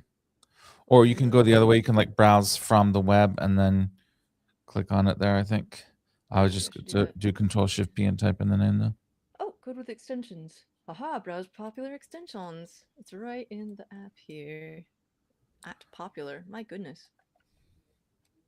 Well, it pulled up the search thingy anyway, so let's see. Platform. All Keep right. inserting New periods project. and everything. Is this something? Oh, because my mouse is sitting on my period key. Lol. Here we go. I I'm using this well, you can't see it. Ridiculous trackball mouse with a trackball that is this big. I think it's called the like. It's literally called the huge. And I wanted it to be tilted for ergonomics, so I've got 2 door stops that it sits on. But I need to add chin so it doesn't slide all over the place and sit on my dot key and stuff. Anyway, so this. All right, so I'm gonna do the Bean Plus because I want to eliminate the Bluetooth connection nightmare aspect of this.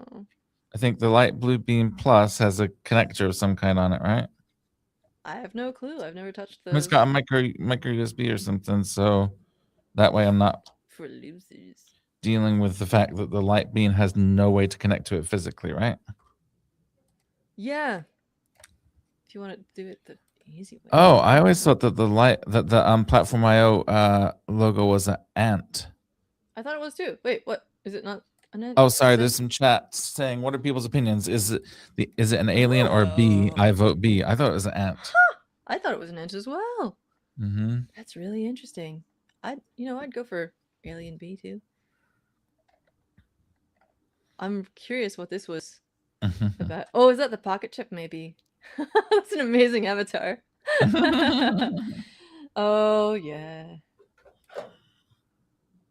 Yeah, the Arduino 2.0 IDE is a giant change. I think Giovanni has like 10 YouTube accounts because on Arduino days we were battling with each other for like top commenter or something. So I think I don't know which. Oh yeah.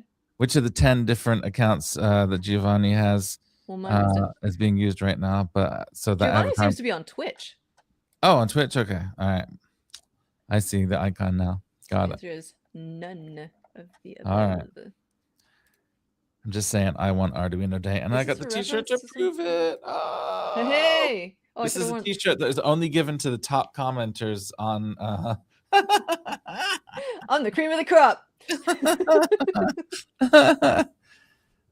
No lie, the Macho Man seems like, as wrestlers go, Hulk Hogan kind of like showed his ass toward the end, but Macho Man is on record going on the Arsenio Hall show talking about how he cries sometimes because it's healthy, and I'm like, yeah, Macho Man, beast.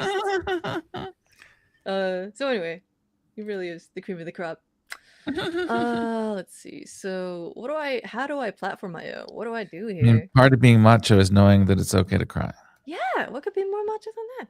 You gotta don't let your feelings control you, and hold you back. I mean, you gotta feel them. But...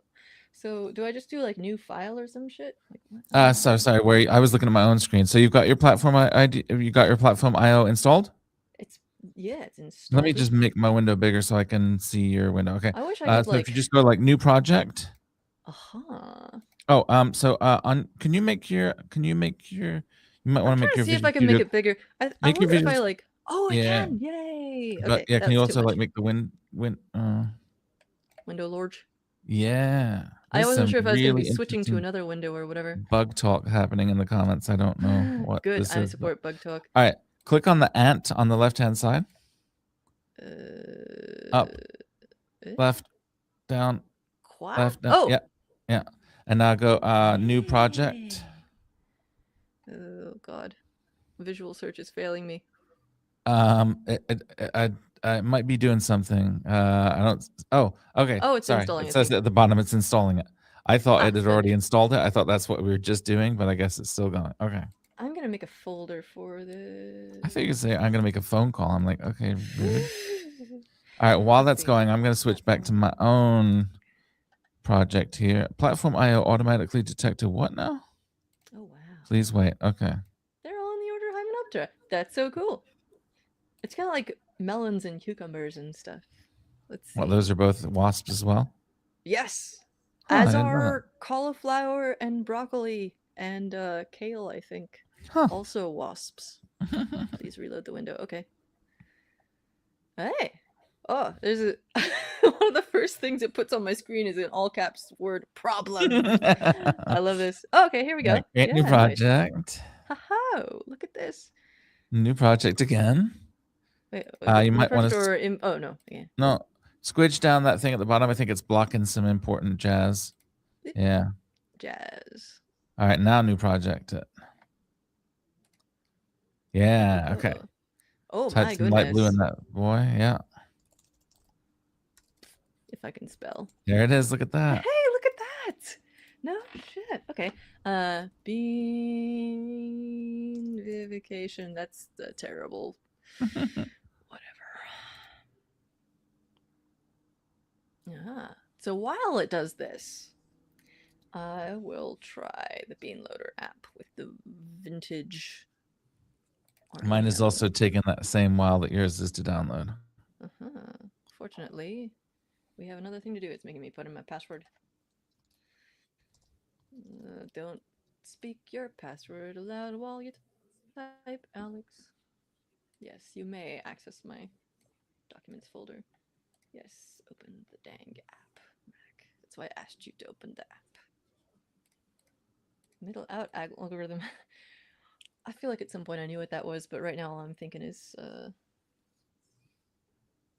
start typing in the middle. Oh lordy, everything wants to access everything. Yes, okay. I will let Arduino discover local devices. Oh, haha! Did not know.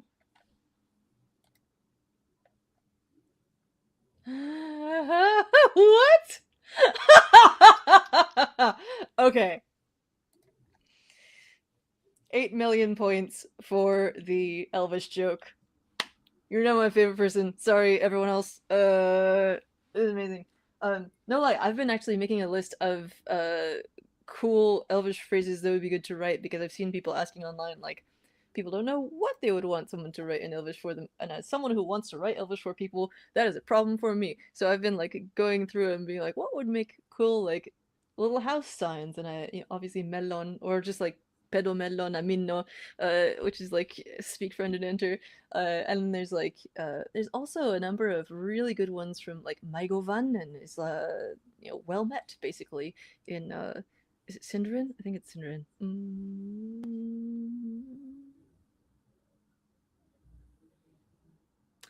Which one is which? Because Ellen Sila Lumeno Mentielvo means a star shines on the hour of our meeting, and I think that one is Quenya. Forget. Anyway, I gotta reset my brain. I was waiting for a bean loader to associate with a thing. Okay, now it is associated with the Arduino ID. Oh yeah. I don't know if you saw the other stuff where I was where's my I notebook thing with mean,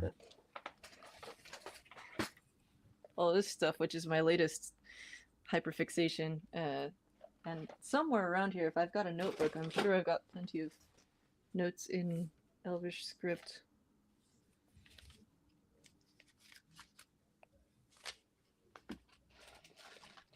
Okay. And so lately I've been sort of offering people to write.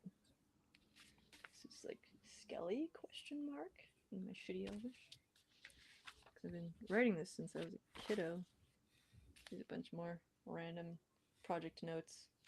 Some in English. It's English written in Elvish. Anyway. Okay. Oh, of course. It's with the I'm so glad that we're not that popular and no one's gonna screen cap that. Yeah, fair. Uh, I've got a whole Mastodon thread, by the way, if anyone like knows Latin and wants to help me translate something in exchange for Elvish script. But also, I will just do it if you ask because I am easy to persuade like that. Where's the thread? Got my muted on. I gotta share this elsewhere because I really want to keep this fixation going for now while I upgrade my skills. Oh, a long thread about unsolicited advice. Lol. Here we go. And then here's the original thread. So from April 12th. But I'll try and actually link this somewhere permanent. Stuff about translating Lord of the Rings to Latin. And then my typical chicken scratch type thing. And then here's like one thing I wrote for somebody. And yeah, anyway, that's before I figured out my writing stuff on with a lined paper stencil beneath it. Anyway, bean loader. Hey, we were doing a thing. How do I do this, bad boy? How's your Okay. VS Code going, by the way? Oh yeah, let's see what's doing. Mine's like less than 50%. Oh, do I trust the authors of the files in this folder? My goodness. Go for Yeah. Yes. I mean, I mean, that's you a let them look at your philosophical Bluetooth question. devices. Do I trust myself? Man. For Okay, so yours things, is all set. So you got like a run and upload button and stuff. Look at the bottom. You see the bottom icons there? That's like your compile and upload buttons down there. Yeah, where you were. Yeah, yeah. I see those. So what happens if you upload? Because are you going to connect to it with your Bluetooth, or how's this that going to doesn't work? do anything right now. Oh, I see what you mean though. Like just to test it. This is no. So go into the source folder is where your source code Here we is. go. Yeah, and it also doesn't do anything there. But I mean, who cares? Let's see if we can compile and upload. It would make sense to do that, but I'm going to try and grab some real code because you're going to grab some what? Some real code. Oh, sure. I mean, it makes sense to do it that way, but I'm impatient. Well, I thought I was the impatient one because I wanted you to upload code that didn't do anything, and you're off trying to. I mean, it could be uploading right now. It could be compiling while you're looking for the stuff. Was my thought. Suffer, David. Ah. Whoops! Now the people who I was loud for just got deafened again. Where's the I'm looking for that old page that they had with the code examples. Where did it go? Here we are. That's not it. That's not it. Yeah, so Ty's saying if you click on the ant head, then you can get some more options as well. Oh, neato. Where did that page go? It was on archive.org. It's definitely in here somewhere. No, it's not. Good job, me. Maybe if I reload this, I'm just curious. What's the longest live stream we've done so far? I think this is it. Definitely, it's 4 hours and 22 minutes. Yeah. But we're if the energy starts melting for you, let me know. In the meantime, we're pretty close to success. So once we've had the success, yeah, I know, right? I'll be happy. Mine's still downloading though, at about 80%. Dang. Here we are. Come here.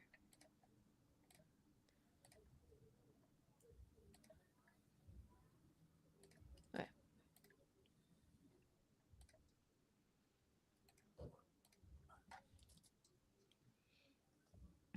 My Chumby is still running strong though, so I think it might have just been some. I wonder if these will still actually. Like, what if I do RGB LED pulse? That's a simple one. Haha! Yay!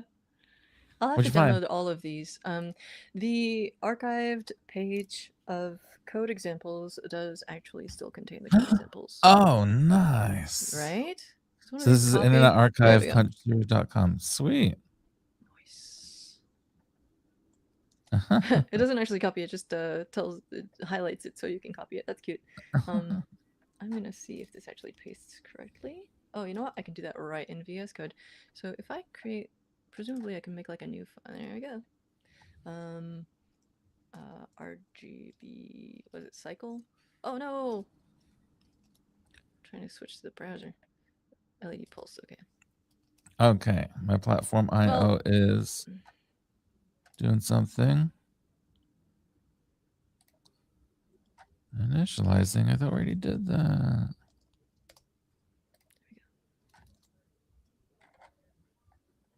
go. All right, so that seems to have worked. Yes. I will try All the right. basic one first, I guess. I'm just going to upload the code as is with no additional stuff. Okay, yeah. Let's see how that goes. I'm going to try doing the same thing.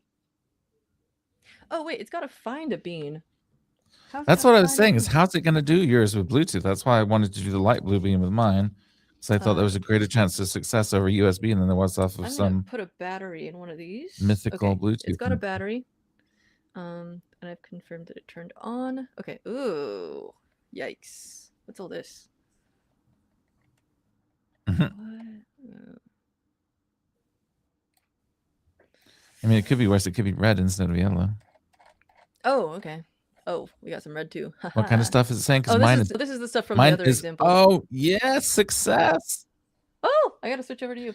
I just successfully built mine. Let's see. I mean, just switching over to my face, which is exciting because I successfully built the code. So now let's see if I can upload it. It's definitely the most euphemism tastic episode that we've had, because we got this thing. We've got our second finding the bean joke. Oh. I don't trust anything a slopbot says, so. Lol. Yes, I wish that I posted more on Blue Sky. I need to do better at. I used to post on both equally, but these days I've been. I say just post on Mastodon. Forget Blue Sky. Yeah.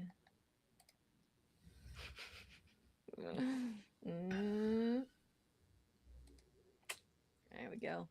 Okay, so. Oh, the brain. Okay, I can do this. These are yellow. They're not red, and that means that they're not breaking, right? They're just warnings. Hopefully. I don't care about warnings. Mine is uploading right now. I gotta see if I can figure out how to make it detect and connect. Wait, maybe I only have. It would probably help if I only make one of these go at a time. Let's see. How do I get your LED blinking code again? Where was that archive.org business? I'm grabbing the URL. I'm gonna put it in our shared doc, because I am putting everything over here that it stays in a permanent place on my Notion, but also it's slow to actually update the page. So down here in like Blue Bean stuff, why is my header smaller than your header? There we go. Archived example code files. Okay. And so if this thing is to be believed, it is uploading to my Bean Plus on COM4 as we speak. Nice. Don't know if I believe it. I'm going That's what it says. And see where this would have like a connect command. Is there a place that like here's like the serial monitor? Where? Oh, ports. No forward ports. How would you expect to connect to a device from VS Code? Well, I mean, the problem is like I said, yours is Bluetooth, so you'd have to have some kind of Bluetooth serial set up somewhere, right? And where would that happen? I don't know. That's why I went with the Beam Plus, because I wasn't sure how that was going to work, and I wanted to eliminate that question. Like even when you're doing like if you're plugging something in over USB, right? How do you? I mean, so for mine, for example, it automatically detected it. Okay. There's not like a. I'll dig in this later. I'm gonna actually. For now, I'm gonna try the bean loader, and then we'll have two different approaches, and then later on. Yeah, because if you can build the hex in Platform.io and then upload it with the bean loader, that would absolutely work. Mine is still uploading. I don't really believe it anymore.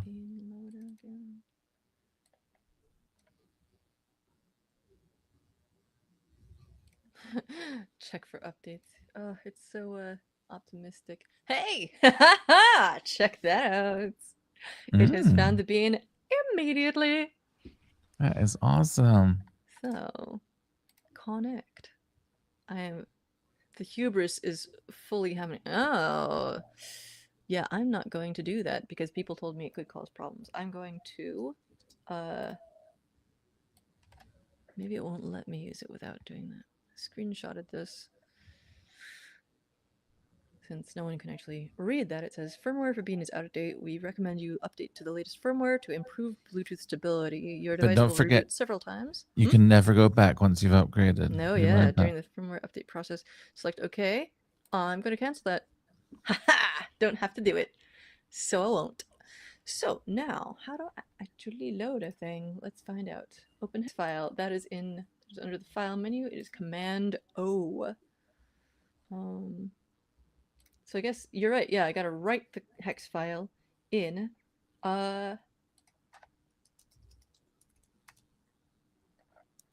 another app or whatever. But that's great because we have these, and if I can figure out how to, I assume I need to like compile a hex file out Yeah. of the C++ code. I Using wasn't some watching your screen because I was trying to get it working on mine, but Tyth said Tyth had a comment about your code. Maybe the RGB CPP is not where it RGB needs to be. CPP. That is a made up thing. What? I mean, we're trying to do RGB CPP over BLE, right? Yes. The code in RGB CPP needs setup function. Setup function. Body. Let me, if we can look at your VS code, we can figure it out. All right, I just built the. So there would be two C++ files, eh? Okay, I'm going to open Platform IO again. Now that I've verified that that connection works at least once. Okay, I'm going to write down real quick what I did as well. Okay. So I did. Okay, Alex's Bean Loader experience with Mac. Okay, so installed Bean Loader, installed legacy Arduino. Platform IO is claimed it's uploading, but I don't believe it. Site. Associated Bean Loader app to add Arduino app. Oh yeah, so I could write it in Arduino. Duh, that's why we did that association thing. Okay, so but it would have to be able to compile it. Anyway, okay, so maybe it can. I'm gonna open up that legacy Arduino and see if it knows what a bean is. I would have to install it. Boards manager. Here we go.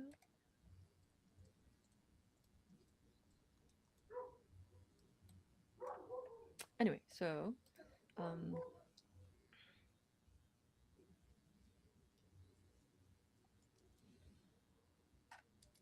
associated the bean loader app to that Arduino app, and then I just literally opened bean loader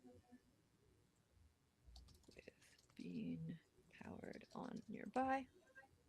Oh, you know what? I should have done the USB thing instead. Let me do that. I'm not going to do it right now because I feel like if the connection is fragile at all, then it will hate me. What's the USB thing? Oh, the carries power replacement thing. I don't. You okay? Yeah. Cool.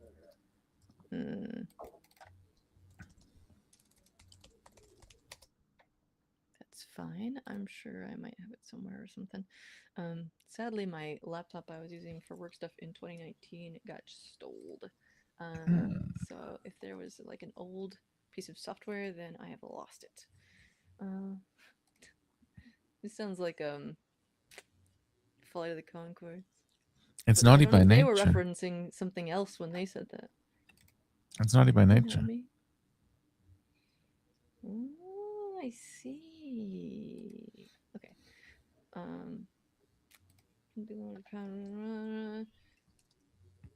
It found it.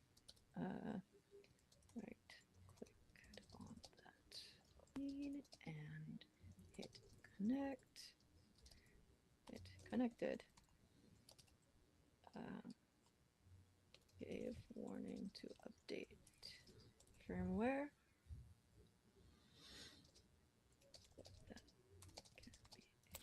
So my platform IO is saying it's uploading on COM4. I looked up COM4, and COM4 is serial over Bluetooth, but I'm really suspicious of like how it found that. Okay. What was I doing? I kind of don't believe it.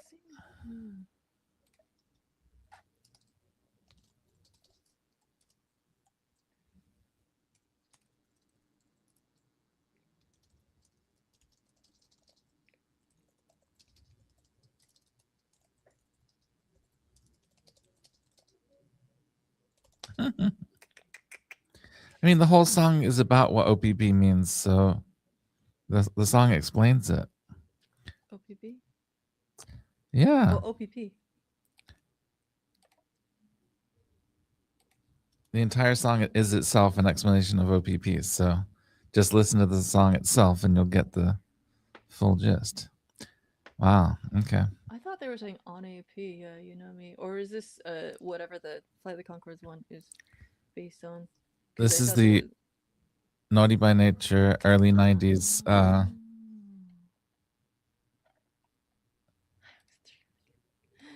think I probably know most of the lyrics. I figured it was a reference. Okay, so I can import a compile text file into bean loader and drop it onto the bean. Can create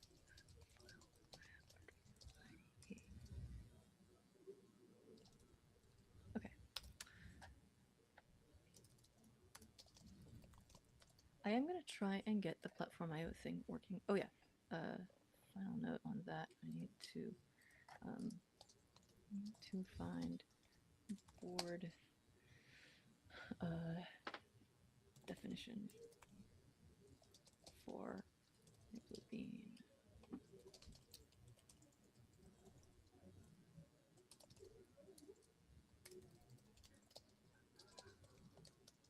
Okay, cool. Now, back to VS Code.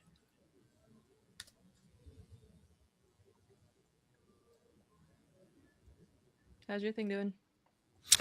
I mean, I built it no problem. It says it's flashing on COM4. I don't believe it. COM4, when I look in the device manager, is a standard serial link over Bluetooth, but there's no way that these things have connected themselves without any intervention, I don't think. I was expecting it to flash over USB, and when I plug it into USB, I do not get any additional COM ports. I don't know if this USB cable is any good. It might be charging only, but it's got the Particle logo on it, and I really don't think Particle will give you a charging on the cable, so I'm pretty confused about what's happening, honestly. Yeah. Okay. I'm going to. Oh, I can try a different micro USB device and see if that plugs in.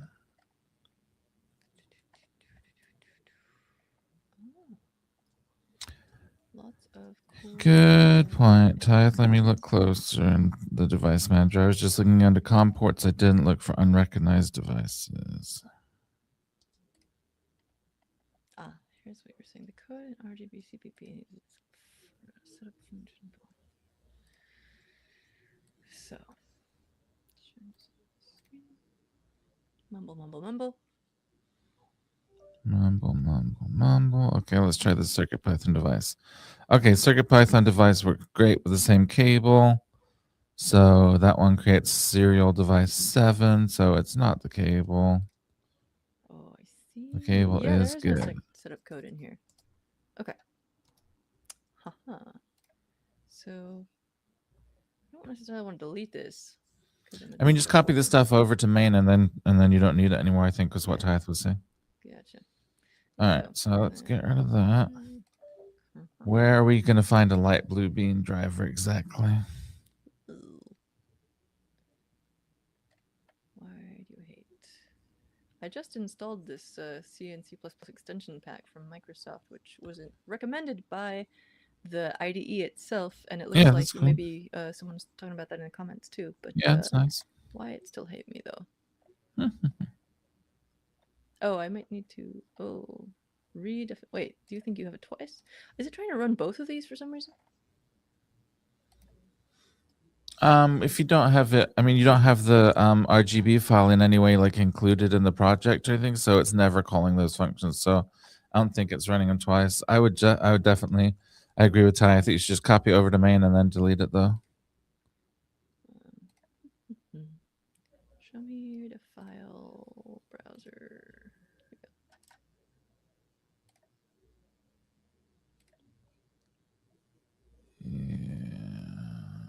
Oh, it does have two void setups. Lol. I just didn't expect it having that little my function thing up too. Don't need to be indented. Actually, I'll put this up higher. So if you were a light blue bean and you were trying to connect something via Bluetooth, how would you like? How would that happen? There's no like buttons or interface or anything on the bean itself. How's it supposed to work? It's just like pairing constantly until it finds something. Yeah. That's a random guess though. Okay. That's fine. This is a bunch of gobbledygook that obviously doesn't mean anything. Haha, success. Okay, wait, so that all was like did nothing. Like its job was to do nothing. So now I still want to make the other one work. But also I've got other sources of code. I've got the ones that were in my old tutorial, which again I gotta pull up on Firefox, right? We go. Kid. Blink, accelerometer demo. Should be good. Let's try this one. I guess I could use my phone to see if there's any Bluetooth coming out of this bean. Wait.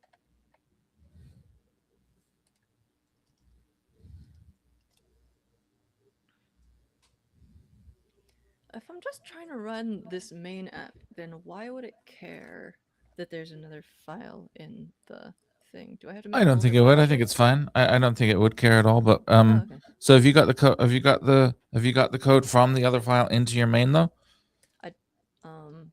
No. Do I have to call it main in order to upload it? Do you think? Yeah, I mean, so main is like a, sense.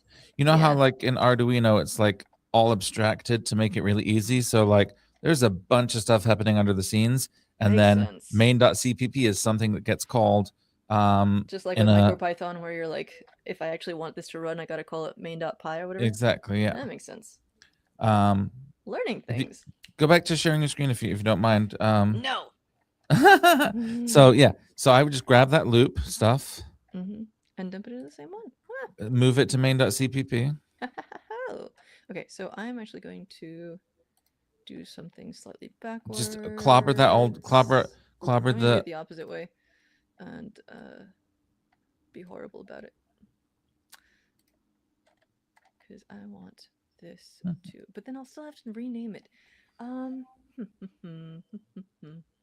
I can't have multiple things. If you just copy and paste this into main.cpp, we're done. I don't know what you're doing. But we could be done right now. It better in the future, my friend. How's it? Prematurely optimizing, because I want to save everything. So let's see. Sketches. Okay, we're gonna stick this into there. Oh, you're just having a little place where you can store stuff. I get it. Okay. So now that you've got your safe sketches, can we copy the loop into the... Okay. All right, I'm happy now. Wait, no, because first I'm going to copy this one, and I'm going to duplicate it so that I have one that is known good. Save as. That's not what that did. Okay, there we go. Main works. Oh, you know what? I'll just save it as main. In here. There we go. Okay. Now I have one that is known good. All right, now I can grab this guy. I love how much this exhausts you emotionally. I mean, we could have been done multiple seconds ago. Okay, there we go. But that's not your real main. Go to your real main. What? No, that is that's not your real main. I thought I was in there. That's your special precious saved main for. What? I thought that it was the one because I thought I'd hit that. Why are you? This. This is horrible. It undid the wrong thing. What the? That doesn't even make sense. Okay, so I'm gonna delete this out of there. Thank you for letting me know that it was doing something stupid and useless. Okay, now put Wait, that that's loop my in that. I know what I'm Yes. doing. All right. Okay. I literally asked you to help. The my function you don't need if you want to get rid of that too, but it won't hurt anything. Oh yeah, I know. Yeah, I'll optimize All right, why that did it later. fail? Probably because it's got a bunch of extra files in there it doesn't want. Like, but that's the thing. Why does it care that there's all this other stuff? We don't have any kind of. Do we need like an including of a bean file or something? No, that comes from the Arduino libraries. You're right, though. Yeah, like bean. It's still a bean MIDI class. What? MIDI class? Oh, is that down here or something? Oh, what the heck? Why are you looking at that? You know what? I'm gonna take these out. Because they're in the one. Ty says move the sketches folder out of source and then you'll be okay. Why does it care? I guess because it's trying to upload the whole thing. Everything. It's going to compile all of the files that it sees. So okay, I'm just move it out of into a different folder, just to move it to the top level, or just delete it completely. Yeah. Delete it. Heresy. Okay. All right. There we go. Thank you.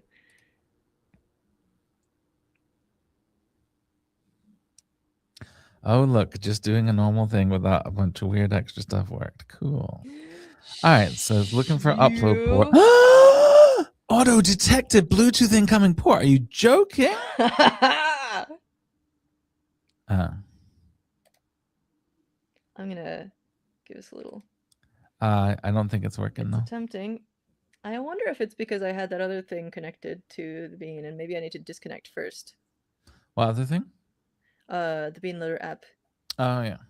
It's not still running. Okay, well, so let's do this though. So cancel this thing from the background. I don't know how to cancel, man. I'm new here. I mean, you don't need, I mean, who cares about canceling? I mean, maybe this will interrupt. I'm not sure, but dot, which usually kills processes. But so there's that thing spinning over on the right hand side. You could just kill it there. But before you do that, scroll up a little bit. Scroll up a little bit. Okay, see where it says the firmware.hex is? Down one little tiny bit. Down a little tiny bit. Okay. See that? Grab that path. All right. Now kill that thing just in case it is somehow cobbing up the Bluetooth. Oh, it's done. It's self-immolated. Oh, it gave up. Okay. So now just go get the hexware. Go get the firmware.hex from that folder and upload it manually with the bean loader, and we're going to be golden. Oh, interesting. Okay, so let's see. Unless it's like there might be unless there's a mismatch between the firmware and the Can I like right click on this BS and like probably.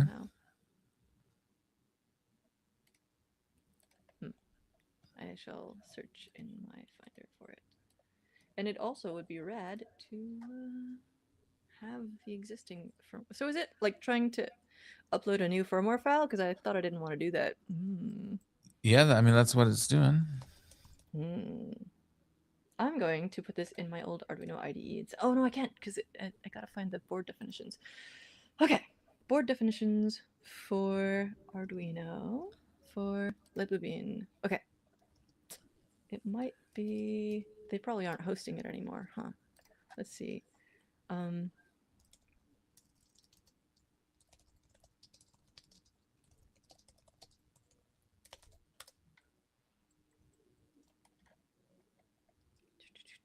one's gonna have this backed up, are they?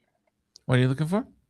The board definition for being in Arduino. I'm toggling madly between two different methods, that being Platform.io and Arduino. As I get mad at each one, I switch. I mean, but Platform.io is using Arduino. It's the same thing. Not the legacy Arduino though, right? I'm not sure what it's using. It's probably using Leo.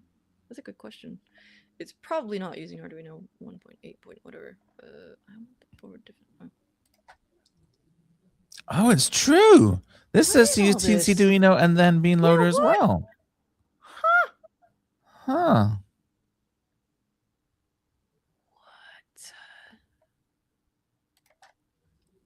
What? But just remind me, so we can upload the hex with the bean loader right now, right?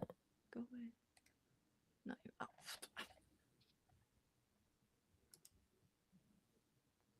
I'm not going to do that right now. Okay. Yes, that appears to be the case. So we just need to generate a hex file. We've generated the hex file. We did. You're right. So we just Who's need this to grab the snoring hex guy? file and upload it with the bean loader is what I was saying. That's why I Let's didn't see. know what we Where were did searching they for. put it? Platform IO, projects, bean verification. So somewhere in here, it's supposed to. What am I looking for again? Freaking bigger. So what was that path that we had? Or the hex file. Yes. Okay. Yeah. So it might not be in. So go back to the VS Code. It was Okay. So what? I can't see that path. My own head is covering it. What does it say? It says .pio/build/ Okay. So it's not in the folder you're looking in. That was the source code. It's in like platform IO itself. Oh, here we are. Aha! Okay, so I can find this now. I just need to make it show me invisible things. I don't know why it stopped doing that. Actually, usually I have it set up to show me invisible. Might even be able to just drag it from right there, or you can definitely do a if you do a right click on it, you can get the full path. Oh, aha! There you go. Yeah. Beautiful. There we go. Okay. I'm gonna screenshot that. Okay. Beautiful. Okay. There's your hex. Okay. All right. Drag Okay. that onto your WhatsApp, and then we can all go home. You don't have to. Okay. Anyway, where the heck did my project folder go? I'm not gonna put it in a random spot because it hated when I did that. I'm gonna put it in. Wait, where's the? I thought we were putting into the bean loaders. I am trying to save this file elsewhere so I can actually find it again. Yeah, because it'll get overwritten all the time. Oh, you agree? Yay! Okay, so I gotta open up bean loader. Okay, I'm gonna tell this to quit because it might be bogarting the. Yeah, it might be taking up some Bluetooth. Fortunately, I was able to switch from bean loader to platform IO without too much pain and screeching. So this is no longer finding the bean though. So I hope it didn't like overwrite something halfway. And oh no, here we are! Yay! It's probably gonna scream at me again about the firmware. Connected, amazing. Screw you. Now. All right. Under the file menu, open hex file. Hello. Yes, thank you. Oh and I gotta yeah, out come where on. I put that. Go down. And I've got to find that, make that findable somehow. So I'm gonna drag this actually into my sidebar for a second, because that's honestly the easiest way. Where the fuck did you go? Pardon my French. Let's try it. Do it. Yes, come on, bean. Come on, blue bean. Oh. I don't see it doing anything yet. But come on. It says something about light blue demo on there. That's like a sketch it's got on there already, apparently. Okay, so I told it open hex file. What does it do with it? I don't see any other windows on here trying to do stuff. Yeah. So open. Is this window itself need to be made embiggened, perhaps? Because I don't think it can embiggen. Well, what's that thing off the? Oh, that's just okay. I saw some like the signal strength kind of thing. Wait, look at the bottom. Available sketch firmware. Okay, so what's that available? Now that it's available, what can we do with it now that it's available? Okay, let's see. Can you right click on the bean and say get my firmware onto you? Let's see. I was looking at stuff in the. So we've got the firmware like staged, primed, prepped in the footer there. How do we tell this? Oh, yes. There it is. All these Come new on. options. Okay, do we want to think update firmware? Program sketch. No, program sketch. Duh. They even got examples in here. Oh, I'm gonna try it. Should I try it? Okay. I think it's fine. I think it's I've also got 2 other ones as I mean, backups. who knows if it's even gonna work? If it says update firmware, is it gonna work or is it gonna connect to some server that doesn't exist? Never mind. Well, the it's firmware working. seems to be doing Built a in? step. Excellent. Cool. Whatever that is. I was worried that it was going to try and connect to some server that didn't exist and we're going to be stuck, but okay, semi-removed has to bounce in 15, so we gotta wrap this up. Yes. Yeah, we got it. We'll get you. Don't worry about it. That's a good question. We have movement. Oh yeah, that probably might have been easier if it lets you do that. All these people doing stuff, saying useful things. Oh yeah, good luck with your super serious event, Ching. By the way. No, feel free. This is our grown-up chaos program here. Okay, I'm gonna hydrate. The Chumby is still going strong over here. So nice. I think maybe the power supply that I had for it was bad, and that's why it wasn't working. But it's super stable and good now. So if this works, okay. So reviewing, the problem with uploading to the bean from platform layout, because the weird thing is that like it did upload that nothing sketch, but then it got mad for some reason that I'm trying to recall when I tried to put something more complex on, and what it was yelling about was without closing everything and obscuring the important window. Oh, I closed it, obviously. Okay. What was the nothing sketch? I don't remember. Where did that come from? That was, I think, already loaded in Platform IO. Oh, you were able to upload that? I think so. I think it was. How? From Platform IO? Yeah, and it just did nothing, right? Am I? Yeah, but do we believe that? Well, because this thing says that sketch is in there as light blue demo. Yeah, I agree with that's a Ty. good question. I don't know that it uploaded. Ah, good point. Yes, I might have very well hit the check button and not the arrow for uploading.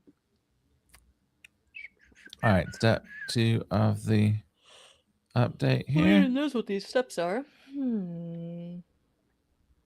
Now that we've got video. Oh, that's a good point. Yeah. Oh, now that we've beamed it up, yeah, question. that'd be great. Yeah. Beamed it up. So I'm gonna track. We had steps 1, 2, firmware updating.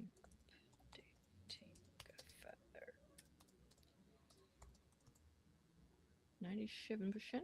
Where did the window go? Uh-oh. Which window? The firmware updating window? Oh, okay. 99.9. Come on. Come on. Do the thing. Yay! Okay, cool. Okay. Now we can try and upload the sketch. Which, if it works, if it works, it will pulse the RGB LED in different colors. Yeah, we shall see. Oh my god, if this works, I'll be so happy. I'll be able to make robots again with this little feller. It's doing the thing! It's doing the thing! The thing happened! Oh my god! That's amazing. I'm so happy right now! I'm so happy! Kermit arms time. This is so exciting for me. All right, so it's been years. So devices brought back from the dead. How many did we have? I replaced the battery in my sensor watch, but that was already working. You got your Chumby back, and I got my bean back. I sure got my Chumby back. We're bringing Chumby back. Everyone's making silly jokes in the chat. Oh boy. I'm so happy. It's really exciting. You've always loved the bean, and by our powers combined. Thank you, everyone in the chat, as always, for jumping in with the advice. This is so exciting. I will try one more thing, which is uploading from Platform.io directly because it's I silly to like it. write code in one app and then upload using another. Yeah, But changed it. either way, Let's change the LEDs to do something different, and then upload it well, directly. I've got these other examples in my. I definitely managed to run. You know, I could just tweak the code a little bit and Yeah, I was saying just make change it the. do like Yeah. make it do the RGB LED faster or something, so we can tell Or it's I'll do different. the acceleration LED one because that's fun. Okay, You're right though. I probably should just do that first, and then, it's up to you. like, in a measured fashion.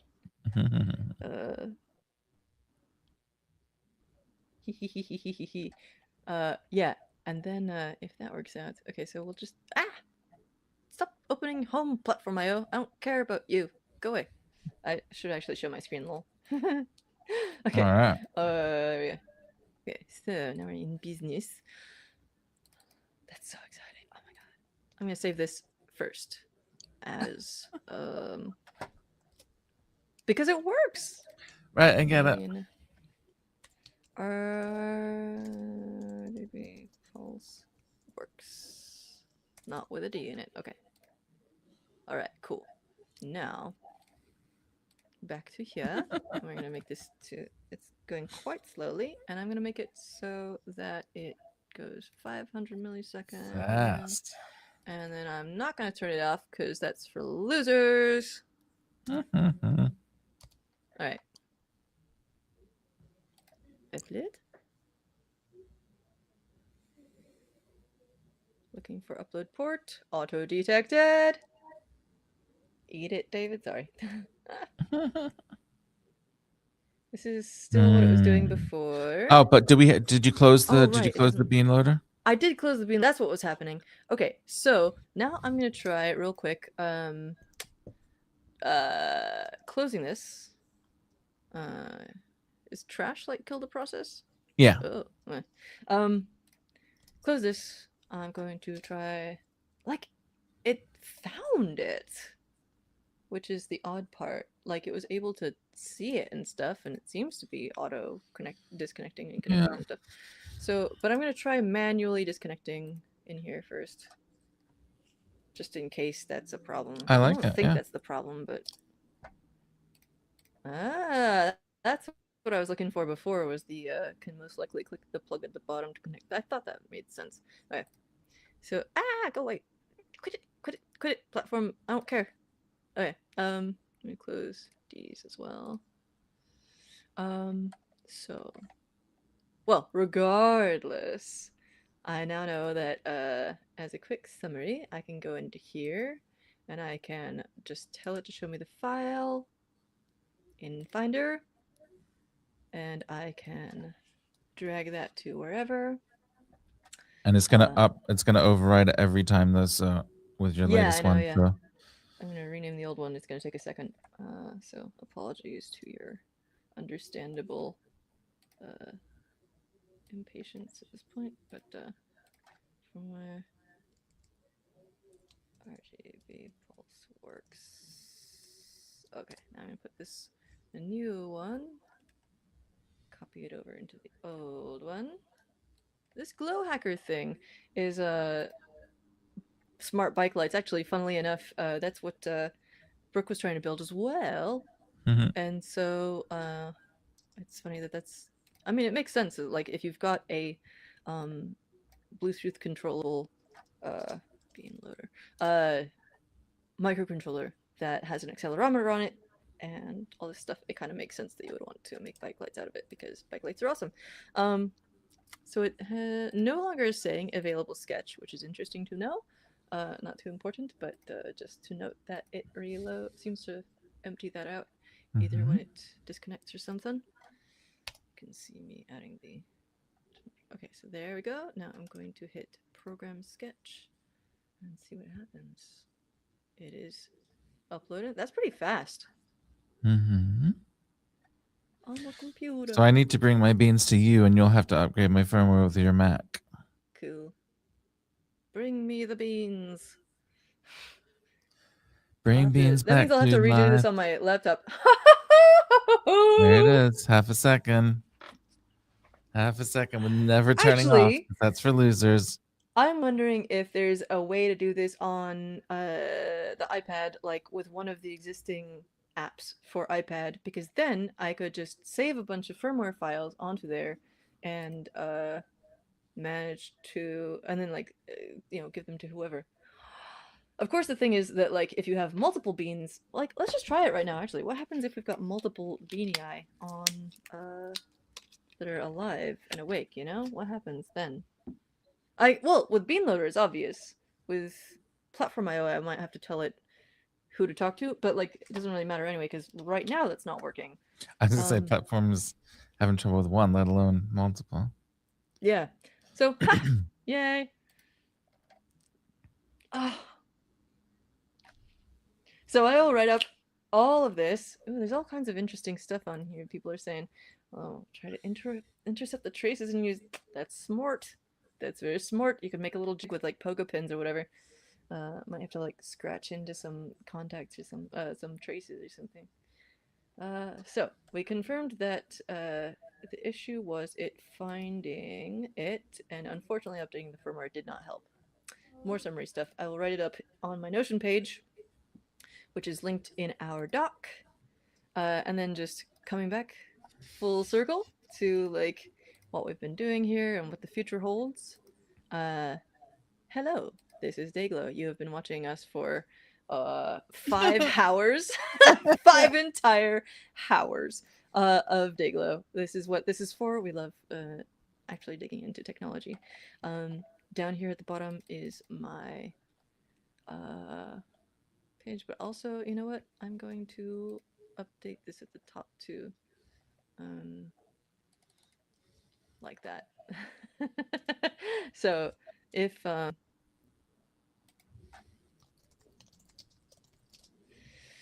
Nice. So that's going to be there. This is our collaborative doc. This is what we do here. If you've watched this far, you already know. This is my PZB stuff. Go to Dayglow, you'll find our newsletters. Support us by subscribing to our stuff. We got a bunch of cool stuff on our sites that you will like to look at if you're a nerd, which is why you're here. Hello. Yeah, we are monthly-ish live. Love it when people jump in the chat and help us figure out how to do stuff, especially because like we're using up significant portions of our mental RAM running the stream and stuff. So, but it's awesome. This is one of my favorite things to do. David, I'm so glad we're doing this. Thank you, everybody. Any last thoughts before we sign off here, David? No, I just want to celebrate the resurrection of our formerly obsolete devices, and I think it's really cool that we brought some stuff back, and I'm excited to play around with these guys some more. So another side note, I'm really bad at staying up to date with various discords. Communication is like my absolute lowest stat, but it occurs to me that we've still got people saying cool stuff in the comments. I don't think it saves YouTube comments after the fact. I'm going to see if I can download them somehow or record them in another way. Fortunately, we've got them in the corner of the screen, but I'm going to actually go on the Discord. Fancy that. Our Discord. So if you've got any further thoughts, we'll put any updates there. And for anyone who like had to sign off the stream earlier, I'll update them on the new links and stuff. And Awesome. melting all of a sudden. But anyway, if folks have more thoughts about this stuff, if the brain wheels keep turning, I've seen other channels do a thing of like making a channel per episode or per talk or whatever. So what if we did that? We have that, Alex. I guess you don't go to the Discord. That's so bad. David's the goat here. I am the opposite of goat, which I guess would be like a eats nothing and makes no noise and is really ugly. That's a riddle for another day. Anyway, I'm the anti-goat. Whatever. Hack on. See you, everybody.